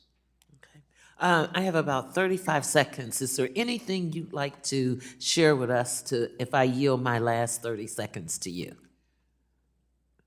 Well, if I could just note something about you mentioned your hearing about the recent events in the markets, and I would note there were 3 banks that failed in those handful of days, those 4 or 5 days. And 2 of those banks, the first and the third that failed, Silvergate and Signature, were engaged in the crypto business. I mean, some would say they were, crypto banks. And the third, the biggest, Silicon Valley Bank, actually, when it failed, you saw this country's, the world's second leading stable coin, had $3 billion involved there, DPEG. So it's interesting just how this was all had some crypto narrative as well. And my time is up. Thank you, Mr. Chairman. The gentlewoman from Missouri, Mrs. Wagner, is now recognized for 5 minutes. Nothing. Thank you, Mr. Chairman. Chair Gensler, you've publicly stated that, and I quote, "Our markets are the finest in the world," and that, quote, "retail investors have greater access to markets than at any time in the past." Yet, despite these statements, which I wholeheartedly agree with, you still released 4 proposals last December: order competition, regulation best X, tick size, rules 605, that completely upend those markets and remake them from top to bottom. There is a strong possibility that these 4 proposals could make equity markets more costly, less efficient, and overall worse for retail investors. Throughout these proposals, the Commission admits over 100 times that it is uncertain of the impacts of the proposal and that it is unable to quantify or, quote, estimate the economic effects of the proposals. This uncertainty means that these proposals will likely make markets worse for retail investors. You may be willing to risk that, but members of Congress who represent these retail investors, as well as American businesses seeking to raise capital in our equity markets, are not, sir. If the SEC's client truly is the American public, as you've said many times before, then I would urge you to reconsider these proposals before putting millions of Americans' hard-earned savings at risk. You said repeatedly, let me change topics here, that the duty of best execution is too important for only FINRA to have a best execution rule, and that the SEC should have one as well. I'd like a yes or no answer here, sir. Are you aware that there is a process under existing rules for the SEC to amend or change FINRA's rules, which would include its current best execution rule? Yes or no? Yes, I'm aware we have that authority. Yes or no? Do you believe FINRA is incapable of maintaining and enforcing an adequate best execution rule? I think this is an important rule that we should have at the commission level. to Yes or protect no? the Are public. they incapable of maintaining and enforcing an adequate best execution rule? Again, I think we should adopt one at our level as well, and we have it in other All right, areas. reclaim my time. As proposed, it would be duplicative, onerous, and costly for firms to comply with both the SEC and now FINRA's best execution regulations at the same time.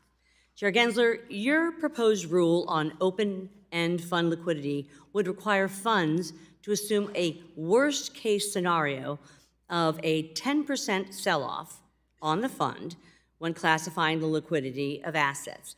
I have spoken with many asset managers who inform me a 10% run would be a magnitude higher than any that they have seen in recent history. One asset manager informed me that the highest run they have seen going back to the crash of '08 was 2%. What historical data did you use to justify the 10%? And is it appropriate for the SEC to require funds to operate in a scenario that is 5 times worse than historical standards?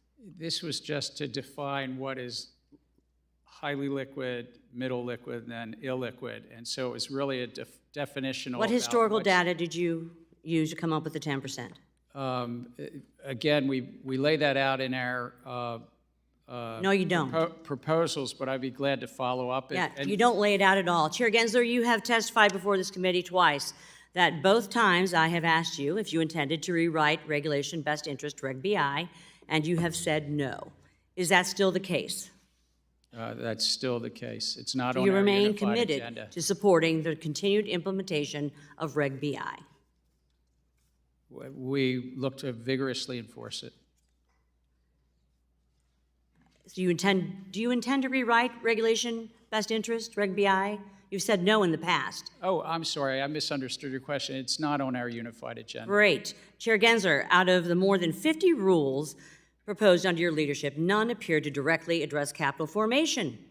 If you believe that one or more of these proposals directly addresses this crucial issue, please cite which ones and specifically how that standard is met in 10 seconds. I think that many of them do because it's about issuers and investors. I would just take private funds. If private fund advisors, the general partners, are taking $500 billion of fees a year, if it My time's came expired. down- I'd ask you to respond in writing and be very specific to your mandate of protecting the retail investor, capital formation, and small businesses and IPOs. Thank you. I leave it back. The gentleman from Illinois, Mr. Cass, is now recognized for 5 minutes. Thank you, Mr. Chairman. Nice to see you, Mr. Chairman.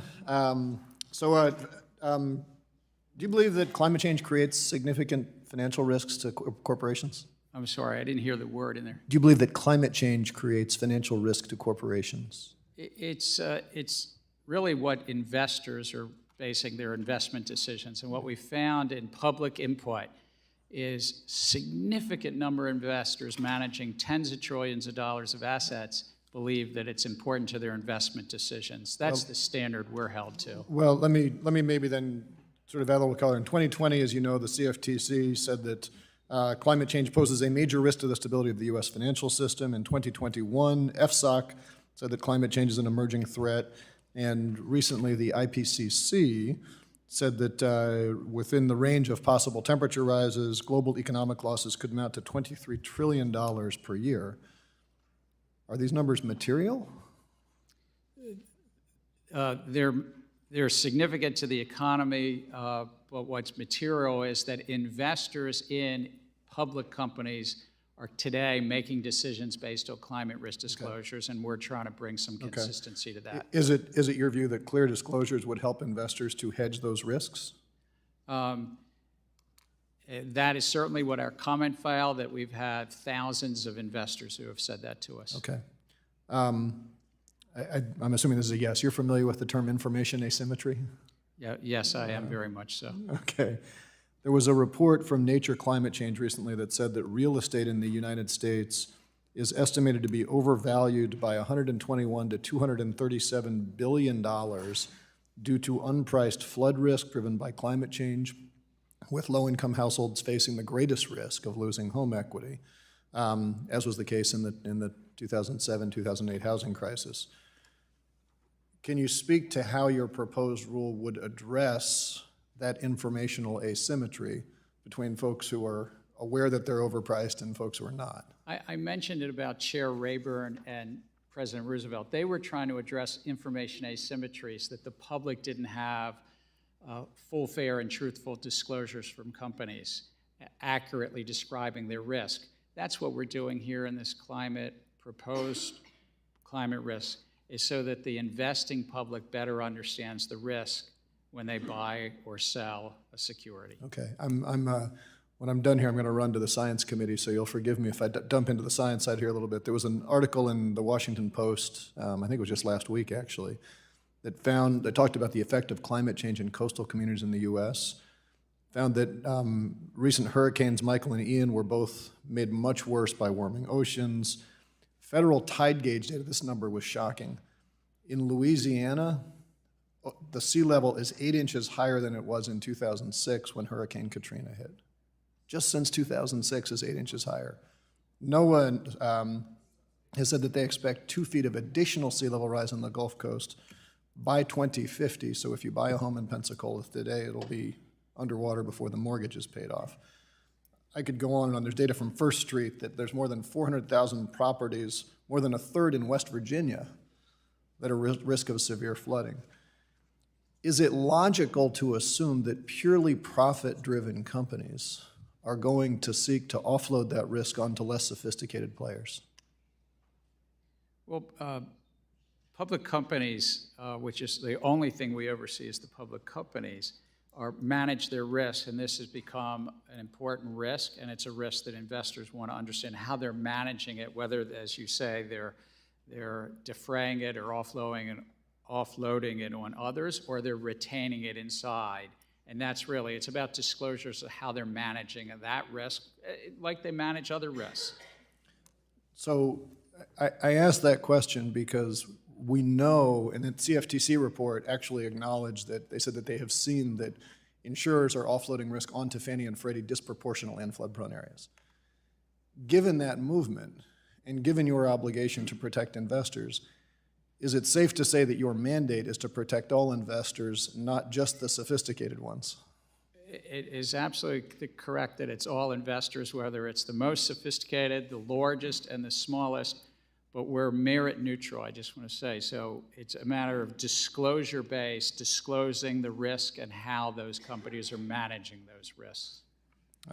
Well, obviously from my questions, I agree, and you had mentioned $130 trillion of global assets under management that are looking to get into ESG pieces.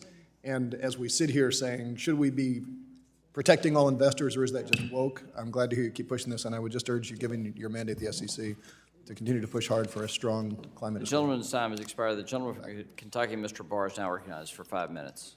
Chairman Gensler, I want to discuss Staff Accounting Bulletin 121, which was issued last year by the SEC's Office of Chief Accountant.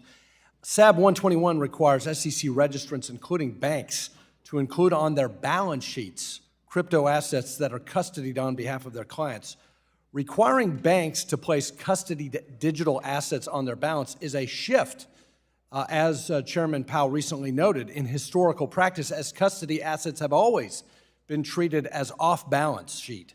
SAB 121 changed that, and I'm concerned about the consequences because banks have capital, liquidity, and other prudential requirements that non-bank custodians do not have, meaning that banks cannot offer digital asset custody services at scale without significant balance sheet implications.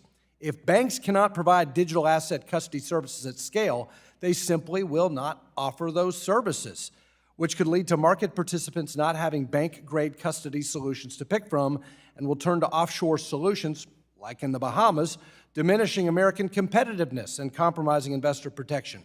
Chairman Gensler, has it occurred to you the irony that at the same time you pursued SAB 121, which has effectively precluded highly regulated banks from offering customers the safety and security of segregated digital asset custody services, not a single one of the 4,500 employees under your supervision at the SEC noticed that FTX was allowed to commingle customer funds, allowed FTX to trade, settle, custody, lend, and borrow digital assets without institutional-grade custody?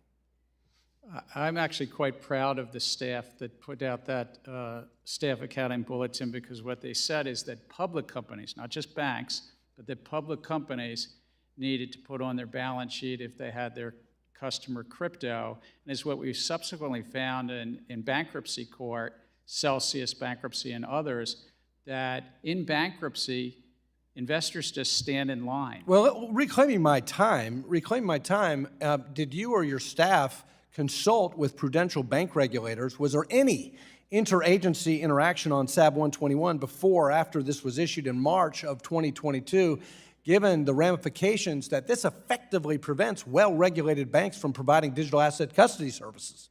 There was significant dialogue beforehand with accounting professions, the Big Four and others, because this question kept coming up, but there has been consultation about this with the bank regulators subsequently. Well, I find it very interesting that nobody at the SEC, under your supervision, noticed that FTX, a one-time $32 billion company, was run on QuickBooks. Private funds rulemaking. You have repeatedly stated that increasing competition in the private fund market is one of the primary objectives of your proposal. But last week, the Committee on Capital Markets Regulation issued a competitive analysis of U.S. private equity fund market. Its key findings: concentration is very low and 4 times lower than the concentration of the public mutual fund industry. The number of fund advisors and funds is steadily growing. The range of investment strategies available to investors is increasing at a significant rate. Barriers to entry are low. Effective management fees have been declining. Performance net of fees and portfolio diversification benefits outmatch that of public markets. Demand from investors is growing. This analysis directly refutes the entire basis of your rulemaking, that there is a lack of competition in private equity. Indeed, your proposal will have the exact opposite effect: reduce competition in U.S. private funds markets, including disadvantaging newer and smaller private equity advisors and decreasing the number of investment opportunities available to investors. When you contend there's a need for greater competition in the private funds market, what specific evidence are you relying on? just looking at this field and what the limited partners came to the SEC and did various filings with us saying they needed greater transparency about fees, about performance, and about the side letters, and particularly the side letters, because the fund managers are cutting special deals. If I might just say on the earlier point on crypto, if these companies had registered, we'd be able to look at their books and records. But when they don't register, the only tools we have is actually investigative. Well, reclaiming my time and back to private funds, you know, the United States has only 4.4% of the world's population, but 50% of the capital is raised here. And Europe, by contrast, has the same population, but less than 20% of the capital raised here. The difference between us and Europe, and I want to stay the US, not Europe, is that we diversify our markets with private capital being a big driver, making credit easier to obtain for all Americans, making investments in tech, in healthcare, biotech, manufacturing, higher paying jobs. So when you analyze proposals to change our capital markets, don't forget to recognize we've got a much better system than Europe. Let's not be Europe. The gentlewoman from Massachusetts, Ms. Presley, is now recognized for 5 minutes. Thank you, Chair Gensler, for joining us today for this critical hearing. Although I wish it didn't have to be repeated, I know there are some who deny this fact, so I just want to reaffirm that climate change is real. It is here, and let's be very clear that our constituents' investments, whether it's their personal retirement savings or college savings for their children, are at risk. The good news is the SEC's proposed climate disclosure rule would help protect investors by requiring companies to disclose their exposure to climate risk. Although the cheerleaders for big oil want to weaken this rule, the consequences are clear. Without a comprehensive climate disclosure regimen, we will fail working class people throughout our country, and we will fall far behind our global partners. Chair Gensler, you mentioned earlier that during the comment section that there were thousands of investors that commented favorably, correct, on the proposed rule? That's correct. I think we've gotten 15,000 comments, and on the investor side, it's almost uniformly supportive of mandating climate risk disclosures. Right, they were overwhelmingly favorable. So for those watching at home, I just want to get into the details to better explain why they were so overwhelmingly favorable. There are 3 categories of greenhouse gas emissions. Scope 1 and 2 emissions result from a company's operations, for example, the pollution from a company vehicle or their use of electricity generated from fossil fuels. And then there are Scope 3 emissions, which are the biggest category, making up on average 70 to 80% of a company's carbon footprint. These are resulting from indirect ops, which include the entire business model, including emissions produced by suppliers and also from consumers using the company's product. Big Oil is fighting to get rid of Scope 3 emissions disclosure from the SEC's proposed rule because in a world without transparency, they can gravely misrepresent their exposure to climate risk and rake in millions of dollars. If oil companies like Chevron reduce their Scope 1 emissions by switching to electric vehicles for transportation, and their Scope 2 emissions by installing solar energy at their headquarters, then they could technically claim to be net zero, even if they continued selling fossil fuels as their core product. Chair Gensler, if you were an investor looking at climate transition risk in your portfolio, do you think that looking at an oil company's Scope 1 and 2 emissions alone would give you an accurate picture of your risk exposure? Well, in my personal portfolio, I'm only allowed to be in index funds, but in terms of, or broad-based funds.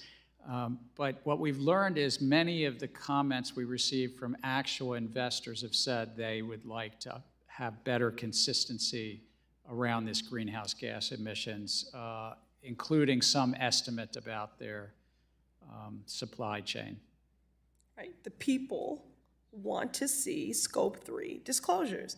The European Union and other countries around the world are implementing new disclosure rules that include Scope 3 emissions in the next few years. Now, some argue that reporting is too burdensome. but 70% of U.S. companies will be reporting Scope 1, 2, and 3 emissions within the next few years, regardless of what the SEC does. So let me make it plain. This is not the time to backtrack and to weaken regulations. Now is the time for action and to put people over polluters. Thank you, and I yield. The gentleman from Texas, Mr. Williams, is now recognized for 5 minutes. Thank you, Madam Chairman. We've seen a troubling, and I'm from Texas, I need to tell you this, so a lot of this conversation doesn't ring well back where I live, but we've seen a troubling trend with current administration who continues to call for more government regulations and push an anti-growth green agenda. The SEC's climate risk disclosure rule would have a major consequences for the businesses across the country, especially smaller entities who lose out on opportunities because they cannot afford the increased compliance costs that come with burdensome regulations like these, and we see this administration continue to put the pressure on small business. An economic analyst of the SEC's climate proposal estimated that compliance associated with these requirements could cost over $100 million for certain companies. This would be detrimental for companies and will stifle innovation and businesses' ability to grow. So what is the SEC's legal authority to enforce these climate-focused regulations, and how does the SEC plan to ensure that its climate disclosure rule does not disproportionately harm smaller entities? I'm a business guy in Texas, I'm a small business, which may lack the resources and expertise to comply with the rule's reporting requirements. Let me take your second question first, Okay. if all right. Our authorities are just about the public registrants, these 7,000 or 8,000 companies. And we're not placing any obligations on non-public companies, companies that aren't raising money in, like, you know, on the New York Stock Exchange. In terms of the authorities, we're staying right within those authorities I talked about earlier that Rayburn and Roosevelt wrote. It's about describing the business, putting it out there, the full and fair description, including the material risk, and investors today are making decisions based on climate risk disclosure. So it's trying to bring some consistency to that, but we are not a climate regulator, Okay. and we're neutral about that. So following up on this previous question we talked about, is it clear that your climate proposal will undoubtedly impact private companies who cannot shoulder the increased costs that would come with collecting and providing data obligated by this rule? This is not making our public markets more attractive to companies trying to break into the market. And this rule's unnecessary information requirements will subject companies to public scrutiny, investor pressure, and increased regulatory burdens. So this will use valuable company time and costly resources. And we see this on Main Street with the regulations that Biden administration has put on businesses. So we'll see it in costly resources that business owners could otherwise be using towards raising capital, growing business operations, quite frankly, hiring people and put people to work. So can you discuss the impact that increased reporting requirements and the associated costs will have on attractiveness of our public markets and private companies' decision to go public and grow? I think those public companies already are making significant disclosures about climate risk. And I think that what we can do is help bring some consistency, also ensure for those companies that are public that consistency helps them against some that might be making bold claims, what one might call it greenwashing and the like, and help them tell their stories in a consistent way. And as the representative said earlier, Europe also is requiring things. So it will help us be recognized by Europe, hopefully to be that our rules would be recognized by them rather than their more restrictive rules. Yeah. All this coupled with interest and regulations are killing Main Street American small businesses. Now, by calling on my last question, by calling on more stringent ESG regime, we are trying to turn the many economists and financial experts at the SEC into environmental scientists who will force companies to adhere to a moving target of climate change goals coming from whichever party controls the White House. As the materiality standard definition continues to be threatened by your agency, I'm concerned that everyday investors will ultimately be hurt by activists who might be the loudest in the room but are not personally invested in many of these companies. So, Chairman, how will you ensure that investors are not going to be pressured and harmed because of activists pushing their agenda into a space where they do not care about any individual security? Can you commit to materiality limitations? Materiality is a bedrock of our disclosure regimes, and that's in the context of what basically, as the court says, a reasonable investor would find significant in making their investment decisions. Okay, I yield my time back. Thank you. Gentleman from Illinois, Mr. Foster, is now recognized for 5 minutes. Thank you, Madam Chair. Well, first off, I just want to thank you for your work, and I do believe that there should be a rough proportionality between the number of rulemakings and the number of good ideas, and there's a backlog of good ideas, and many of which you're really following through. I am worried about sort of the overload, both on your staff and on industry participants on this. I think, for example, the economic analysis, when you have multiple rulemakings coming in at once and trying to understand how they'll talk to each other and interact with each other is a complicated thing.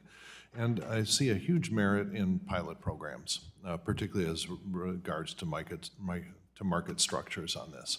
That if you just hived off 10% of the markets and tried your new auctions on those, for example, and see if what to me is the bottom line is the quality of order execution for retail traders. That's pretty close to my economic bottom line. And I'd also like to commend you on your approach to 605 in terms of it needs to be updated.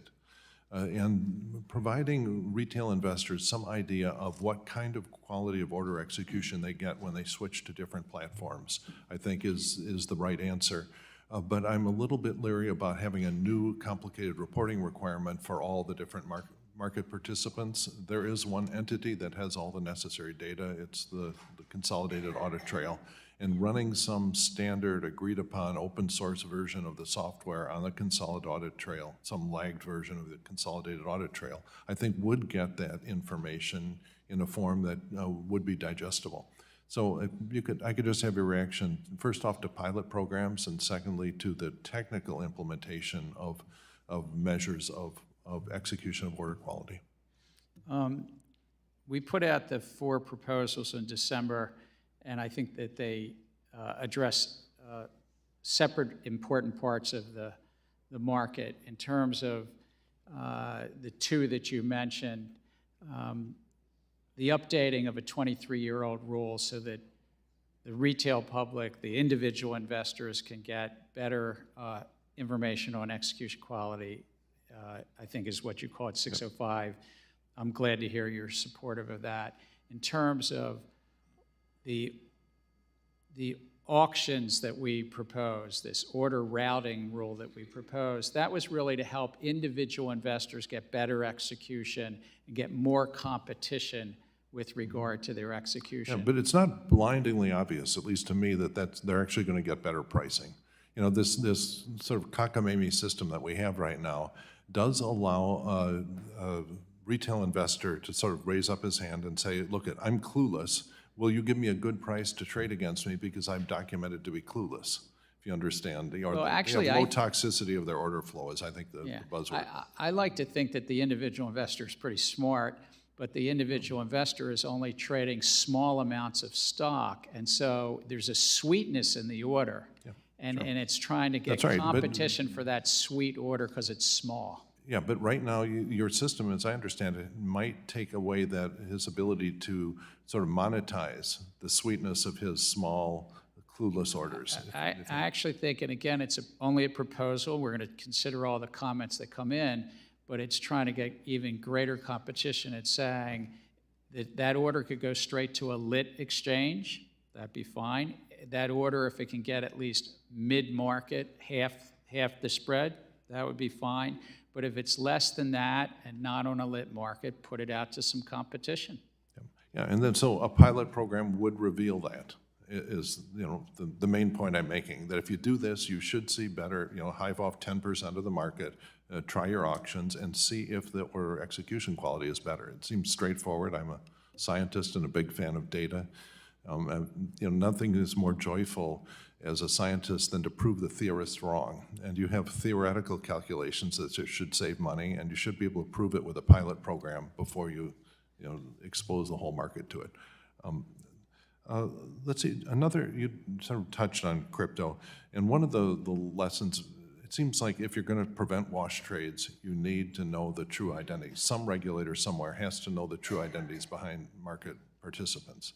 And have you found any way in the crypto business to reconcile sort of the crypto libertarian point of view with the absolute necessity to know the true identities to prevent wash trades, or are wash trades the price we pay for crypto? It's to get the intermediaries, the storefronts, to register, and then we could get the data from those crypto exchanges themselves as to where the buy and sell orders are coming from.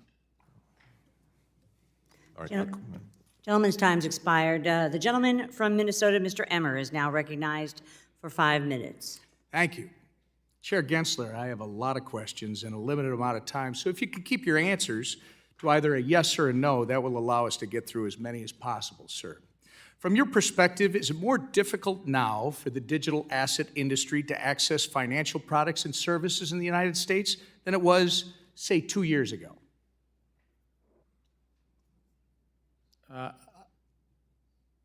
Sir, I'm not running one of those businesses. If they came into compliance, I think Reclaiming my time. The answer, sir, is yes. Do you think you and the SEC have had a role to play in that? I think we have a role to protect the American investor and the capital markets and the... Reclaiming my time, sir. You have played an obvious role in that. During your tenure at the SEC, how many rules has the SEC finalized that actually accommodate the existing regulatory framework and are specifically to the digital asset industry so the crypto market can come into compliance? It's our rule books that are on the books for years, so we have not finalized any new rule specifically with regard to crypto. We've proposed some things in best execution. We have also... Sir, reclaiming my time, the answer is 0. And how many enforcement actions has the SEC levied against digital asset companies during your tenure, sir? I think it's probably 40 or 50. The answer, sir, is about 55. My understanding is that the biggest crypto failure in history is probably FTX at $9 billion. Were you the chairman of the SEC when FTX collapsed? Yes. And how many times did you meet with FTX prior to their collapse? I think my public record shows 2. You met with FTX at least twice. And arguably, the second biggest crypto failure in history was Terra Luna. Who was the chairman of the SEC when Terra Luna collapsed, sir? We had brought... You were, sir. Reclaiming my time, you were. There are 5 members on the commission. Do you believe your speeches and interviews are to serve as the official position of the SEC? I can only speak for myself when I'm speaking. Again, sir, in a statement on the SEC website, you are quoted saying, the Kraken staking as a service enforcement action should make clear to the marketplace that staking as a service providers must register. But again, you haven't provided any rules for how that can be done. I must remind you, your public statements are not regulations. It's not responsible to expect the American people to assume your statements are a substitute for rules. Do you agree with this statement regarding the digital asset industry? The SEC needs additional congressional authorities to prevent transactions, products, and platforms from falling between the regulatory cracks.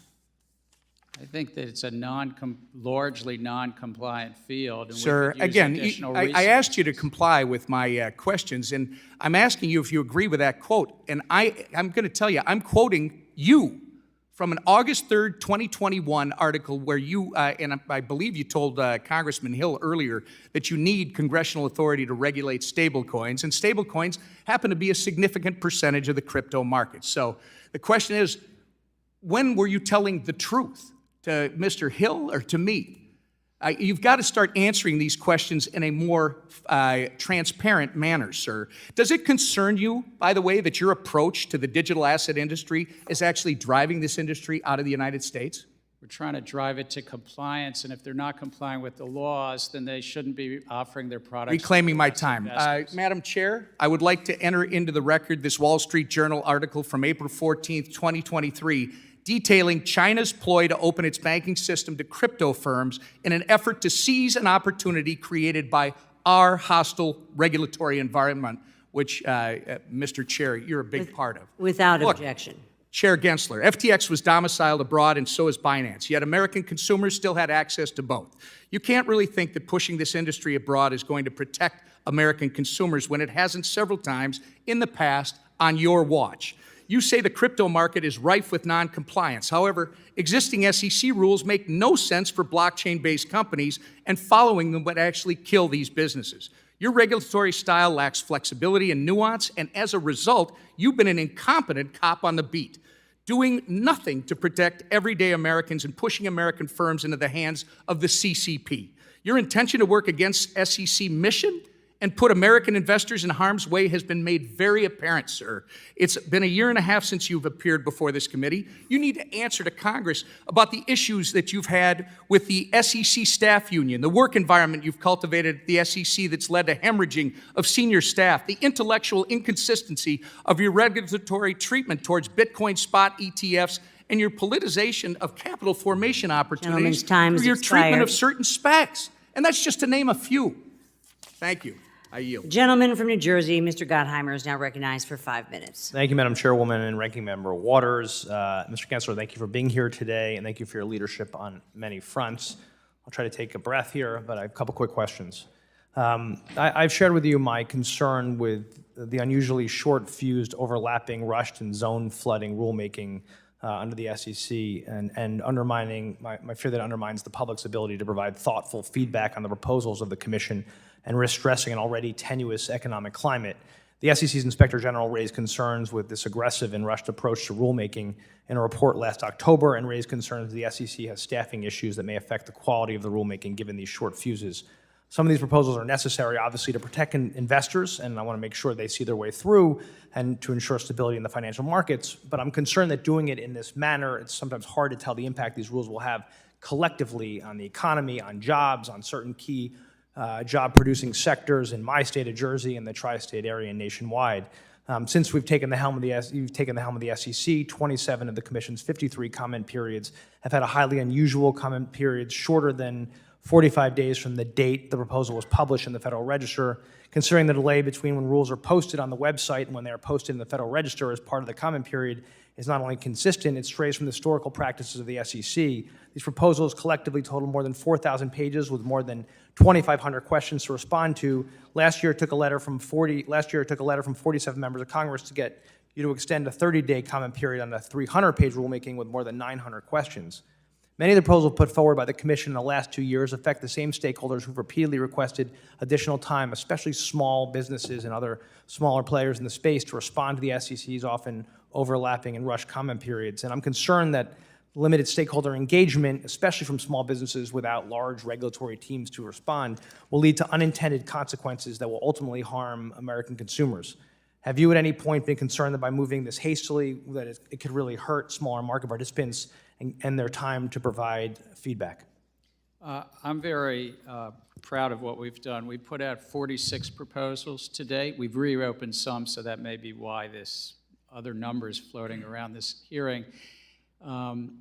And on average, it's been more than 70 days from the time we voted out, we put it on our website, and we have a formal end to a comment period. But then we get comments after that, and we take meetings after that, and we engage actively with trade associations and market participants. My only concern there is when, it doesn't actually count when it goes on a website because there's no formal comment period on a website. It's the Federal Register, when it goes to the Federal Register is what the standard is. So with all respect, people can read it, people can start to do their analysis, they can engage with staff or with their trade association members. So they can start submitting comments as soon as it goes on the website? Is there a way to do that? Formal comments? They tell us that they want to have time to read what we do. We put it out. It's very transparent. And we also often consider comments well beyond that period of time and continue to receive comments. On average, it takes 12 to 15 months from proposal to considering an adoption. And so, but the comment period very closes. transparent. But the comment period closes during that time, right? But we continue to have meetings, we continue, and the staff and the commission is able to consider, just like this hearing right here is going to influence me as a decider, a decision maker on that commission. Thank you. I'm just going to reclaim. Yeah, if I can just come back to this, I'll shift gears. Since 2019, I've pushed this committee and financial regulators to create smart guardrails for digital assets. You've repeatedly claimed that most cryptocurrencies are covered by existing securities law, and despite that belief, the Commission has issued little formal guidance to facilitate digital asset firms' compliance with existing rules. The SEC, under your leadership, has largely used enforcement actions to spur compliance. I'm concerned the lack of formal guidance through the normal rulemaking process is spurring even more uncertainty in the space, hurting our global leadership in financial technology and putting consumers at risk and further enabling bad actors. The SEC's advisory committee urged you to solicit comments on federal securities law regulation to crypto assets. Do you plan to take their advice and go through a public rulemaking process that allows regulatory changes in the appropriate manner versus just We have, Congressman, in a number of areas. The best execution rule that we put out last December includes a whole section on crypto assets, if I might. We're updating our custody rule, and we put out a lot of words and important economic analysis. And last Friday, we did the same on an expanded definition of Do you feel, exchanges. before I lose you, do you feel like you have all that you need from us, to all the laws you need to be able to do what you need to do? Yes, on as it fintech? relates to crypto assets, and to the earlier question, I do also, though, support Secretary Yellen's initiative about stablecoins. Thank you so much. I yield back. The gentleman from Georgia, Mr. Loudermilk, is recognized for 5 minutes. Thank you, Madam Chair. Thank you for being here today. I've got a lot of concerns. I'd like to continue on a little bit in the direction that my colleague from New Jersey was going on the number of rulemakings and how you have fast-tracked a lot of these, limiting public comment period. I've heard you say in here that you support congressional oversight, and you respect it, but from what we've seen, your actions are different than what your words are saying. You've shortcut a lot of the Administrative Procedures Act in your rulemaking. It appears that what you're wanting to do is hurry things along before Congress can have its due oversight. Excuse me. But what I want to talk about is something that I have not been in favor of, and I've opposed ever since it was proposed, which is the consolidated audit trail. I know Mr. Hill asked you some questions about that. First of all, I've never been supportive of it, but it's here, and we have to constrain it. I believe it's a violation of the Fourth Amendment, of right to privacy of individual investors. Let me put it in the words of the American Securities Association, and they described it of how the collection of this data violates the Fourth Amendment right to privacy because it forces every investor's financial information, personal information, and transaction history without any evidence of wrongdoing. And I want to quote in a letter that they have sent to this committee, both the ranking member and the chairman, is that tracking unsuspected and unsuspecting Americans' every move in hopes of finding unlawful activity is not consistent with the principles undergirding the Constitution, which is true. In fact, a lot of information that we see that regulators are forcing independent financial institutions to divulge about their investors or their bankers or those that do business with them. If law enforcement was trying to derive that information, it would require a search warrant. But yet the federal government will come in and they'll force that information out of these individuals. I spent a lot of time in the military dealing with security, information security. I had 30 years in the information technology sector. What I see in industry is a decentralization of information because of the risk of disclosure. Blockchain, many industries are going to blockchain because you're no longer centralizing it. When it's centralized, there's a one-stop shop for the bad players to come and get information about individuals. So my first question is, what do you believe in this? Is it easier to protect decentralized investor information held by thousands of firms? Or do you feel it's more secure to centralize that in a database administered from Washington, D.C.? Which do you feel is more secure? There's risk in both sectors. There's risk in the decentralized, there's risk in the centralized. It's really about the appropriate data security in that database. And this is a debate that technologists have quite often. The consolidated audit trail is important to help surveil the market, to oversee the markets. Data was being collected before. So surveil the markets. So you're looking to use this as surveillance tool of the markets to enforce regulation, or what's the purpose of consolidated audit trail? To help oversee the markets, to protect against fraud and manipulation, front-running, insider trading. Without any just cause? Or, I mean, are you just randomly going to look? Maybe somebody's doing something wrong here, and I've got all this information. But let me tell you, there is no one in the information systems industry that's worth their salt that will tell you it's more secure to have information at one point, one-stop shop. So if I'm a bad guy, I'm a foreign player, I've only got one spot to go to pull all this information. I'm going to put all my investment, all my technology in breaking your security to get that information versus thousands of places that I do not have the resources to do that. Centralizing is a security risk. Now, one of my questions here, will the consolidated audit trail and the case databases collect personal financial information of American retail investors? Are you going to collect information on individuals who are using platforms to invest? Are you going to collect that information? So you're right, there's two databases. The case database will not have individual, their names, their birthdays, and so forth, but it has to have an identifier so that it can be tagged back to what the broker-dealer has. What about consolidated audit trail? Gentleman's time expired. Perhaps you can answer Chair Gensler in writing. The gentleman from New York, Mr. Meeks, is now recognized for 5 minutes. Thank you, Madam Chair. Thank you, Chair Gensler, for coming to testify today. Now, when you appeared before this committee in 2021, I asked you about your commitment to improving the SEC's diversity disclosures, empowering investors, and encouraging greater corporate diversity, especially within America's boardrooms and among senior management. And you mentioned your focus at that time on human capital rulemaking, which would include such disclosure improvements.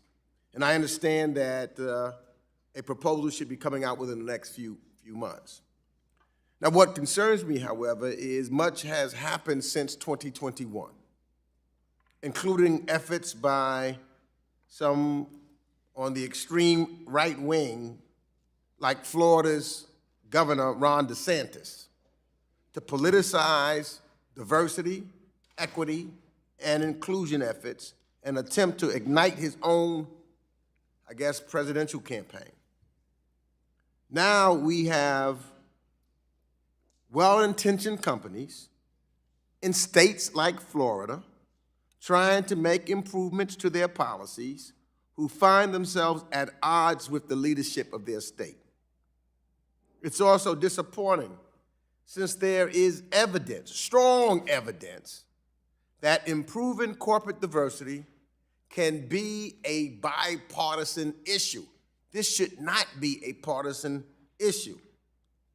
For example, my board diversity bill received the support of 55 of my Republican colleagues right here on the House floor in 2019. So we passed it with the support, a bipartisan support with my Republican colleagues, many of whom sits on this very committee. So given the attempts by Governor DeSantis and others to curtail DEI efforts in academia and corporate America, I have two questions related to your human capital rulemaking work. Is the SEC considering how state-level efforts to hamper DEI-related programs could make it harder for companies to comply with more robust human capital disclosures, which we expect from the SEC?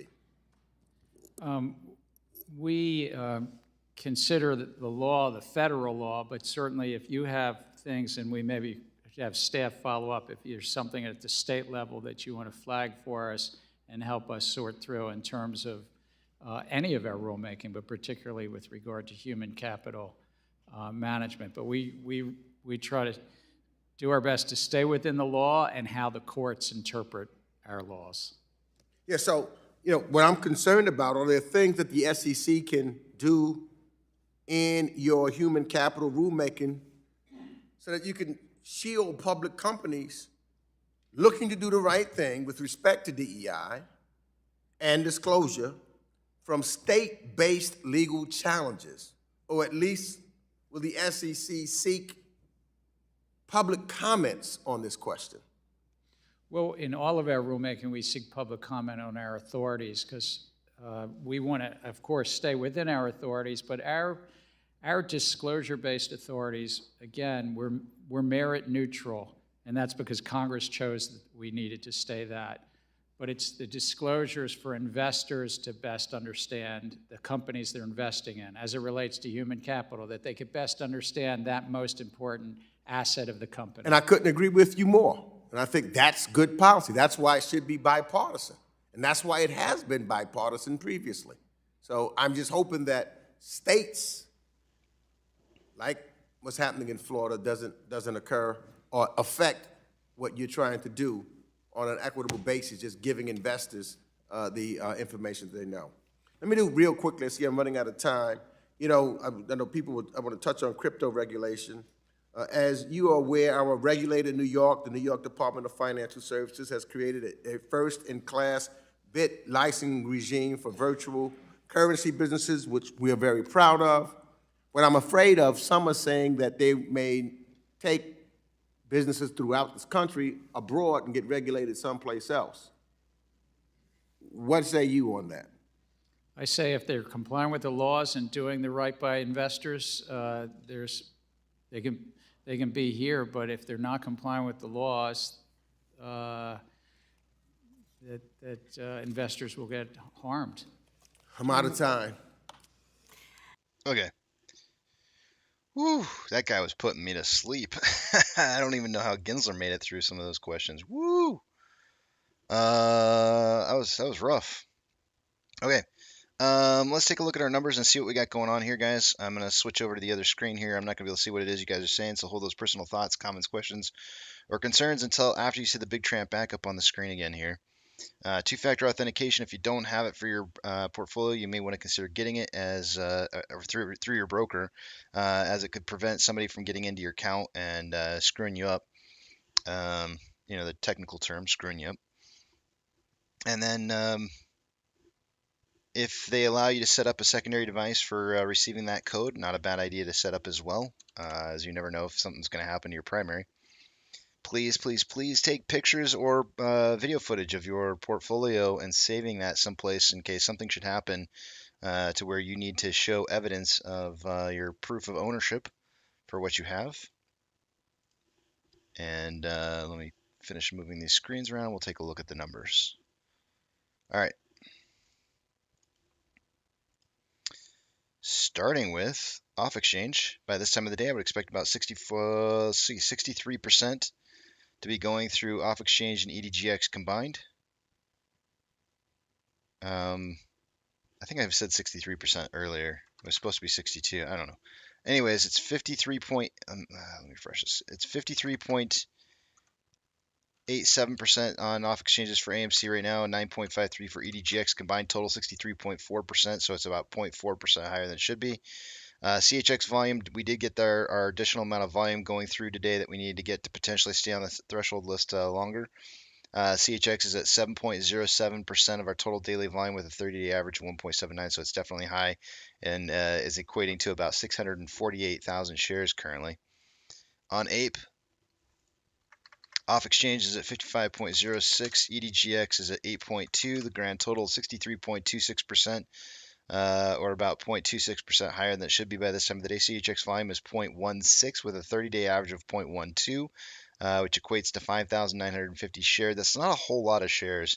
It is elevated volume percentage-wise, but our volume is just so low to date, it's not. It doesn't really equate to much. CHX volume on GME is at 0.17 with a 30-day average of 0.28, so nothing unusual happening there. Taking a look at Ortex. As of an hour ago on AMC, there was 1.5 million shares having been returned. It's now 1.52. It's not really going to change the estimated short-term interest of the free float too much at 26.14%. The cost per hour ends at 2.32. Average is 323.46 and max is 366.1. Shares on loan for the day today is at 190.32 million shares. That's 550 million shares less on loan today than yesterday. Ortex estimated about 207,000 of that was in return short interest. Taking a look at Ape, an hour ago there was approximately 463,000 shares having been borrowed for the day. It's now 428,000 shares.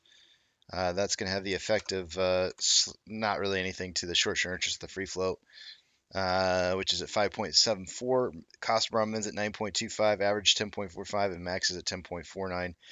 Shares on loans at 30.81 million shares. That's 590,000 shares less on loan today than there was yesterday.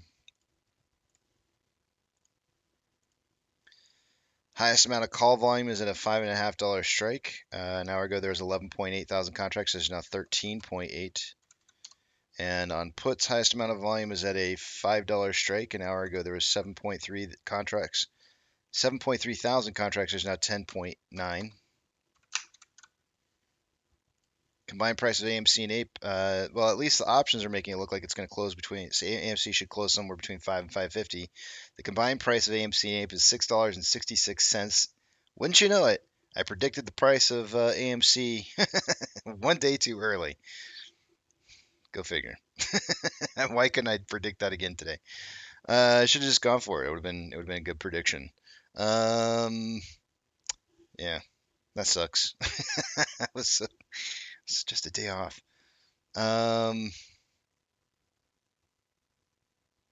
We're still consolidating. I have the breakout period coming up here at about 15:45 Eastern, which is about 2 hours away from now.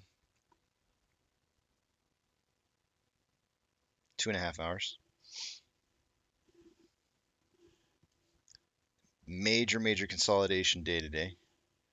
Got a little bit of news about BlackRock selling off some of SVB's positions. Sounded like it was a pretty hefty amount. I got a message here.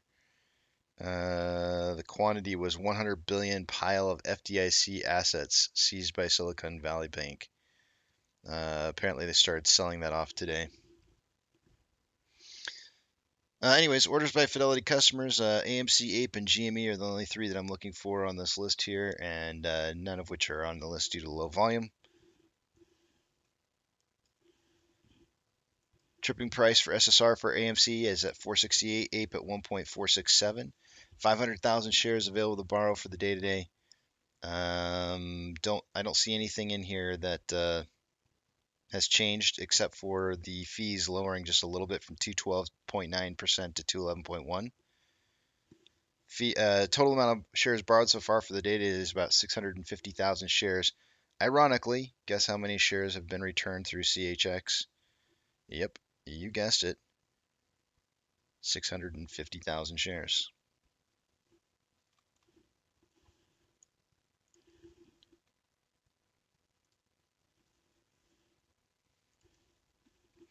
NASDAQ is down 0.15. Dow Jones is down 0.09. We have the S&P 500 down 0.03. We have 3,757 decliners to 2,610 advancers. The market's just slightly more declining, I think, than it was an hour ago. Taking a look at some of the banks, plus or minus 3% is the only thing I'm looking for here. FRC is down 3.2. And everything else seems to be within those. Oh, no, PacWest is down 3.01%. Ethereum Classic is up 0.36.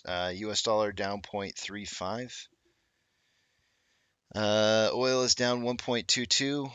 Mortgage-backed securities are up anywhere from 0.09 to 0.25. And SPY is down 0.05. VIX is down 1.36. VBR is down 0.56. VB is down 0.41. Tesla's down 0.84.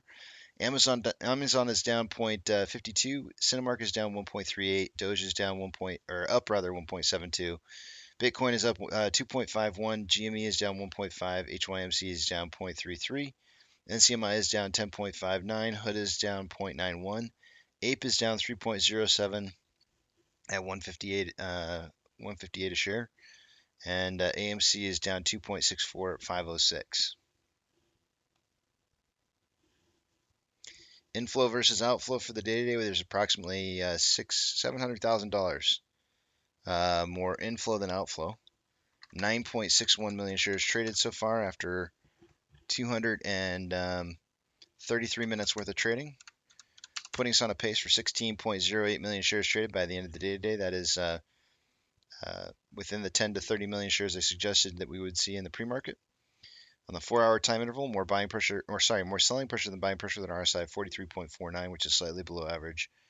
On a 1-hour time interval, more buying pressure than selling pressure than RSI of 38.43, which is below average. On a 30-minute interval, more selling pressure than buying pressure than RSI of 38.05, which is below average. And on a 5-minute interval, we have a divergence on the vortex indicator with more selling pressure than buying pressure occurring within the last 10 minutes, and RSI is at 43.87, which is below average. Slightly below average, sorry. On Ape, we have approximately $400,000 more outflow than inflow. 3.98 million shares traded so far. Looks like we might actually end up breaking the 5 million share mark for the day today. After 234 minutes worth of trading, we are on pace for 6.63 million shares on Ape. By the end of the day, I was reluctant to do 5 to 25 because I wasn't even sure we could hit 5 million. It was definitely on the low side. On a 4-hour time interval, there is more selling pressure than buying pressure than RSI of 47.74, which is slightly below average. On a 1-hour time interval, more selling pressure than buying pressure, with RSI at 36.95, which is below average. And on a 30-minute interval, more selling pressure than buying pressure than RSI of 39.63, which is below average. On a 5-minute interval, more selling pressure than buying pressure than RSI of 41.58, which is below average.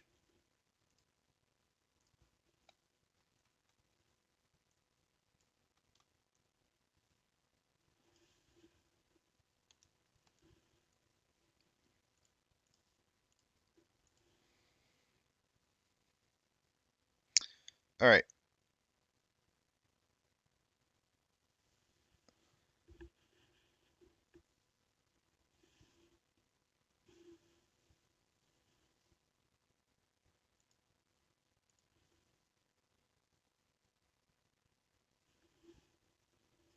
Let's move back to our hearing, our House hearing.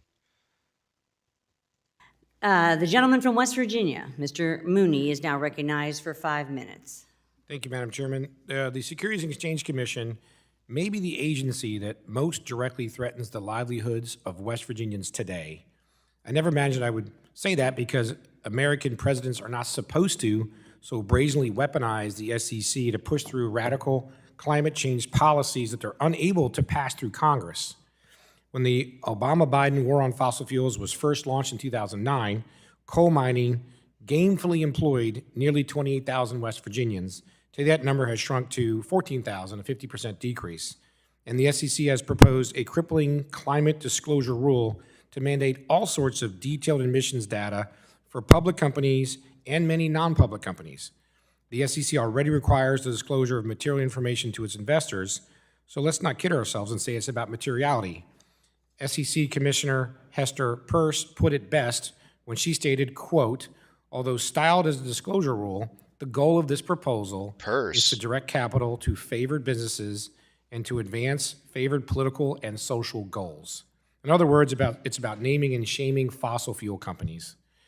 Some estimates suggest this disclosure rule could cost companies over $100 million to comply. So, Chair Gensler, the SEC Inspector General issued a scathing report saying you were rushing through rules without adequately considering the costs. So can you tell me today how many jobs this climate disclosure rule will cost West Virginia families? Again, sir, we're not a climate regulator and we're merit neutral. This is about companies are already making disclosures and trying to bring some consistency to that disclosure. That's what it's about, is, with all respect, not about something further than that. In terms of the economics, it's really about ensuring that investors get the benefit of those disclosures. And if they want to go long West Virginia coal, they have the right information long means to purchase companies, that public companies, and it's only about public companies, again. Well, thank you. Despite your assurances, I think it's clear this rule will be devastating to my state of West Virginia. I'd like to submit for the record, Madam Chair, the Inspector General's statement on the SEC's management and performance challenges. Madam Chair, I'd like to submit for the record the Inspector General's statements on the SEC management and performance challenges. So ordered. And I would also like Without to submit, objection. thank you. I'd also like to submit for the record an op-ed I wrote for the Washington Times on the SEC's climate disclosure rule. Riveting. Without objection. Thank you. I do have a couple more questions. Chair Gensler, how many climate scientists does the SEC employ? We employ economists that are more general economists, so some of them might have some knowledge, but I just think of them as market economists and financial economists. Okay. Second, another question, and it's a yes or no one. Would you agree that Congress is better suited than the SEC to enact climate policy? I'd say it more straightforward. We're not a climate policy agency.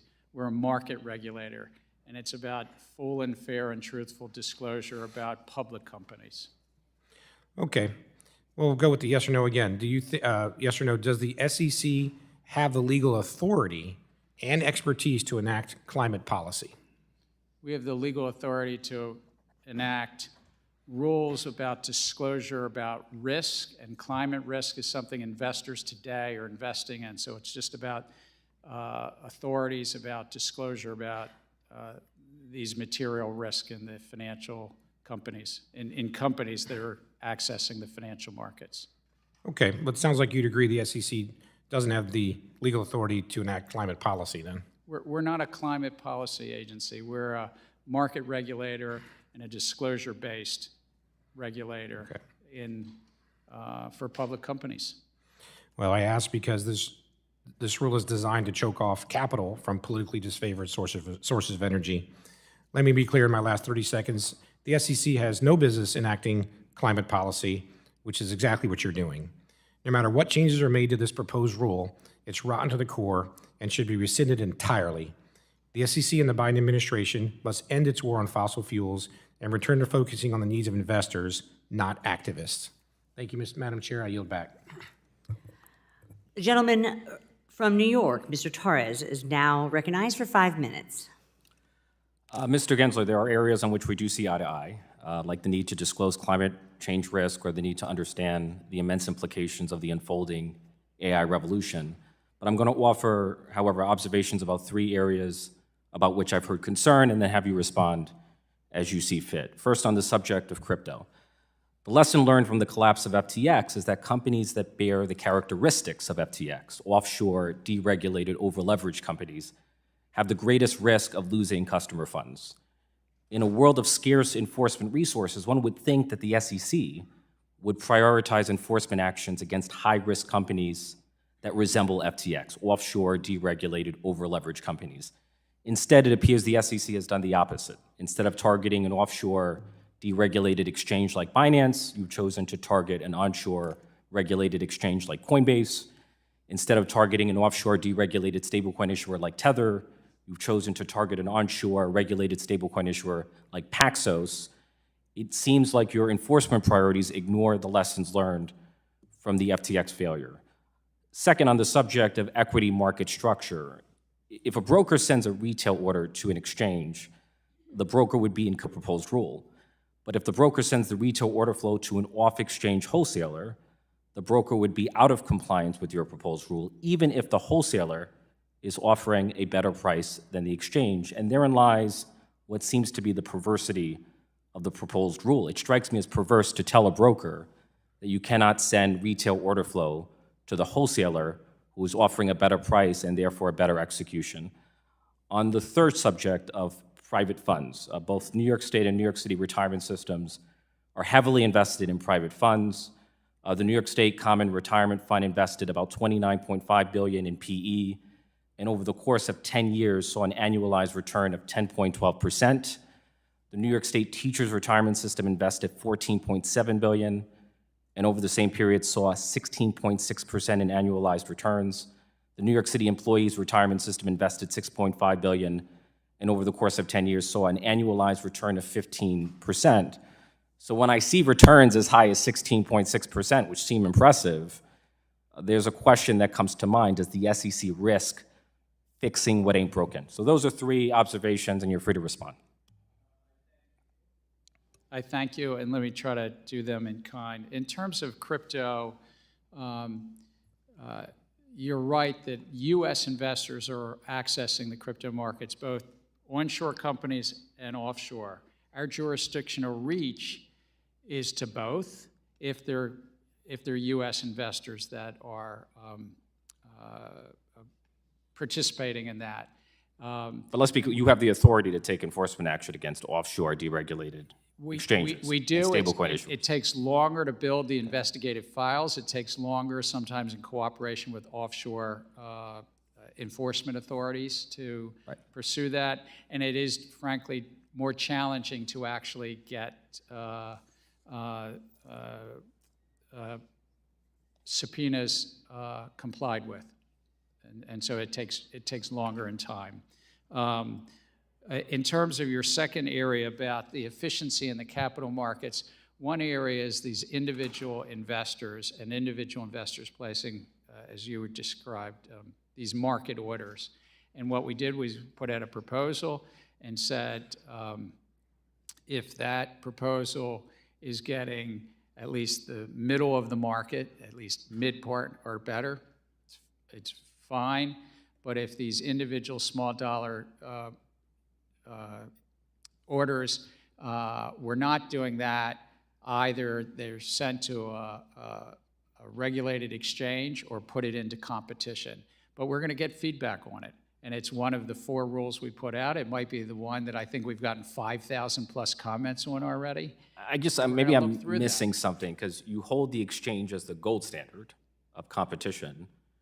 But if the wholesaler is offering price improvement relative to the exchange, like, I'm failing to see something. So one of the things is... Like, if the wholesaler were offering a worse price, then I would consider that a failure of competition, and I would see the reason for your rule. But if it's offering a better price, are we fixing what ain't broken? Well, so we don't have a level playing field right now between the dark markets that are probably 1/3 to 1/2 of the market on any given day, and the... But what you denounce as the dark markets are outperforming what you consider the gold standard. Well... So that's where I'm confused. So I'm saying that the dark markets actually have different rules of the road. They don't have the same minimum increment. I could speak to you for an hour, but So we're trying to harmonize that. On your last... Gentleman, time's expired. The chair now recognizes the gentleman from Ohio, Mr. Davidson, for 5 minutes. Every single freaking time we get to like something really good and they're like getting down to something and it's like, oh, we're going to talk about something that's like, interesting and actually like, noteworthy. It's like, oh, time's out, 5 minutes. Next person. It's like, come on, drill down to the good stuff. How are you supposed to accomplish anything in 5 minutes? I have no idea. It's insane. Thick as sand, repo. Reverse repo for today is 2.238 trillion with 106 counterparties. Previously, it was 2.256. So a little bit down today, but with more counterparties.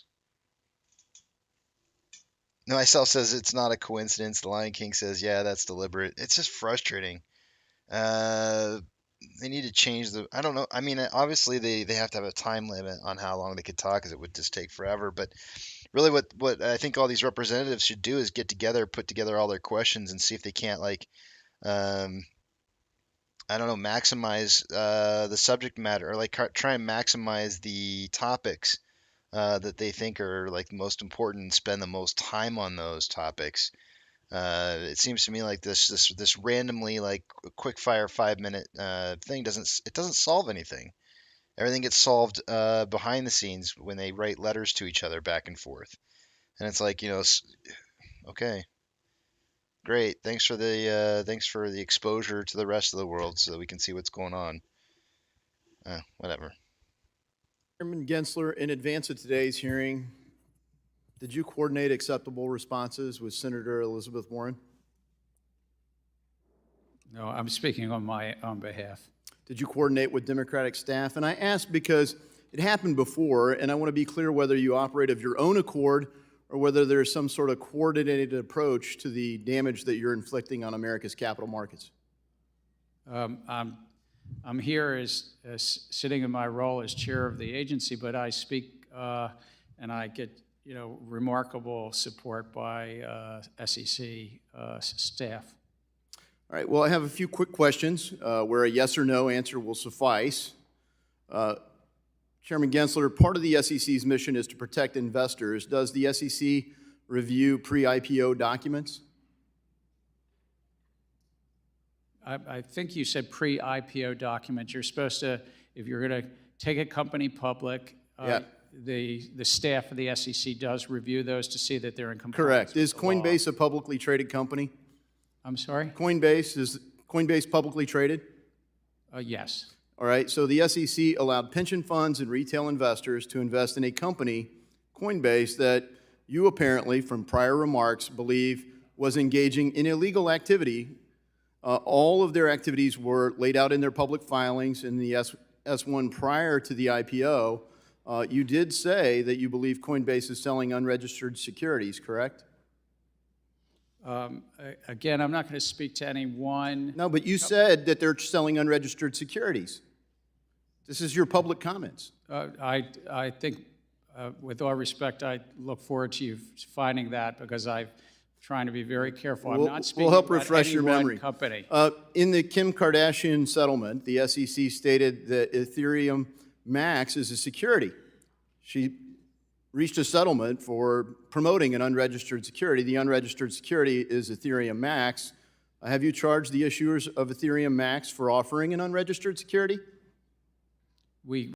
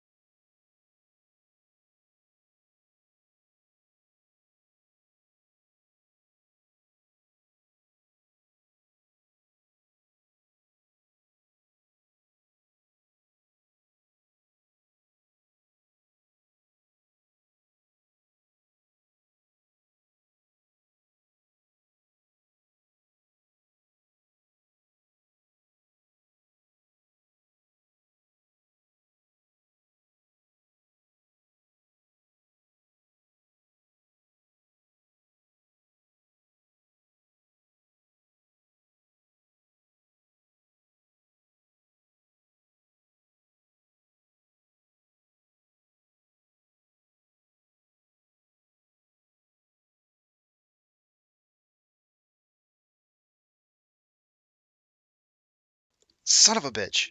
I hate it when I forget to turn on the volume. I've been preaching this forever, guys. Like this is the part that I don't understand. Gary Gensler literally wrote out here. He put in sorry, I didn't particularly I'm like so excited about this. Today's action yet again. This is yesterday's tweet from Gary Gensler, right?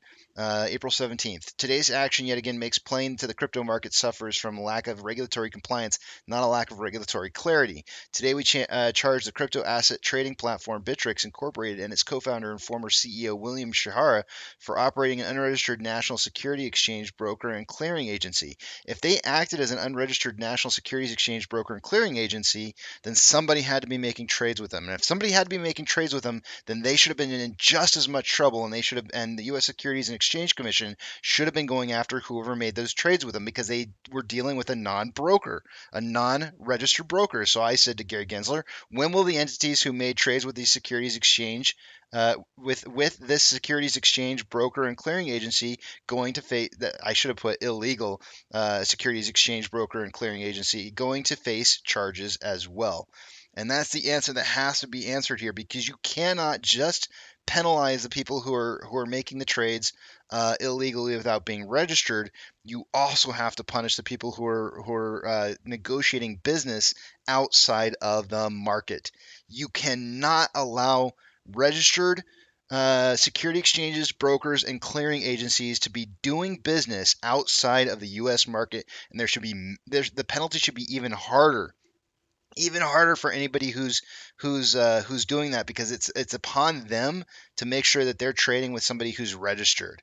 It is upon them. That is their job, is to make sure that they're trading with people who they're supposed to be trading with. And when they don't, then you don't have a valid system anymore. You have a broken system that is allowed to just make trades anywhere they want to, and just go do whatever the heck they want to until the government catches them, right? No, that's not how it works. You got to go after the guys. And so I love the fact that this representative, I love this representative is saying this. I don't know who he is, but I hope he really holds Gary Gensler's feet to the fire on this one, because this is a massive, massive issue. Go after the people who are making the trades from the get-go. They're responsible for their actions just as much as the people who are not registered. Reached a settlement with a celebrity, Miss Kardashian. Yeah, but not. She just promoted it. She doesn't operate Ethereum Max. Have you said that Ethereum Max is an unregistered security to the people that offer it? We did in that settlement, yes, sir. Okay, it's still trading. What about Ethereum? Is Ethereum now a security? We had this I heard your exchange.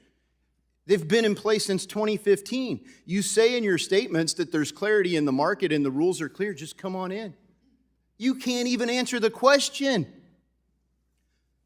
Do you say XRP is a security? Well, we're in court and active discussions and litigation on that matter. You're in litigation because you do say it's a security. As you know, let's move on a little bit. As you know, qualified custodian banks would effectively be unable to provide crypto asset-related custody as a result of punitive capital impact under accounting provisions in Staff Accounting Bulletin 121. Do you agree that the bulletin should be amended?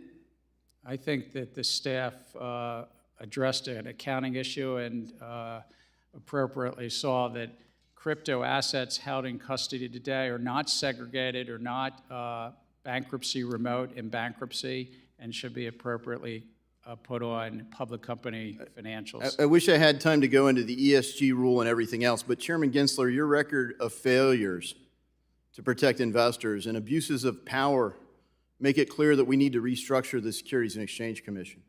The failures are many, but let me cite some of the abuses. You average more than 2 rules proposals a month. You provide inappropriately short comment periods. You have unworkable and unlawful ESG disclosure mandates on the market.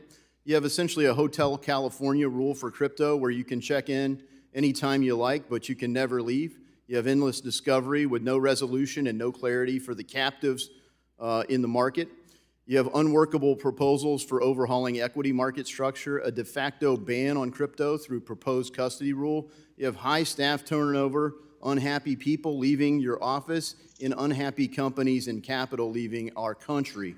To correct a long series of abuses, I'm introducing legislation that removes the chairman of the Securities and Exchange Commission and replaces the role with an executive director that reports to the board where all authority would reside. Former chairs of the SEC will be ineligible under my proposed bill. And this isn't just my take. It resonates across the political spectrum. The American people want democratic access to capital, retail investor participation. You can't just exclude retail investors from markets and claim it's for their own good. Our markets need to function and flourish, and I yield back. The gentlewoman from Texas, Ms. Garcia, is now recognized for 5 minutes. Thank you, Mr. Chairman, and thank you, Chair Gensler, for being here today. I know it's been long, and you're probably hungry and maybe thirsty too, but bear with us, we're almost there. As we know, April is Financial Literacy Month, so I would like to begin by touching on the SEC's financial literacy efforts. My home state of Texas consistently ranks concerningly low in financial literacy. The Federal Reserve Bank of Dallas reports that Texas's low financial literacy rates or correlated with poor outcomes on measures like emergency savings, possession of a bank account, and credit score. And even further, in my district, which is 77% Latino, limited English proficiency adds an additional barrier. Chairman Gisler, I understand that SEC holds an annual financial literacy and career day for high schools that recently took place. I'd like to commend the SEC for these outreach efforts, and I would also like you to encourage the Commission to strive for more financial literacy outreach work. Can you please provide an update on the SEC's financial literacy outreach efforts and the event that took place this month? It's a really important part of our role is to investor education, and we have an office of investor education that tries to engage in the public, also provide information on our websites so that the public can better understand. In addition, also, we take in somewhere between 2,000 and 4,000 tips, complaints, and referrals per month that the investing public knows to turn to us from time to time, as well as state regulators. I'd like to stop this amazing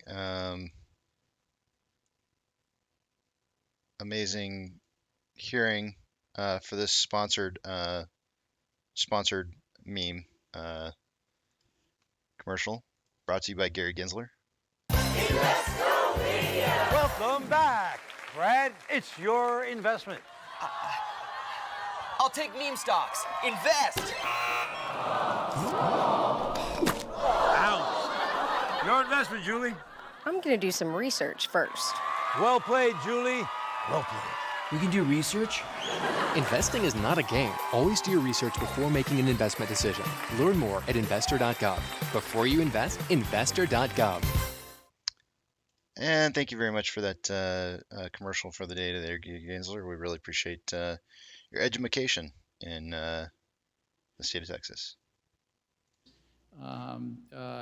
When they see something and they think there's something amiss with their broker-dealers, but it's a really critical part, and I'm glad to follow up with staff to share more about what we've done in the last month, if I understand your question. Well, yes, and I would love to see what it may be doing in Texas in particular because of our low financial literacy rate, and of course in my district, particularly when it comes to our Spanish speaking, and as you know, in Texas, we are under mandate for access to the ballot in both English and Spanish, and in Harris County, my home county, it's English, Spanish, Vietnamese, and Chinese, so it's an international population, and certainly we need to make sure that financial literacy efforts are also in those languages.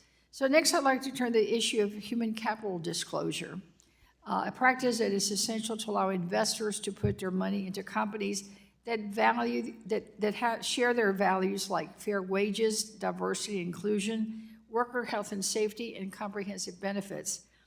As you recall, you may know that the Republican majority dissolved the Diversity and Inclusion Subcommittee, so it is now up to the full committee to take up these issues as they occur during hearings, especially related to diversity and inclusion. Human capital management is not only essential for employees, but it's also good for business. Good human capital management has shown to increase companies' bottom lines and performance. Employees that are taken care of and are happy just perform better. Chairman Gisler, can you please provide an update on the SEC's efforts to produce more comprehensive rulemaking on human capital disclosures, and why is this type of disclosure so important? So the staff is still working on recommendations to the full commission. I think it was in 2020, we actually updated the requirements for disclosure, including human capital disclosure. So we wanted to take a close look of how those disclosures looked in 2021 and 2022, and then based upon that, put forward further recommendations. Why they're important, it's really an important asset of many businesses. And I know even when I was young on Wall Street and I was in the Goldman Sachs merger department, if we were selling a company, the buyer would want to know about the turnover, about the compensation, about the benefits. The about the employment statistics, because it's a critical asset, and it relates to financial performance and the risk somebody's taking as an investor. When do you expect to get those recommendations? Again, I like not to prejudge the timing, but the staff is working on it to serve up to our 5-member commission. It's one of the, I think we've, as I said earlier, it's one of the remaining proposals on our unified agenda. All right, thank you. And I see my time's running out. I yield back my last 5 seconds. The gentleman from Tennessee, Mr. Rhodes, is now recognized for 5 minutes. Thank you, Chairman. I want to follow up on Mr. Himes' comments earlier and congratulate Chairman McHenry on getting you here so quickly in the 118th Congress. Chair Gensler, it's been a while since you've been here and testified before this committee, and I want to know, how did you manage to go more than a whole year and more than half of the 117th Congress without testifying before this committee? Congressman, I've been in front of this committee under 3 presidents, under 7 or so chairs. I must say, I enjoy being in this committee room and being in front of you, but I don't know. That was up to Chair Waters at the time. So I'm wondering, when the Democrats were in the majority, did they not reach out to you all of last year about testifying, or did they ask you to testify and you just refused or declined to come? I stand ready.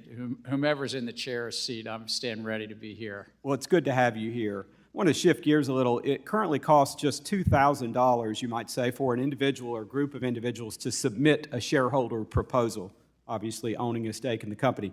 Many companies have millions of investors who will each spend potentially several hours considering such a proposal to make an informed voting decision. As your agenda continues to make it easier for activists to have their shareholder proposals included on company proxies, why haven't you considered the costs that will be borne by those millions of other shareholders? Shareholder democracy is an important part of the fabric of our capital markets, and has been since Rayburn helped write these laws. And so we do take into consideration cost and benefits of the rules. When you were justifying your decision to roll back the 2020 proxy advisor reforms, you seemed very concerned with the cost borne by proxy firms. Why was that weighted so heavily? Well, it was only one of the costs, if I recall the analysis, but there were other costs and benefits that were weighed as well. And I think that it really was about moving forward, that they could provide that information to the investing public in a timely way, and then investors get to decide whether to vote yes or no on various proxies. In January, I wrote to you, and joined by some of my colleagues, Mr. Stile here and Mr. Sessions, I wrote to you regarding my concerns with the new approach articulated in Staff Legal Bulletin 14L and the unprecedented low rate of shareholder proposals permitted to be excluded by SEC staff during the most recent proxy season. I'll note that you did not respond to this letter. I hope you will do so. Is it common practice for you to miss deadlines and ignore requests from members of this committee? No, I thank you for reminding me. I will take a close look at that letter. I appreciate that. I hope you will. Shift gears again. The SEC's proposed climate change rule, which we've discussed already today, including reporting on so-called Scope 3 financed emissions, which would require financial institutions to collect and report on the emissions activity of their customers, including privately held farms and small businesses, and even state and local municipal governments. Chair Gensler, do you think it is appropriate for the SEC to use disclosure requirements to shape access to capital for American businesses and families, or even local government entities? Again, we're merit neutral, and the climate risk disclosure rule is only about public companies. It's not about those private non-public companies. And I heard you say that earlier, but I guess I fail to see how you can't see that if Scope 3 disclosures are required, that those public companies are in fact going to be pressing municipalities, small businesses, small farmers for the information that is necessary for them to comply with the rule that you've proposed. So if I can address it in two ways. One, our proposal was only that a company that said it was material to them or they were making certain future commitments, they would disclose it, but they can use estimates, they could use frameworks, they could use templates and so forth. But two, we've heard a lot from the public comment period. The public comment period helps us, and I've asked staff to consider how we can look at this to address those comments, whether it's from the farm community or small business communities across America, because we only oversee the 7,000 or 8,000 public companies. It is not a rule about the rest. Thank you. I hope indeed we see that reflected in whatever emerges. Thank you, and I yield back. The gentleman from North Carolina, Mr. Nichols, now recognized for 5 minutes. Thanks so much, Chair Gensler, for being with us today. My staff tells me I'm about the 25th member to ask questions. How are you enjoying your visit here today? I always love being in front of the House Financial Services Committee. Well, it's been a while since you've been here, so folks are excited to hear from you. My first question involves a bill I've recently introduced, the Improving Disclosure for Investors Act with Congressman Huizenga, which would make it easier for investors to receive documents electronically. According to a recent survey, a large majority of everyday retail investors, regardless of income or age, prefer e-delivery for its environmental benefits, speed, and convenience. And businesses strongly support e-delivery because it allows them to enhance the quality of their disclosures, improves investor engagement, and reduces cost. Additionally, it's estimated that the industry sends over 27 billion pieces of paper in the mail, which my staff tells me is the equivalent of 2 million trees being cut down every year. Our bill would align the SEC's rules with my constituents' preferences, and I believe this is an issue that industry, the SEC, environmental groups, and Congress can work together on to make life easier for my constituents. I feel pretty good about this bill. I think it's going to pass. I think it's going to get signed by the president. When that happens, number one, what do you think about the bill? Do you know about the bill? And number three, will the SEC prioritize adopting e-delivery? I look forward to actually looking at the details of the bill, but if passed and the president signs it, certainly we'll implement it according to its law. I would note, many years ago, I helped work in the late Clinton administration on the e-signature bill that then Senator John McCain led work on. So I believe that a lot that was once done in paper can be done electronically. Thank you so much. Chair Gensler, we share the same goal of making our markets more safe, fair, and equitable. So I'm concerned that dramatic changes to our capital markets, as seen in the proposed rules on equity market structure, could have negative and unforeseen impacts on the working families in my district saving for retirement. I was happy to see the Commission pursue updates to Rule 605 data to modernize data collected from the industry, and applaud you for those efforts. This will certainly improve competition and lower prices. However, since the rules were proposed, several new academic studies have come out with evidence for two of the proposed rules that would do the opposite of what the SEC claims, increasing costs for everyday investors. Without the wholesaler system, these retail investors could lose close to $1 billion per month in additional trading costs. Any increased costs on my constituents looking to save for retirement concerns me. Additionally, I'm concerned that commission-free trading, which my constituents rely on, would go away. Have you considered constituents like mine in North Carolina's 13th district that are saving their hard-earned money for retirement, and how these proposals could increase costs for them? Absolutely. Your hard-working constituents, I would note, zero commission does not mean zero cost. There's a lot of costs that are elsewhere also in the system. And so the other proposals about that a broker is to have a standard to give you best execution when you place an order, I believed, and we're getting public comment, that's a pretty straightforward standard to get best execution, and your federal securities regulator ought to have that in place, not just the self-regulatory organization. The other proposals are to level the playing field between what's called the lit market and the dark markets, that they have more harmonized rules and they compete for your orders. And then we've proposed something around getting better competition for individual orders of below a certain dollar amount. But absolutely, it's about trying to make the markets more transparent, more competitive for your constituents.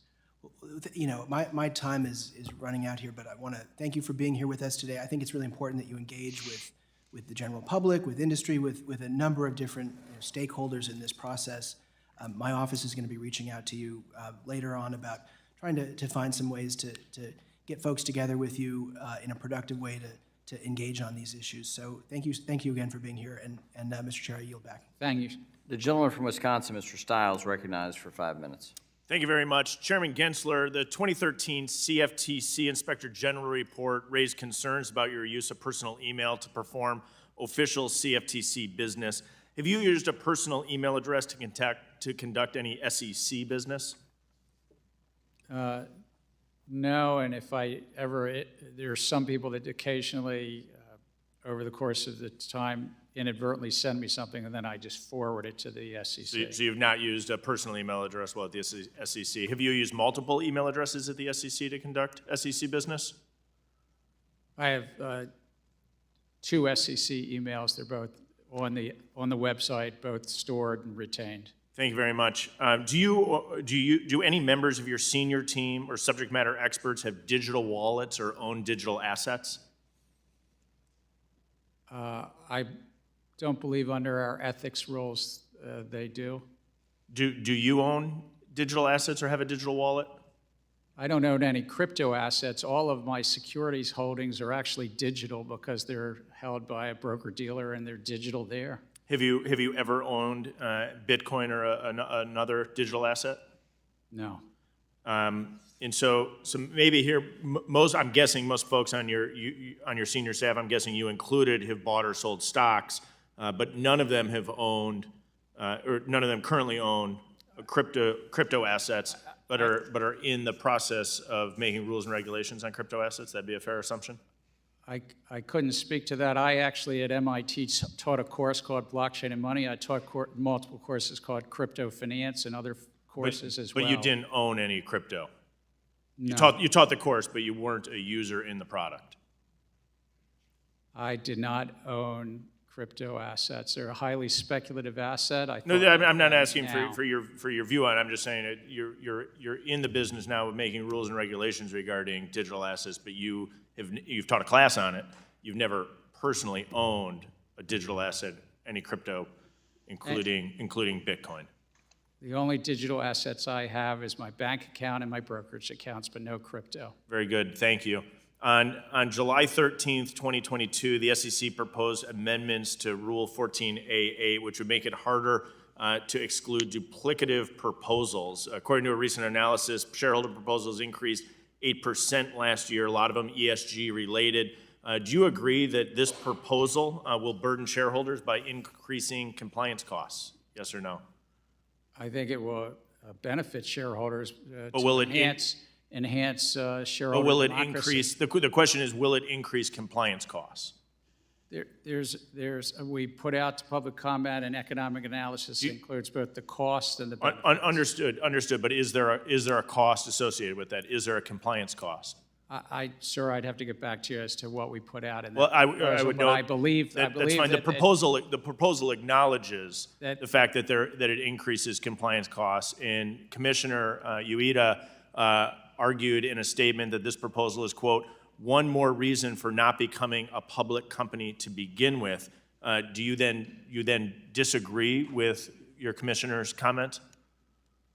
We have lively and good debates, but I do think that shareholder democracy is part of our U.S. capital system. Understood. I would be concerned about the increasing compliance costs, and that this burden upon burden upon burden is a reason we see fewer companies going to the public markets in the United States. Let me shift gears. Last summer, the SEC released a request for comment looking into whether or not index providers should be considered investment advisors. I've not heard this concern or this complaint from anyone. Did anyone come to you and ask you to investigate this issue? It's a policy initiative that has been in front of the career staff at the SEC for a number of years, and so we thought we should get public input. This was just a request for comment, not a rule proposal. So understood that it's at that stage, but I think it's concerning where the concern is that some of these fishing expeditions have a substantive and material compliance cost for companies unless there's a substantive risk that you're identifying in this space. Here's the substantive risk. If you're included or excluded by an index, there is a lot of economic and academic research about what that can affect the stock price or bond price and being in and out of an index. So that being in an index itself is pretty important to those issuers. And so then who are the index creators, providers, and how are they regulated? Thank you for your feedback. I know I have to yield back. I'd say I also have concerns on your proxy advisor position. Mr. Chairman, I yield back. Thank you. All right, it's time to take a look at the numbers. Let me take you guys over to the other screen here. I'm not going to be able to see what it is you guys are writing, so hold those personal thoughts, comments, questions, or concerns until you see the big tramp back up on the screen again.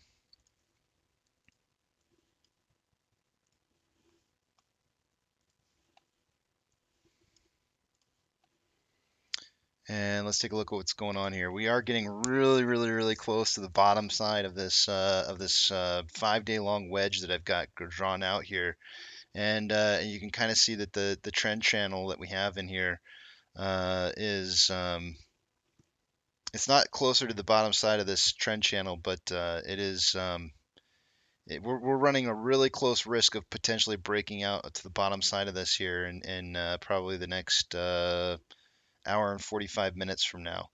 So really close to the end of the day, we may see this price breaking out of this. It's trying to trade sideways right through the ascending level of support. If that were to happen, then we may see the combined price of AMC and APE fall down to at least 635. Yeah, at least 635 as a potential level of support. So it's getting really close. So I kind of want to see a bounce off this here a little bit, and towards the end of the day, and get a little bit of a run up. Let's see here. In terms of orders by Fidelity customers, AMC, APE, and GME are likely not on this list due to low volume. I do not see them on here. SSR trips at $4.68 for AMC. APE at 1.467. Shares available to borrow is still at 500,000 shares. No changes in that in the last hour. Fees are at 211.1%.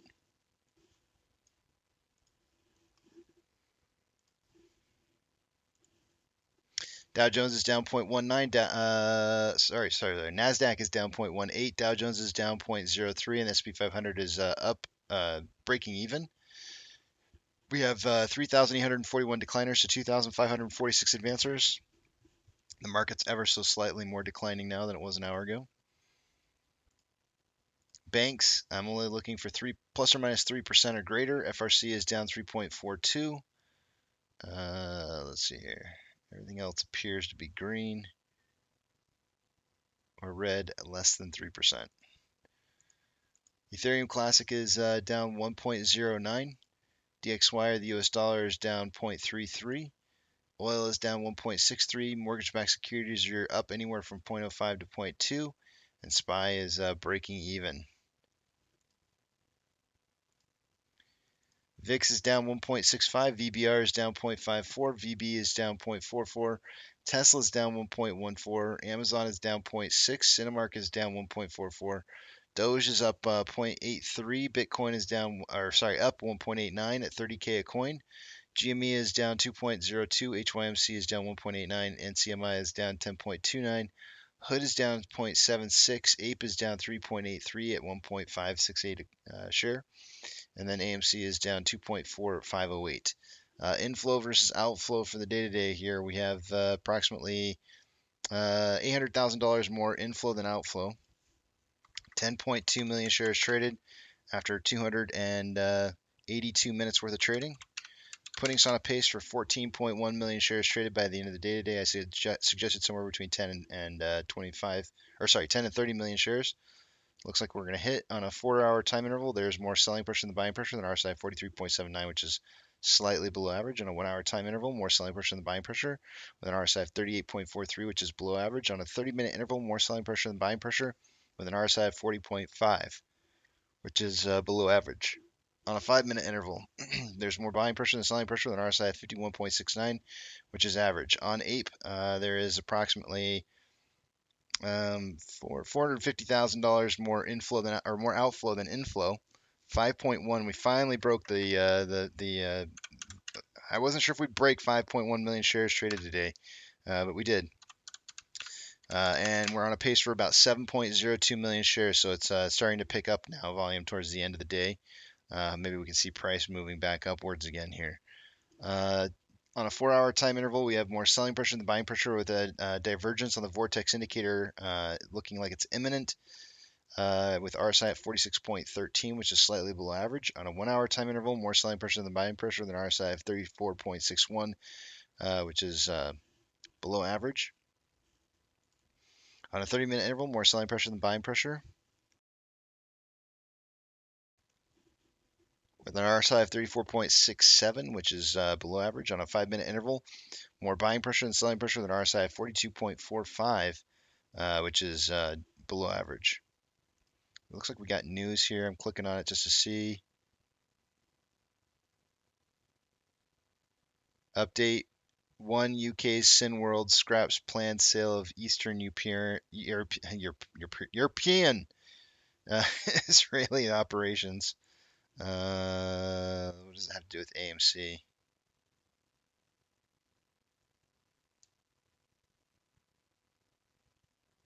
This has nothing to do with AMC.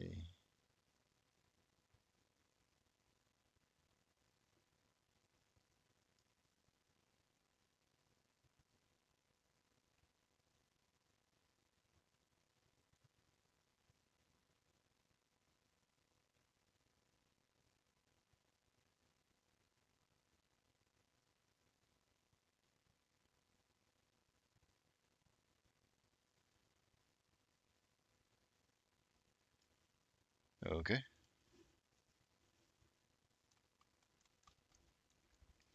That is one heck of a volatility Bollinger Band right there.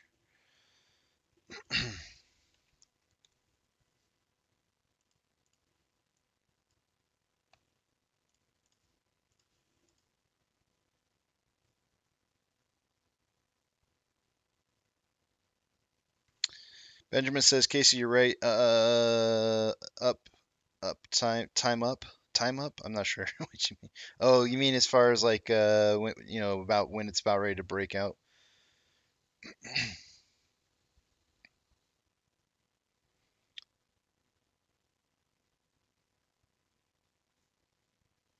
Let's go ahead and take a look. I guess I'm gonna head to break here, guys, but I'm still gonna be listening from my phone to the rest of this because I do want to hear what's gonna be said here.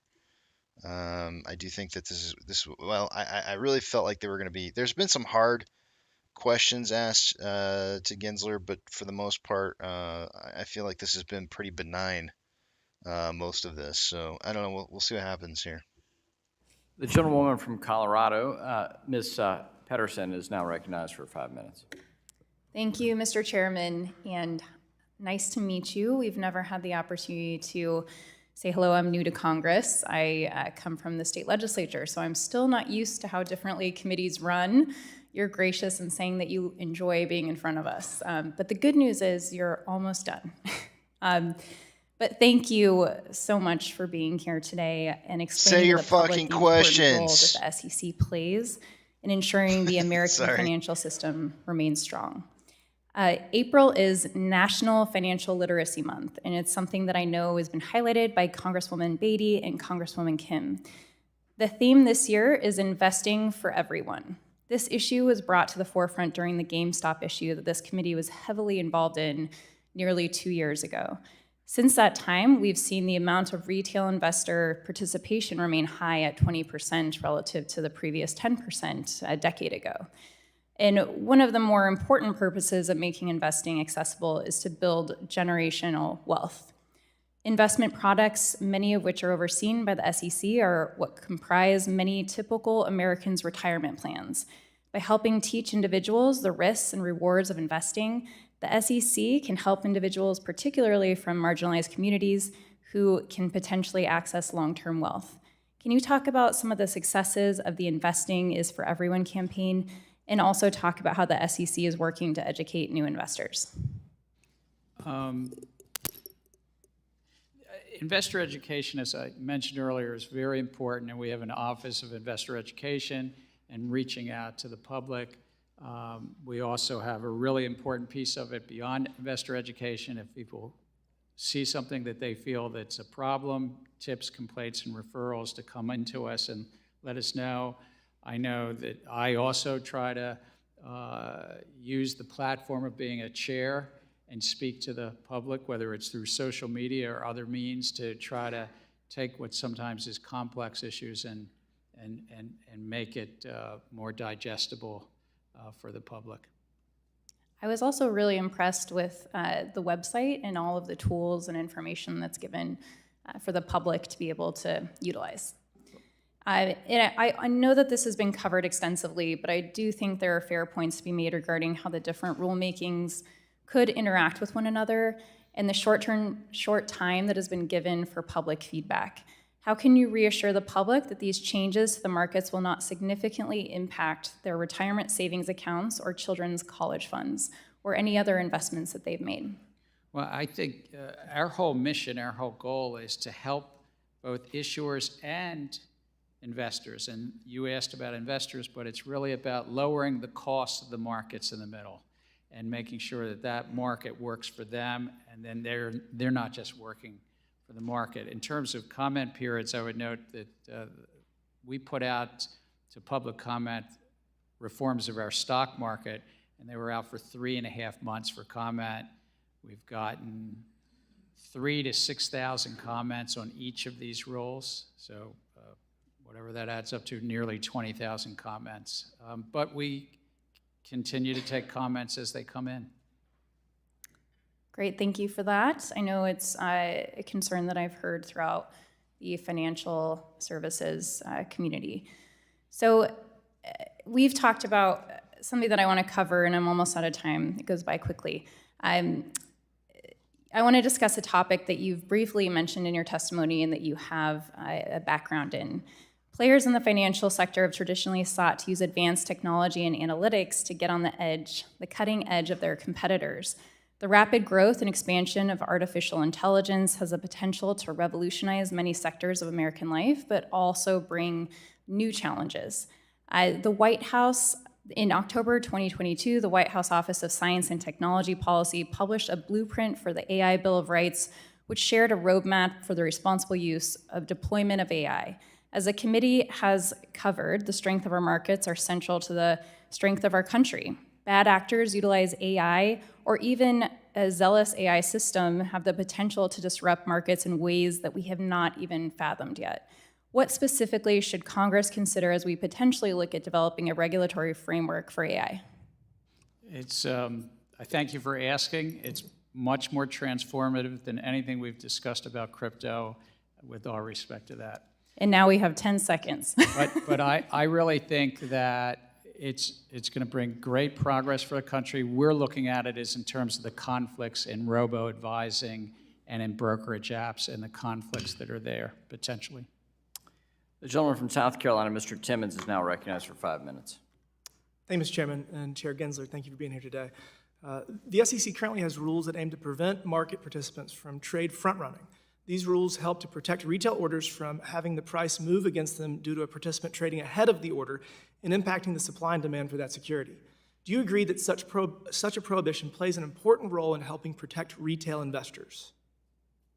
I do think that rules against front-running help individual investors. Thank you for that. But under the auctions mechanism that the SEC has proposed in December, detailed information regarding the characteristics of a retail order would be publicly announced prior to that order being executed. In practice, this would allow participants to use that information to legally trade ahead of the retail order. I find this astonishing. Do you agree that the ultimate result of the SEC's auctions rule would be legal front-running with prices moving against retail investors? I understand your point, but I think that actually it could benefit investors and be part of a critical structure. We have auctions in the options market. We've learned from that. Those are, and look to see whether to have something and build on that in the cash markets. Given your repeated statements on the need to protect retail investors, it is shocking that the SEC would issue such a proposal. I believe it's clear that the SEC should not move forward until a proper impact analysis can be conducted. Furthermore, as highlighted earlier by Congressman Lucas, there is substantial evidence to show that the SEC rushed this proposal without considering the real-world impact on the investing public. Moving on to rulemaking, the SEC's recently proposed rule on third-party vendor due diligence for investment advisors is concerning because it seems that the Commission again failed to consider the real-world impact. The reality is that the broad scope and significant due diligence obligations required as a result of this rule would force many small to medium-sized vendors out of their respective markets and push their clients to a few larger vendors. Many of these businesses don't have the capacity or resources to comply with the unnecessary and overly burdensome obligations. Are you concerned about the potential consolidation that could happen and subsequent risk that consolidation creates if there is an over-reliance on a small number of vendors? I think we've already seen that in the markets, that there's a great deal of consolidation about outside service providers to the investment advisor. We shouldn't facilitate that. That's not good. So we already live in that ecosystem. What we're trying to do is ensure that the investment advisors relying on those service providers still do their role and comply with the laws and do due diligence on use of those service providers. I have one final question, and I gotta be honest, I don't know how you're gonna answer it, so I'm kind of excited. But the fact that I don't know how to answer it, I'm excited just listening to the question. The fact that I don't know how you're gonna answer it is actually really concerning. So in 2014, Jared Bernstein published an op-ed in the New York Times titled "Dethrone, quote, King Dollar," where Mr. Bernstein advocated for the US government to actively take steps to remove the dollar as the global reserve currency. President Biden has now nominated him to be the head of his Council of Economic Advisors, all while the Chinese are actively undermining the dollar as the global reserve currency, and their successes are increasing both in number and at an ever-increasing rate. So, Chair Gensler, you have been in and out of government for 25 years. As well, you have ample experience on Wall Street.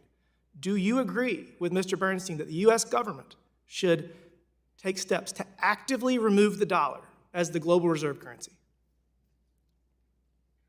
I'm not familiar with the op-ed, but I think that we've benefited as a nation that the US dollar has had such a central role since actually a little over 100 years now. So no, you do not think that we should actively take steps to remove the dollar as a global reserve currency? I'm going to go a little further. I think a lot of our agenda at the SEC is about ensuring that we go as many years, as many decades as possible, that we have the best capital markets. And I think the best capital markets undergirds our geopolitical standing and helps our dollar be the leading currency. We agree. Around the I really appreciate that. It's disappointing that the president is nominating someone that disagrees with both of our positions on this. I guess just real quick, if we do lose the dollar, the cost of import goods will skyrocket because foreign companies will no longer want dollars. We'll lose our ability to borrow at current levels. Inflation will be higher than it already is after spending trillions of dollars we don't have. Interest rates will rise. It'll crush the real estate market. All of that is bad, but even worse, our interest rate on our $32 trillion of debt would go through the roof. President Biden has nominated somebody that thinks that we do not need to have the position we have in the world. Thank you, Mr. Chairman. I yield back. The gentleman from Nevada, Mr. Horsford, is now recognized for 5 minutes. Thank you to the chairman and ranking member for your leadership, and thank you to Chair Gensler for appearing before the committee. The sophistication and sheer size of the United States capital markets could not be possible without the confidence and information provided by a strong Securities and Exchange Commission. Investor protection is paramount, and it is worth reiterating that as a result of the SEC, you've helped return hundreds of millions of dollars to defrauded Americans each and every year. Your consumer protection efforts go beyond enforcement action to ensuring that every investor has access to the same timely, accurate, and complete information required to participate. So I applaud the Commission's work around facilitating capital formation for U.S. markets, maintaining fairness and efficiency in those markets, and especially your strong stance on protection for Main Street investors. Now, I know that having 3 pillars to your mandate can also create tension between differing objectives. However, I want to urge you to keep in mind that for many of my constituents in Nevada and many all across this country, their main interaction with our vast financial system is through their retirement plans. For example, I commend the vision of consumer protection inherent in your open-end fund liquidity rulemaking, and I also agree that net asset value should be considered as a way to shield general shareholders from ending up on the losing side of a first-mover advantage. However, as I understand it, this proposal would require open-end funds to implement a hard close at 4 p.m. Eastern Time. Upon first glance, this deadline doesn't seem too onerous. However, in Nevada, my constituents, retail investors, often make their investments through intermediaries such as 401k plans and other retirement accounts. These hardworking Nevadans who aren't able to submit their orders directly to the fund would need to submit their orders to their intermediary hours beforehand, potentially as early as noon. So I don't think I have to remind anyone here, but that would mean constituents in my state would miss out on today's price if they can't get their trades in by 9 a.m. Pacific Standard Time. So Chairman Gensler, what would you say to investors who worry that a hard close will lead to a bifurcated market where sophisticated investors will be able to utilize more information and lock in the day's price while others are forced to trade early in the morning? And additionally, do you see ways to mitigate this disadvantage for West Coast investors while still implementing a swing pricing proposal? It's what I would say to the constituents is that we have a system right now that open-end funds and money market funds work really well for them during normal times, but in times of stress, which we have every so often, we've had to rely on our Federal Reserve and other means to sort of support them from time to time in the 2008 crisis in 2020 and so forth. And so what we're trying to do is find a way that those funds are less reliant on potential extraordinary measures by our central bank. And that's really what we're trying to do. And so there's a bit of plumbing, it's a bit of infrastructure behind the scenes that when you and I think we're putting in an order by 4 o'clock Eastern Time, or I guess 2 o'clock. 1 o'clock. 1 o'clock, so it's 3 hours difference, thank you. 1 o'clock Nevada time, that actually it's going to a retirement plan servicer, and then they're sending it, and we're trying to address and work. Which adds to the complexity of what I'm raising, which Right. is why And I think it creates a adds bifurcated. also to the challenge of the systemic risk issue that those fund managers may currently not know until late that evening or even the next morning what redemption requests they have. Well, I'd like to work with you on that. I'm concerned about a two-tiered system. Let me just point out for the record, all 3 major credit rating agencies failed to forecast the existential risk that both Silicon Valley Bank and Signature Bank faced. And it's too late, in my opinion, to change ratings after an institution fails. So I hope that you would assess the performance of the rating agencies and determine what the root cause of the inaccuracies was in their ratings. I think that's very problematic and something that needs to be addressed. I know there's a lot of oversight with your agency, but this is something that should reach priority The gentleman from Pennsylvania, Mr. Muser, is now recognized for 5 minutes.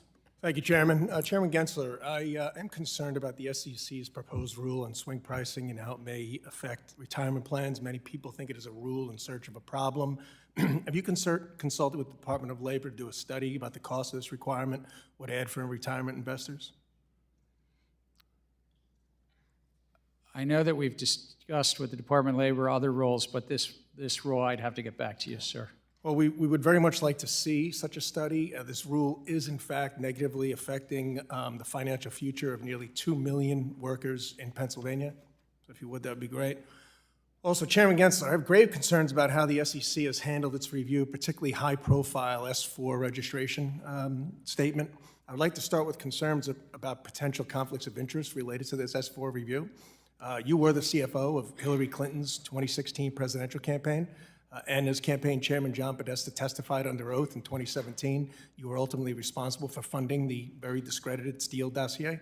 Additionally, senior SEC enforcement official Melissa Hodgman is the spouse to former FBI agent Peter Strzok and SEC general counsel Megan Barbero has worked on 2 impeachments of the former president. However, neither you nor Ms. Hodgman nor Ms. Barbera have recused yourselves from the following. In May 2021, Digital World Acquisition Corporation, DWAC, filed a registration statement for its merger with Trump Media and Technology Group, TMTG. For nearly a year, the SEC has obstructed the merger, destroying billions, I said billions of dollars in shareholder value, and harming over 20 million individual retail investors the SEC is chartered to protect, including many of my constituents. The average processing time for an S-4 form, which you well know is the last step in the merger like this, in 2022 was 134 days. Before your term as chairman, it was under 100 days. As of today, the DWAC has waited 337 days for the SEC to begin processing this form. This seems clearly out of the ordinary, correct? The review of these forms, the merger forms, when a special purpose acquisition company is buying a company, and that company is going public, are reviewed by our Division of Disclosure Review. And yes, it takes time to make sure that those filings are accurate and in compliance with the law. And we certainly had more of them in 22 than 21. You talked about the lengthening of that time. I'm focusing on this one, 337 days. Why should my constituents not be concerned that this out of ordinary delay is caused by such conflicts of interest? There's with all respect, there's no conflicts here. This is just a matter of making sure that filings with the Securities and Exchange Commission accurately have the full, fair, and truthful disclosures in those documents. Of course. Will the SEC ever approve the DWAC-TMTG merger? We don't have a role in approving or disapproving mergers. What we do have a role of overseeing the disclosures with regard to those mergers, and it's really just the disclosure documents review. Okay. What concerns should my constituents have that are shareholders in this very unordinary extended review process? I would say they shouldn't have any concerns, or they should have serious concerns because they're losing money. Overall, again, not speaking about anyone's circumstance, but overall, investors benefit by robust review by this. It's about a 300-person unit that looks at these documents to see whether they're complying with the law and they're accurate. Okay. And yes, from time to time, we actually take an order. A 5-member commission takes an order to investigate further. It's called an 8E order. I'm familiar with that. I want to get to that. But stable roads, for instance, you were very familiar with, very similar at procedural parallels to all of this, was bragged by Ms. Hodgman about incredible speed, efficiency, and creativity. It was able to move forward even while under added investigation. So what was the legal basis for refusing to process a registration statement based upon the existence of the so-called 8E examination? What's the legal basis for it? Again, I'm not speaking about anyone's circumstance, but Congress gave us authority under the 1933 Act that I talked about earlier, that Sam Rayburn fathered, and to make sure that the disclosures to the public are accurate and complete. Can this organization expect some sort of response from the SEC any time in the near future? Again, we work with registrants to make sure that their filings are accurate and complete. Thank you. I yield back, Chairman. The gentlewoman from Michigan, Ms. Tlaib, is now recognized for 5 minutes. Thank you, Chairman. Chair, thank you so much for being here. Climate disasters cost us money, right? Like climate disaster, does it cost the economy money? Is there an impact on the economy? There's a lot of economic research that shows that Oh, it's a pretty simple. that climate risk has led to cost to the economy. Like the disasters that a lot of my residents talk about. I mean, somebody's paying the cost to clean it up. I know like in Michigan, we've had several, I think since 2020, I believe we had like 11 different climate disasters, which resulted in about $2 billion cost. So it costs money when we have these climate disasters. There's weather events, there are other events that can occur. When you all put the rule out in regards to, and I'm going to talk about scope 3 emissions, there was overwhelming support in the comments, correct, by investors for the proposed rule? There's generally been strong support amongst investors. There are some that are in opposition to what so-called scope 3 disclosures, but generally very strong support, far more mixed on the issuer side. Actually, Chair, I read that 97% of investors supported the proposed rule of all the comments submitted. So I want to talk about what is scope 3?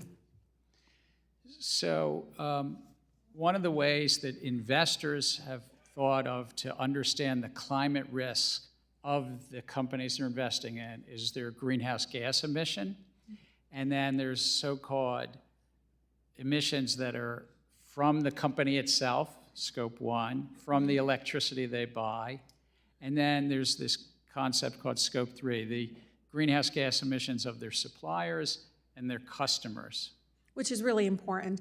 In European Union, don't they require some sort of disclosure around this already? About 70% of public companies in America have to report to them in regards to that. I think they call theirs, if I'm not mistaken, Corporate Sustainability Reporting Directive. But I don't, do they have like a scope 3 emissions disclosure? So the European Union's disclosure directive is, I believe, being finalized and going into place sometime this summer. But from public reports, yes, they would be covering. 70% of US-based public companies, correct? Would have to report. So their regime in Europe says that if you operate in Europe, or you're listed in Europe, or you have over 150 million euro of you're covered. And the Wall Street Journal recently reported that it would be about 70% of US companies would meet that European standard. However, despite the importance of this, and I think folks generally outside of Congress generally are very supportive of this proposed rule. Companies, though, under scope 3 would have to determine what they think is important to report. Is that correct? It'd be up to them. What we proposed is only about public companies. It's not about their suppliers, but the public company would be required to You're not worried about underreporting? Because the way the threshold is, it literally only requires disclosure of scope 3 emissions that they themselves determine to be important. I can go into details in showing you when you say things are illegal. No one ever talks about the fact that there is a huge trend within these public companies of inside trading, of violating the law. Enforcement is a different aspect, but you're right. I'm worried about underreporting here. Yeah, what we proposed was that those companies that found it so-called scope 3 was material to them, that then they would have get to report decide. it. Chairman, I'm really concerned at us allowing them to decide. Just look at Silicon Valley, even, and I'm so glad that Congresswoman Velasquez mentioned Section 956. you know, the fact it's been 12 years that we don't even have this, we can't even claw back. But we know for a fact from timeline, certain companies do certain things for profit, even though it's against the law. And I just feel like very much when we allow this much kind of let them decide whether or not it's important to report, I'm really concerned about underreporting regarding the emissions impact. And I just want you to go back to the rest of the commission and express the concern here. You can't allow them to self-determine what's important. I think we need to tell them what it is. Thank you. The vote's been called on the House floor. The chair's intention is to get through as many of these questions as possible. Then we will recess for the purposes of these two votes on the floor. I'll quickly come back. We'll restart the hearing as soon as we have bipartisan attendance and then get rolling here. Mr. Fitzgerald of Wisconsin is recognized for 5 minutes. I think we'll have time to get to Mr. Vargas next in the queue on the Democrat side. And then Ms. Kim, if we have time. Thank you, Mr. Chair. I'll be quick. This was a question that Congressman Lukenmeyer had touched on earlier, and it's something that's been kind of a running theme, I think, as we've had the Fed and others come before the committee. So sustainable home ownership is obviously a mechanism for young adults to try and get into the market and build wealth. However, access to affordable home ownership, it's increasingly out of reach in many communities across the country. And so I've been trying to put this on a lot of people's radars so that they can kind of watch and hope to usher things forward. So 65% of Wisconsinites, our first-time home buyers, have used private mortgage insurance. And without the tool, based on the median income and the median home value, it would take the average Wisconsin family about 10 years to save the 20% it would take for a down payment. In January, at the end of January, the SEC reproposed a rule regarding the prohibition against conflicts of interest in the certain securitizations, which you're aware of. So the whole idea of the synthetic asset-backed securitization, I think, is what a lot of members have been focused on. So my question to you is, we feel like that the rule could be overly broad and ambiguous, and it could prohibit private mortgage insurers from procuring not only reinsurance in the capital markets, but just over the ordinary course of the U.S. regulated insurance businesses. It could tighten it too much. And I'm just wondering kind of if you guys are in tune to that.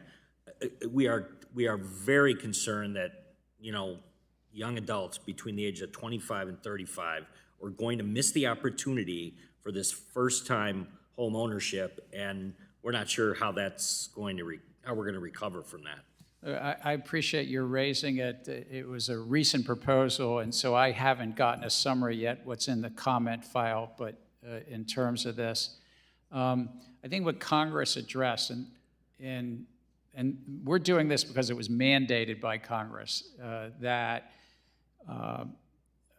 people in the asset securitization markets, this is mortgage markets that are securitizing it, in the 2008 period had some conflicts that were revealed, and Congress said we had to address, to ensure to make sure address those conflicts. And so we're trying to follow up on Congress's mandate that we're required to do that, but I'll certainly take this back. Yeah, and once again, I'm putting it on your radar. I think it's a running theme. It's a big concern, I think, for many members of financial services. So, but thank you for your time. I yield back. We'll now go to Mr. Vargas of California for 5 minutes. Thank you very much, Mr. Chair. And again, I want to thank you, and I want to thank the ranking member for convening this meeting. And I can see why you cherish the experience, Mr. Chair, of coming under 7 different chairs, and I imagine you could name them all if you were asked to do so. No, don't look. Don't look. That's cheating. That's cheating. But anyway, I jest, of course. And again, I thank you very much. Now, I was going to go into a whole bunch of questions here and praise you over, because I'm the co-chair of the Congressional Sustainable Investment Caucus, and what you're doing, I think, is fantastic. And again, I appreciate it. But you kind of dropped the bomb on us in a second there. You said something, and then you didn't get an opportunity to talk about it, and that's AI.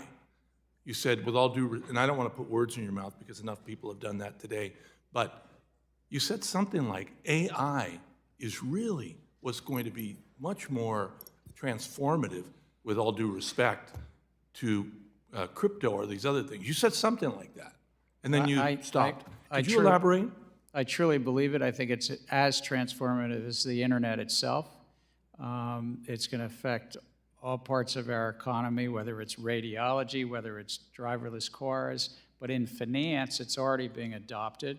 It's being adopted for call centers, for compliance, robo-advising, brokerage apps, something called sentiment analysis, where even this hearing right now might be being fed right into a sentiment analysis to analyze, and would the markets go up or down depending upon what the chair said. This is Chair McHenry, not this chair. Yes. You know, and you'll have a picture up soon. Yeah. Very nice. It'll probably be life-size, actually. So it's transformative, but it's also raises public policy issues, and one of them that we're looking at the SEC is using predictive data analytics in robo-advising and in brokerage apps. Are the applications just solely looking at the interest of the investor, or are they also looking at their own interest, and that might inherently have conflicts in the algorithms? As liberal as I am, I'm actually conservative in the way I look at the world. When there are changes, it makes me a little nervous.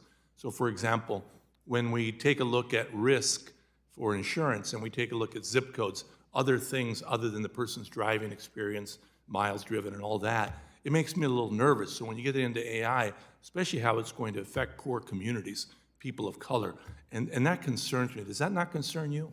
I think it's a big challenge because look, I mean, right now you can sweep the data up from your automobile driving. It's called telematics. You can sweep up your social media usage and sort of, based upon that, decide how to underwrite and make a loan. There's research, actually, interesting research that shows that if you capitalize your letters for pronouns in your emails, you're better credit than if you don't. I'm giving you this away a little bit. And if you charge your phone every night, you're better credit, believe it or not. So now, what if it happens to be that people that capitalize their letters are of a certain race or ethnicity or gender, and it has nothing to do with credit, but then we're embedding something into the systems which has inherent biases. So yes, I think you're right to have that consideration. Okay. I know that we're pressed for time, so I'm going to go ahead and yield back, and again, thank the chair. I thank my colleague. Mrs. Kim is recognized for 5 minutes. Thank you so much. I know we're rushed with time over here, but I have to say that in my ongoing conversations with those stakeholders in the financial industry, there are some things that they raise as concerning, and there is a theme here, and that is the frantic pace, limited comment periods, and complexity of the rules proposed by SEC under your leadership undermines the SEC's long-established three-part mission to protect investors, maintain fair, orderly, and efficient markets, and facilitate capital formation. Persistent inflation is eating away the hard-earned savings of retirees, and now some of the proposals by the SEC will make it harder to save for retirement, and this is unacceptable. And so I echo Representative Horsfield's comments about the hard close rule that would force investors to put in orders to purchase or redeem funds as early as 10 a.m. Eastern Time in order to get that day's price. As a member of Congress who represent California, this is concerning because my constituents may have to place orders way before they're getting out of bed. So I just wanted to echo that comments and share that. So do you believe that creating second-class citizen of investor is fair for my constituents or constituents who are asking for a level playing field? It's actually trying to help them out and level the playing field to protect them, because it's the biggest institutions that are sometimes anticipating that the Federal Reserve will come to their support. And in times of stress, open-end bond funds have made such calls to the U.S. Federal Reserve. And that's what we're trying to address, those Thank you. implicit I know you backing. addressed that issue in Representative Hall's first question, so thank you. I know you're repeating that too. But let me get to the next issue. You know, according to your SEC's Office of Advocate for Small Business Capital Formation, a woman founder's share of funding in the private markets, specifically venture capital, remains a fraction of the overall capital raised. One way to reduce this gap in funding is by incentivizing more women fund managers in the industry, something I heard in my conversation and roundtable discussions I had with them. The SEC's private funds proposal restricts site letters, and it would raise barriers to entry into private markets and disadvantage new fund managers raising their first funds.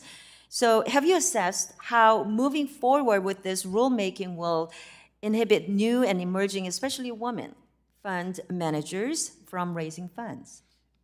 I think this rule proposal, if adopted, would really help a diverse array of investors.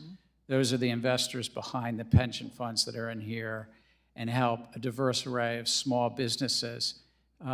It would potentially, frankly, lower the profits of the middle.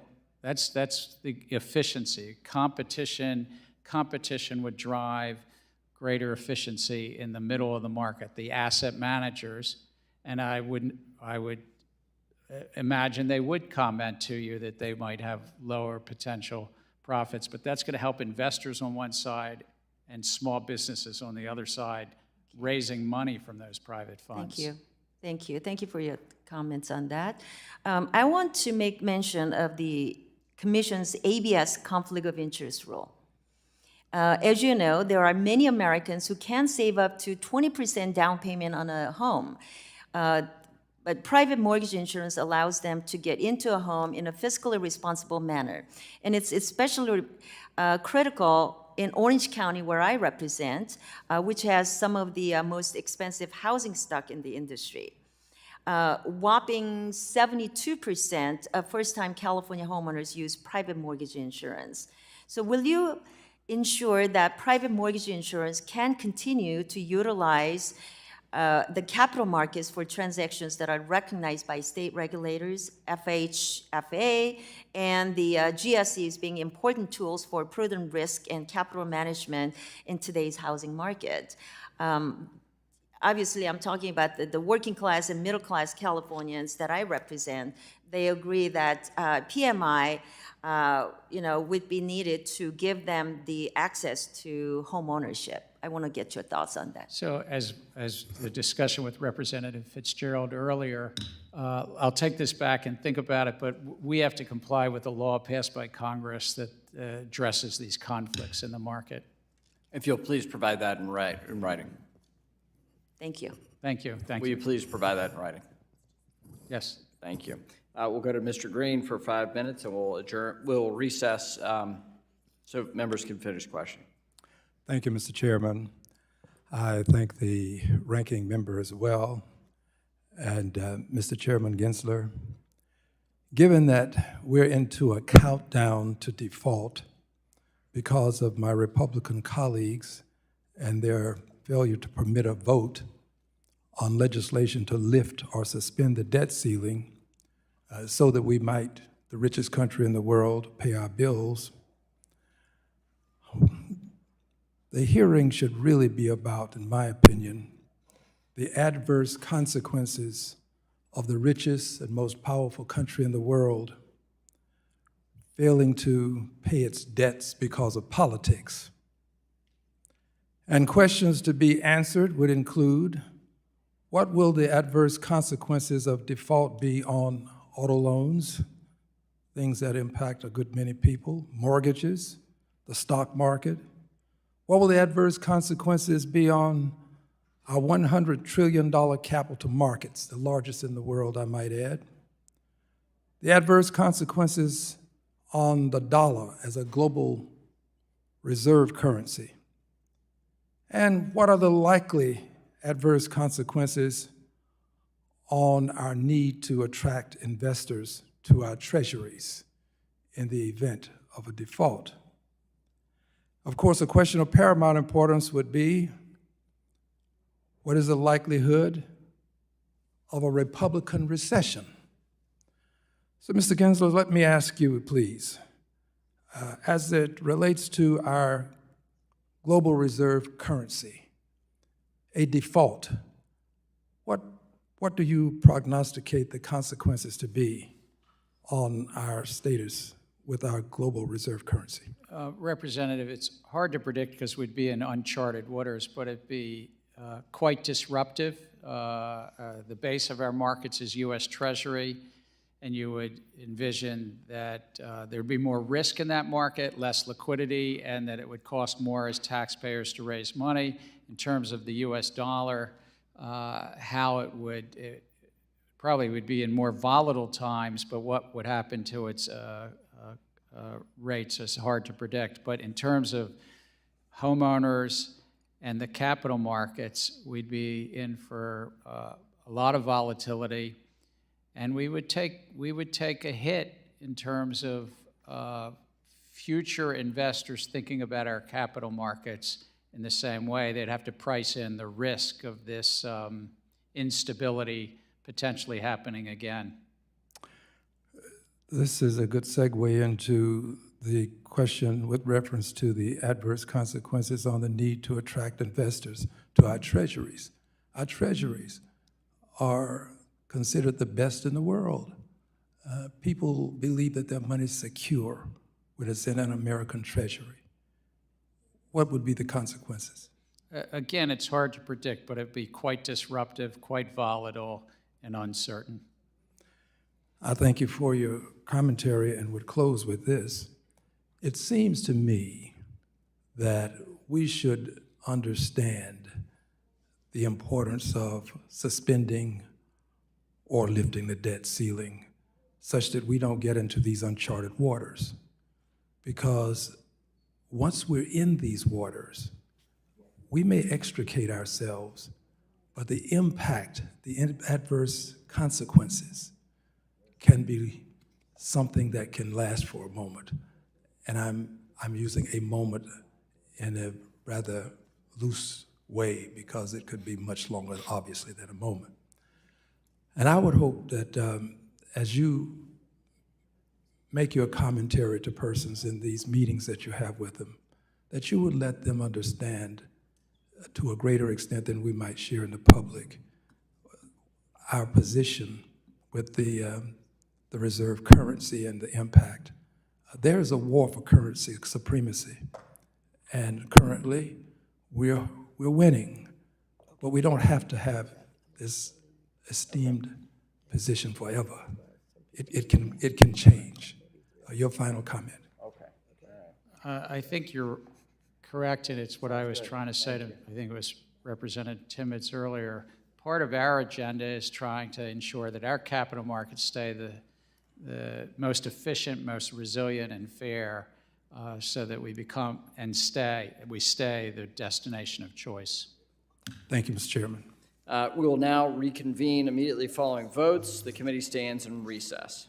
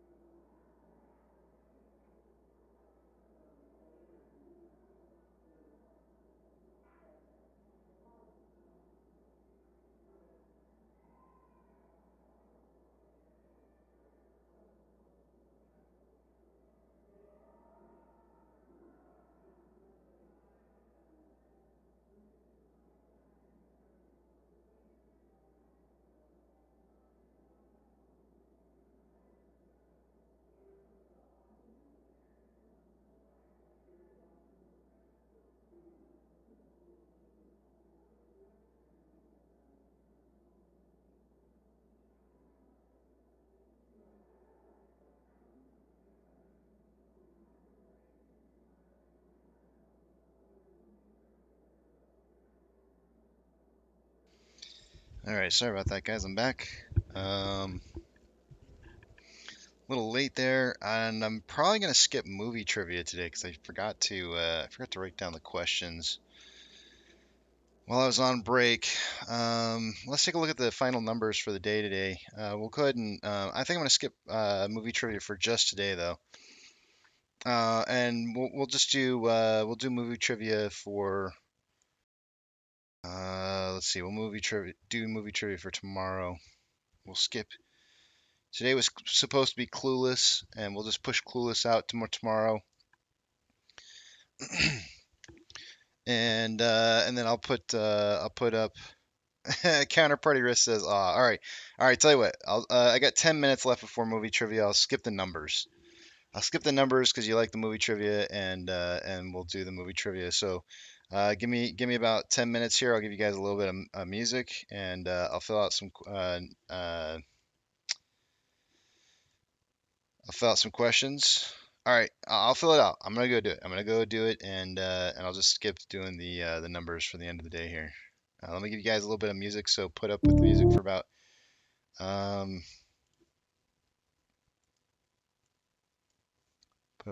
put up with the music for about 10 minutes while I do some quick questions. And then we'll do the movie trivia.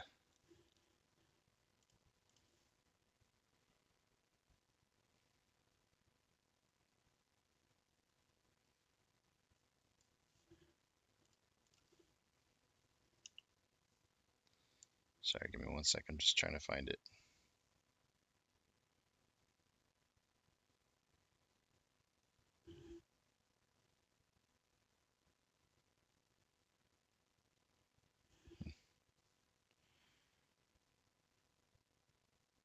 This should just like 10 minutes.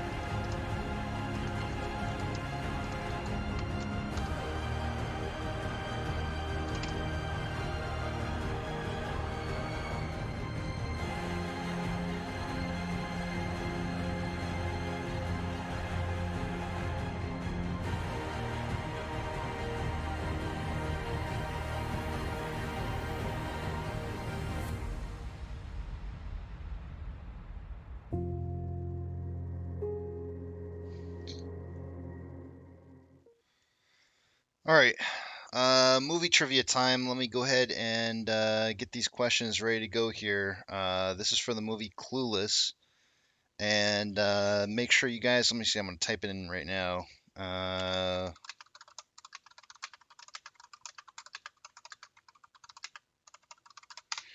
Make sure and hit live now for movie trivia. And once I see somebody say ready, I will go ahead and start reading off the first question of the day.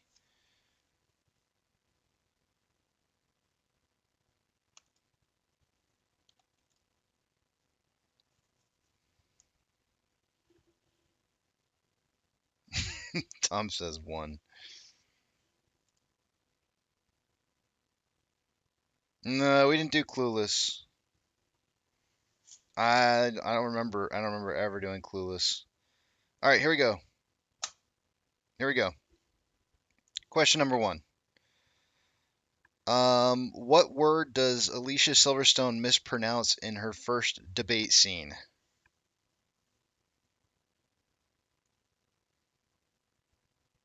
What word does she mispronounce? As if. Yucca, I went and got sleep on my break. That's why I was late getting back. I've overslept. Haitians is correct by Frank Lehman.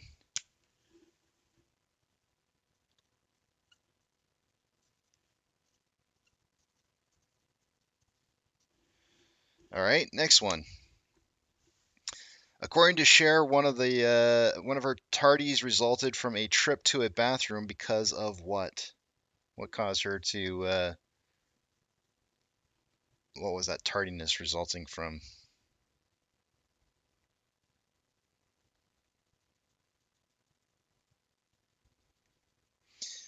You know what? I'm gonna take Frank Lehman's answer as women trouble. It is her period. Yes, that is the correct answer. I'll read between the lines there,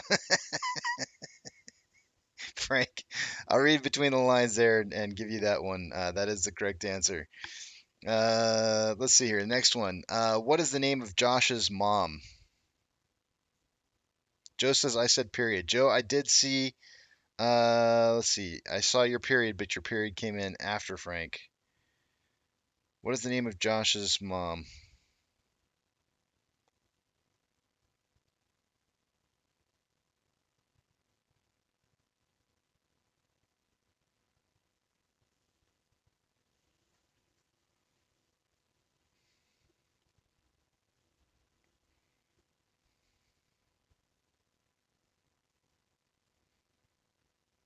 I feel like I'm gonna have to give a hint for this one. That was probably too tough of a question. Starts with a G.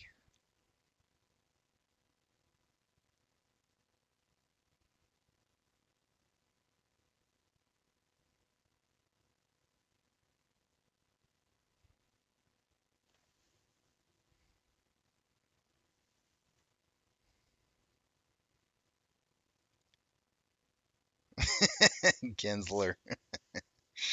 Nope. No, no, no, no, no. Bunch of G names rolling in now. It is not. That is not it. I'm gonna have to give up on this one, I think, and move on to the next one. Let's see. 5, 4, 3, 2, 1, 0. All right. Gail. Gail. Gail is Josh's mom's name. Next question. What country is Lucy from?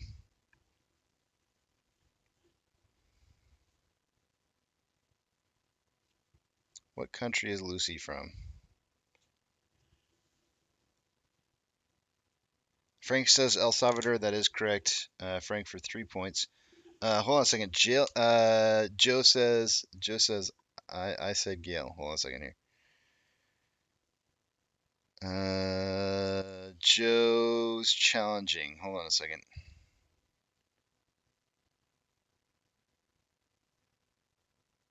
You get one challenge per time. I'm going back up to see if you said Gail. Hold on.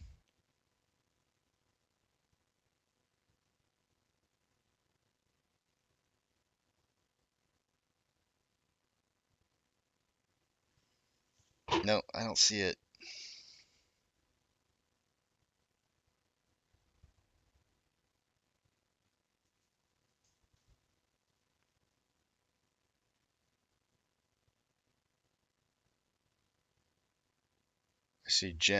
I see Jennifer with a G. I see pass. I see Gail. I see Gail. Okay. It's the wrong spelling for Gail, but I'll give it to you because it is Gail. So it's the wrong spelling though. Let's see here. Joe gets it. It's Gail. All right, point given. All right, let's see. Next one is let's see here. How did Cher's mom die? How did her mom die?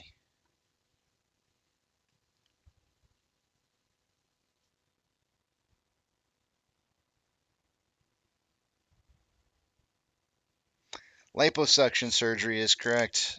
Liposuction surgery gone wrong by Frank Lehman for 4th point. Frank's really tearing up these answers here. Let's see here. What type of law does Josh plan on specializing in?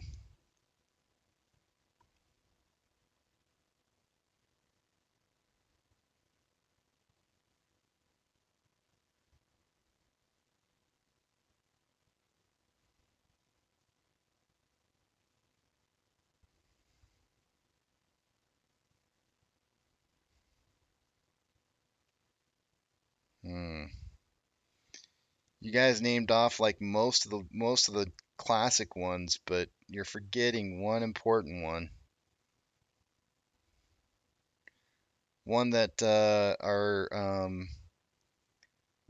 our house seems to be quite interested in as well with Gary Gensler.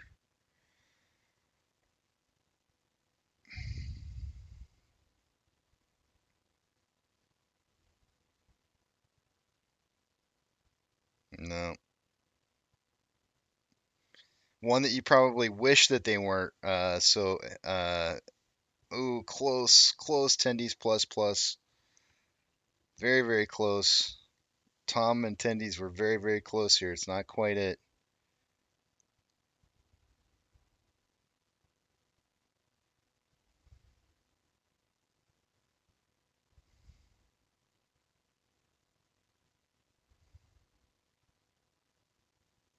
Environmental law is correct by Joe Pounce. Environments does not count, Foo Dog. Environments is not a environmental. I would have taken environmental, but not environments. Yeah. Environmental law is the correct answer. In the movie opening, Cher compares a scene in the pool with her friends to an ad for what brand? What name brand?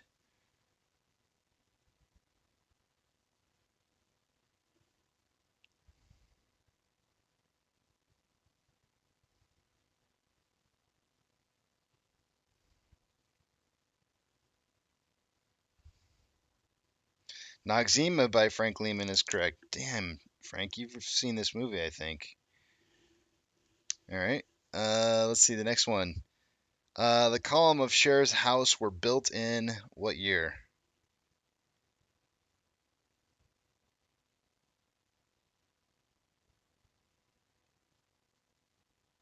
(1972) by Frank Lehman is correct. Somebody's using the internet for help. There's no way. There's no way you know this. He knows these answers too well. All right, next one. Cher compared Amber to the painting of which famous artist?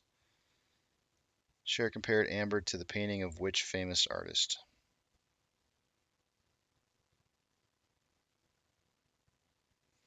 Monet is correct by Frank Lehman. Just tearing it up this week. All right, last one. I'm just gonna give you guys this. It's a 2-digit number, and it's an age. And if you can guess what it is, then I will give you 2 points. It's an age of somebody, 2 digits. Oh man, they're flying. NC Proud Dad for 2 points. 18 is correct.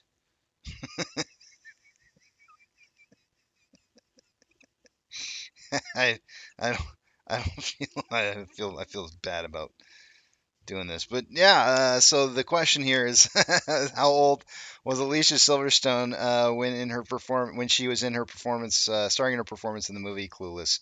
And the answer is 18. and NC Proud Dad, he knew. Man, I'm just teasing with you, man. 2 points though for NC Proud Dad. Let me add up the points here, and we'll take a look and see who the final winner was for the day today. 69. When I looked it up, Frank, well, she was playing 15, but her actual age was I was looking for. The age of Alicia Silverstone in the movie was 18. Let's see what we got going on here. Let's add up these points. We got Frank Lehman adding to his points. Actually, he didn't have any points. Congratulations on your first points for the week. Because I don't have you down for any points yet. So there.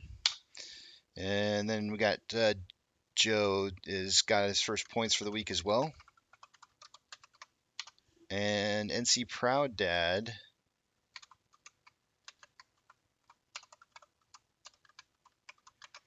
first points of the week as well. Everybody who got points today were your first points for the week. So we have a new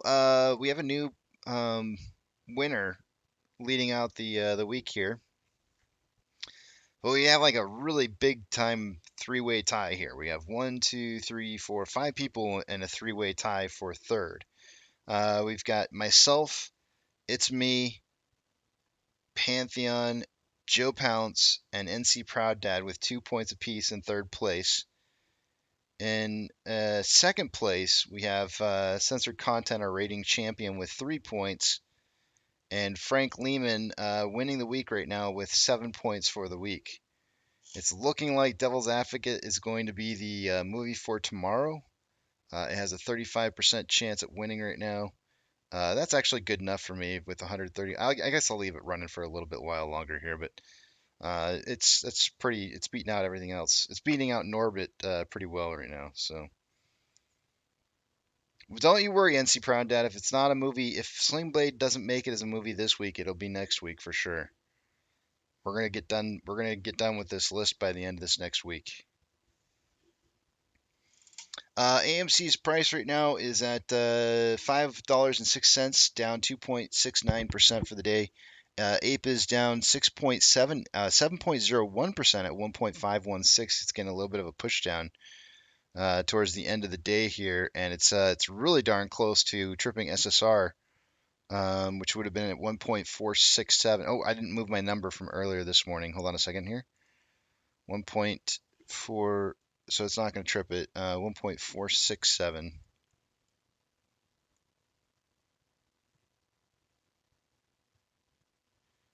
I don't think it's going to move down far enough to get to trip that there, though. I am surprised that it got down as low as it is, though. I really didn't think it would make it that far. The combined price of AMC and Ape, though, currently right now is at $6.59. I don't think anybody runs the risk of losing any points for the day today with that with our price ranges. Yeah, we're all good.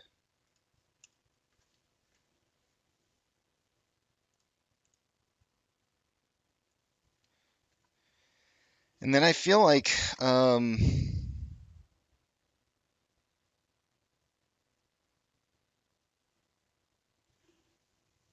was the name? I'm trying to think of what the name was with Reese Witherspoon, where she was in a movie similar to Clueless. Like, why do I keep thinking it's the same movie and I can't think what it's called now? What was the name with not Alicia Silverstone, Reese Witherspoon, where she ends up being like a lawyer or something like that in the movie? What was that movie called? Legally Blonde.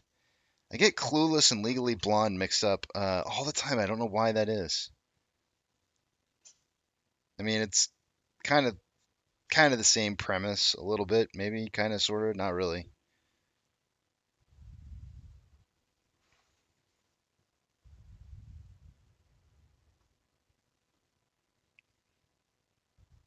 I did have a thing for Alicia Silverstone way back in the day. She was really pretty. She actually looked like one of the first serious girlfriends I ever had.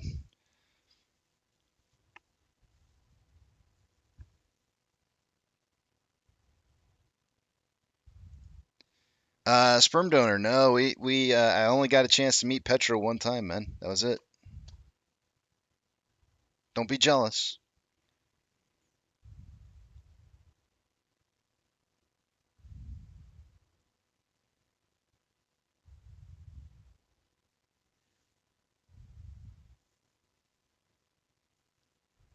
Wait, what's gross?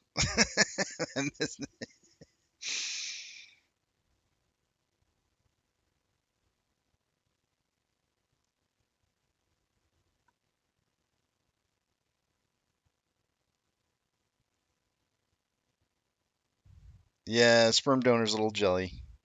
That's all right.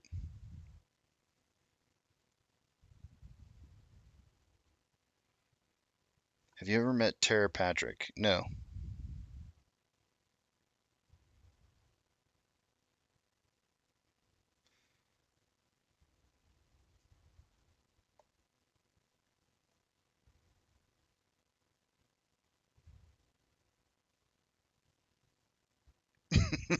Attendees, attendees plus plus like the sperm donor's jelly laughing. LMAO.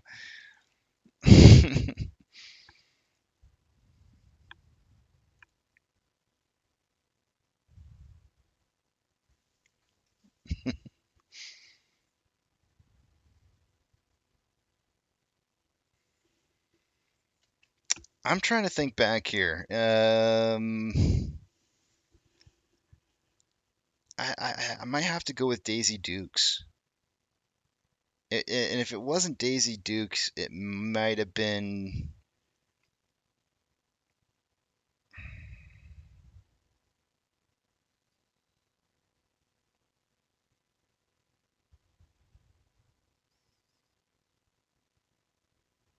Hmm.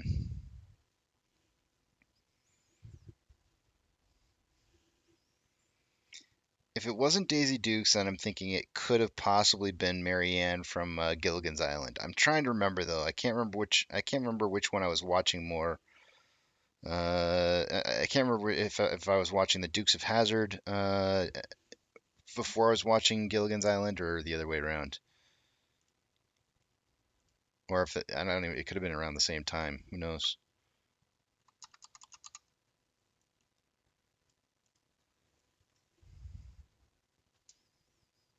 Gilligan was well, the TV series Gilligan was first, but I'm positive I was watching all of the reruns, so I just don't remember.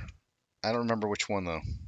No, definitely Marianne for me. I'm not a Ginger fan. I didn't think Ginger was all that pretty. Ginger's the one with she had the red hair, right? That she was the movie star. Let me just make sure I'm getting this right. Ginger from Gilligan's Island. Yeah, she was the redhead. I didn't have a thing for her. Just I don't know. Just didn't do it for me. Marianne with the pigtails was way cuter.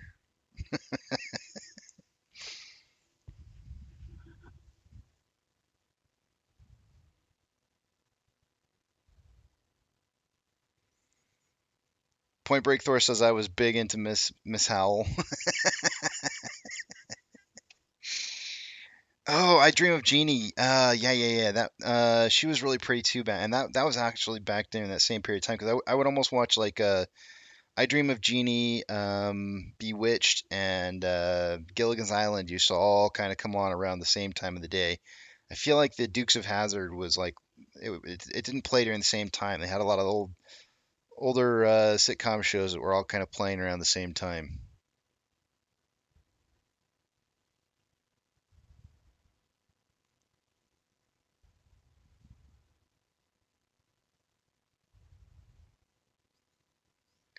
I didn't. Yeah, Janet from Three's Company was so annoying. I couldn't stand her.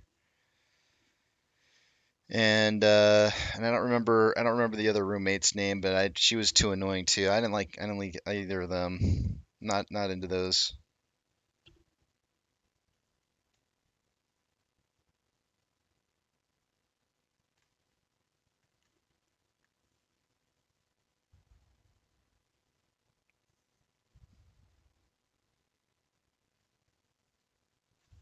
I think it might have been. I'm trying to remember. It was so long ago, but I'm pretty sure it was um, Daisy Dukes was first, I think.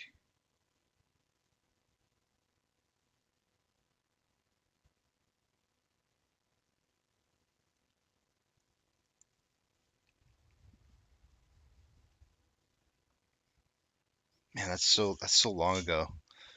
Wonder what I'm gonna look and see. I'm kind of curious what years the Dukes of Hazzard aired.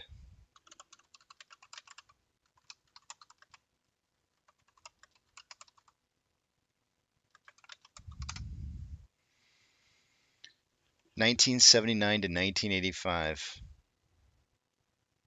6 years. Hmm.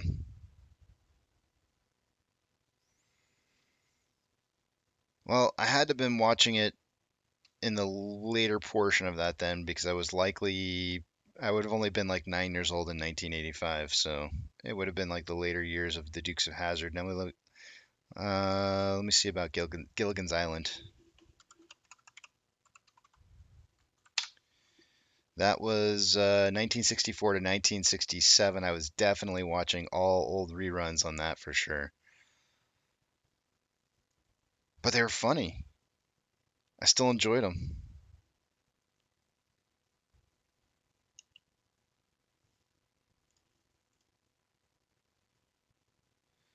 Oh yeah, Farrah Fawcett. Not a fan.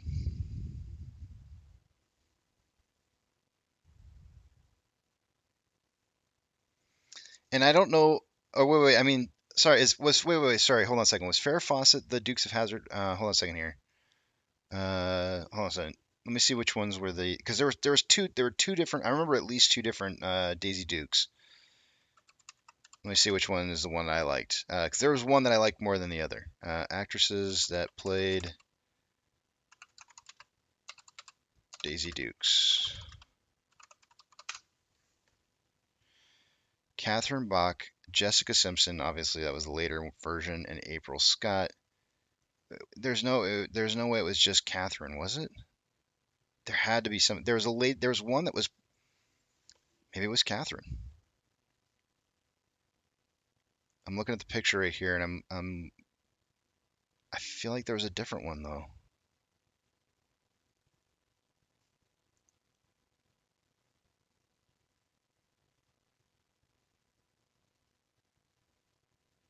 And I did not like Wonder Woman. I can't even think of what her name is. Was not a fan. I'm looking here, and I feel like there was two different. I feel like there was two different actresses, and it's not showing up on here who the other one was. But I feel like there was a second actress in way back in the 80s that played it. There was like one that was like more blonde than the other. One was like a dirty blonde, and then the other one was really like much more blonde, or at least that's how I remember it. Diver Down says Barbie Benton. Let me see if that's who it was because I think it was the other one that I liked. Let me check that out and see.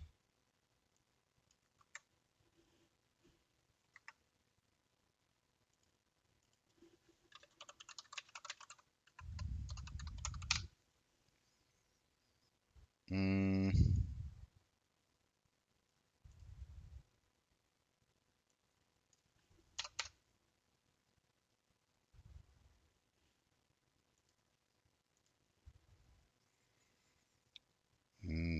maybe, but she's definitely a brunette though. I don't remember. The face doesn't look familiar. I don't recognize the face.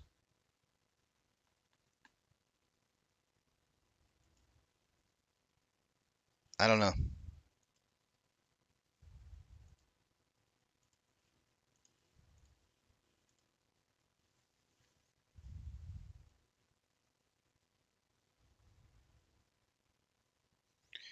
Well, then, if there was only one Daisy Dukes on TV, then it was that one. Then I felt like there was at least two, or maybe they changed up her hair, or they did something different. She looked different at some point. I don't remember who it was, but I liked one of the looks better than the other.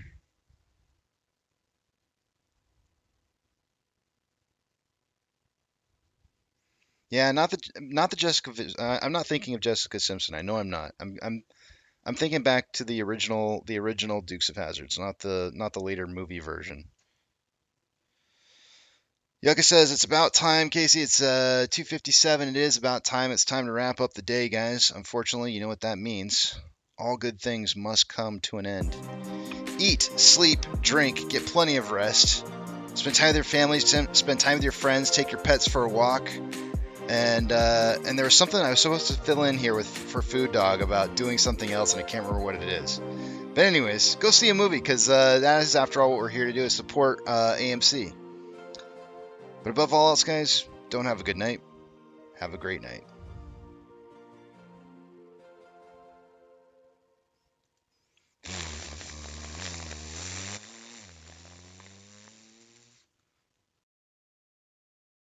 Beep, beep.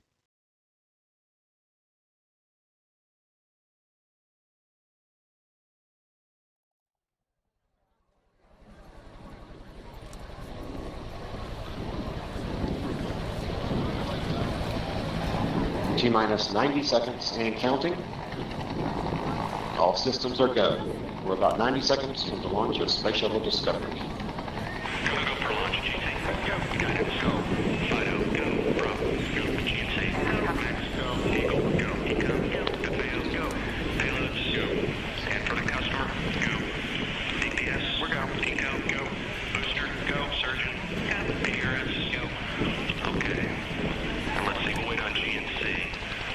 T-minus 60 seconds and counting. We are transferring to orbiter internal power at this time. Discovery is now running off its 3 onboard fuel cells. Coming up on a go for auto sequence start.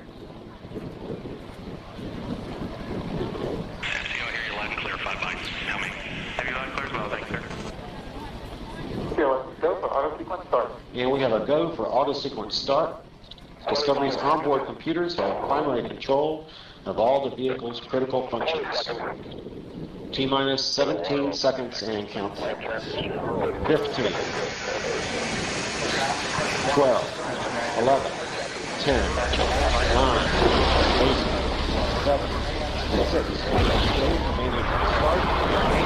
start, 2, 1, booster ignition, and liftoff of the Space Shuttle Discovery, returning to the space station, paving the way for future missions beyond.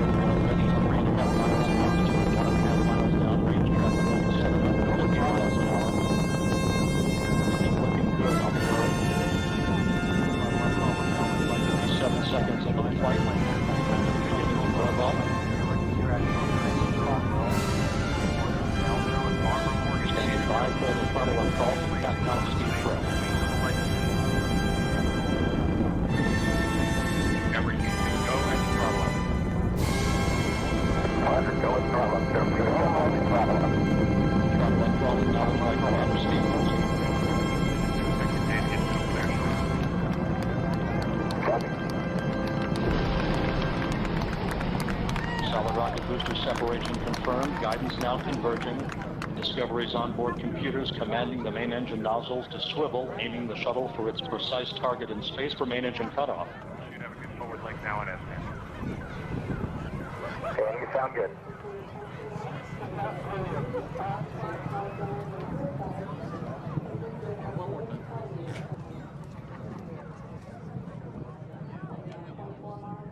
Discovery Houston, negative return. Copy, a negative return.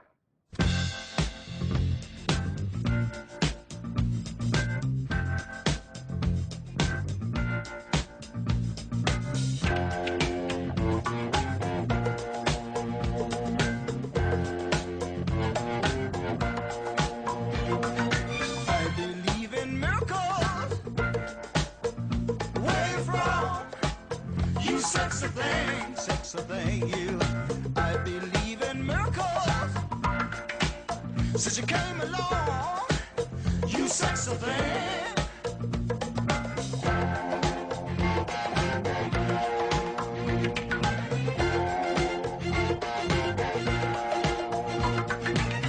Where did you come from, baby? How did you know I needed you? How did you know I needed you so badly? How did you know I'd give my heart gladly? Yesterday, I was one of the lonely people. Now you're lying close to me, making love to me. I believe in miracles. Where you from? You sexy thing, you. I believe in miracles. Since you came along, you sexy thing.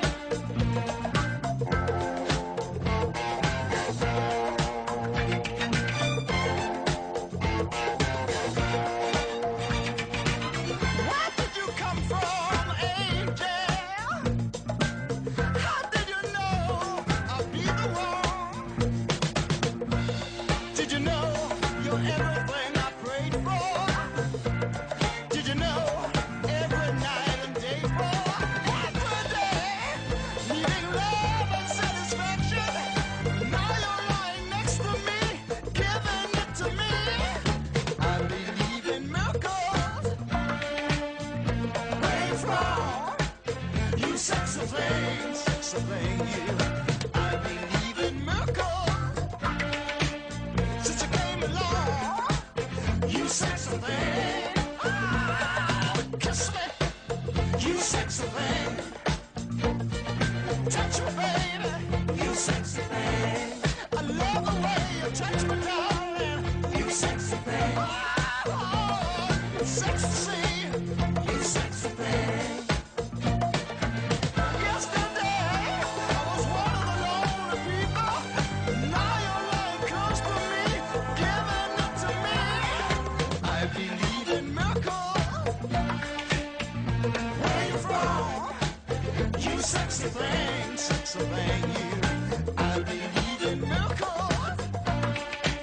Since you came along, you sexy thing. Oh, touch me. Kiss me, darling. I love the way you hold me, baby. It's ecstasy. It's ecstasy. Kiss me, baby. I love the way you kiss me, darling.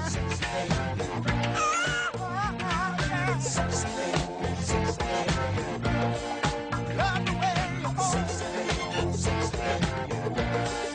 Keep on loving me, darling. Keep on loving me, baby.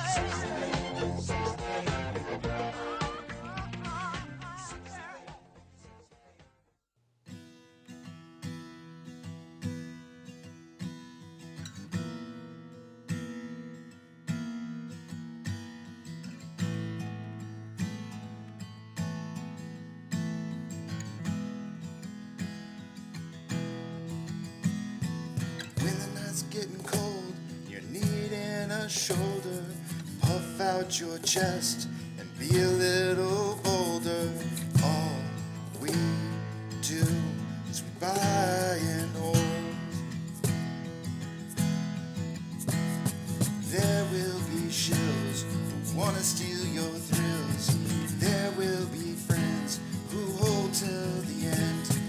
There will be doubt, fear and cloud, but it's all in your head. Those hedgies are dead. Panic and fear really are near, but it's not ours to own. We have shown that all we do is buy and hold.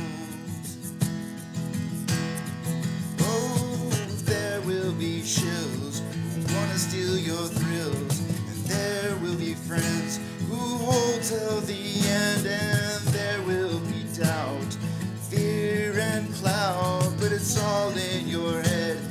those hedgies are dead. So when the night's getting colder and you're needing that shoulder, these apes got your back. We got each other all.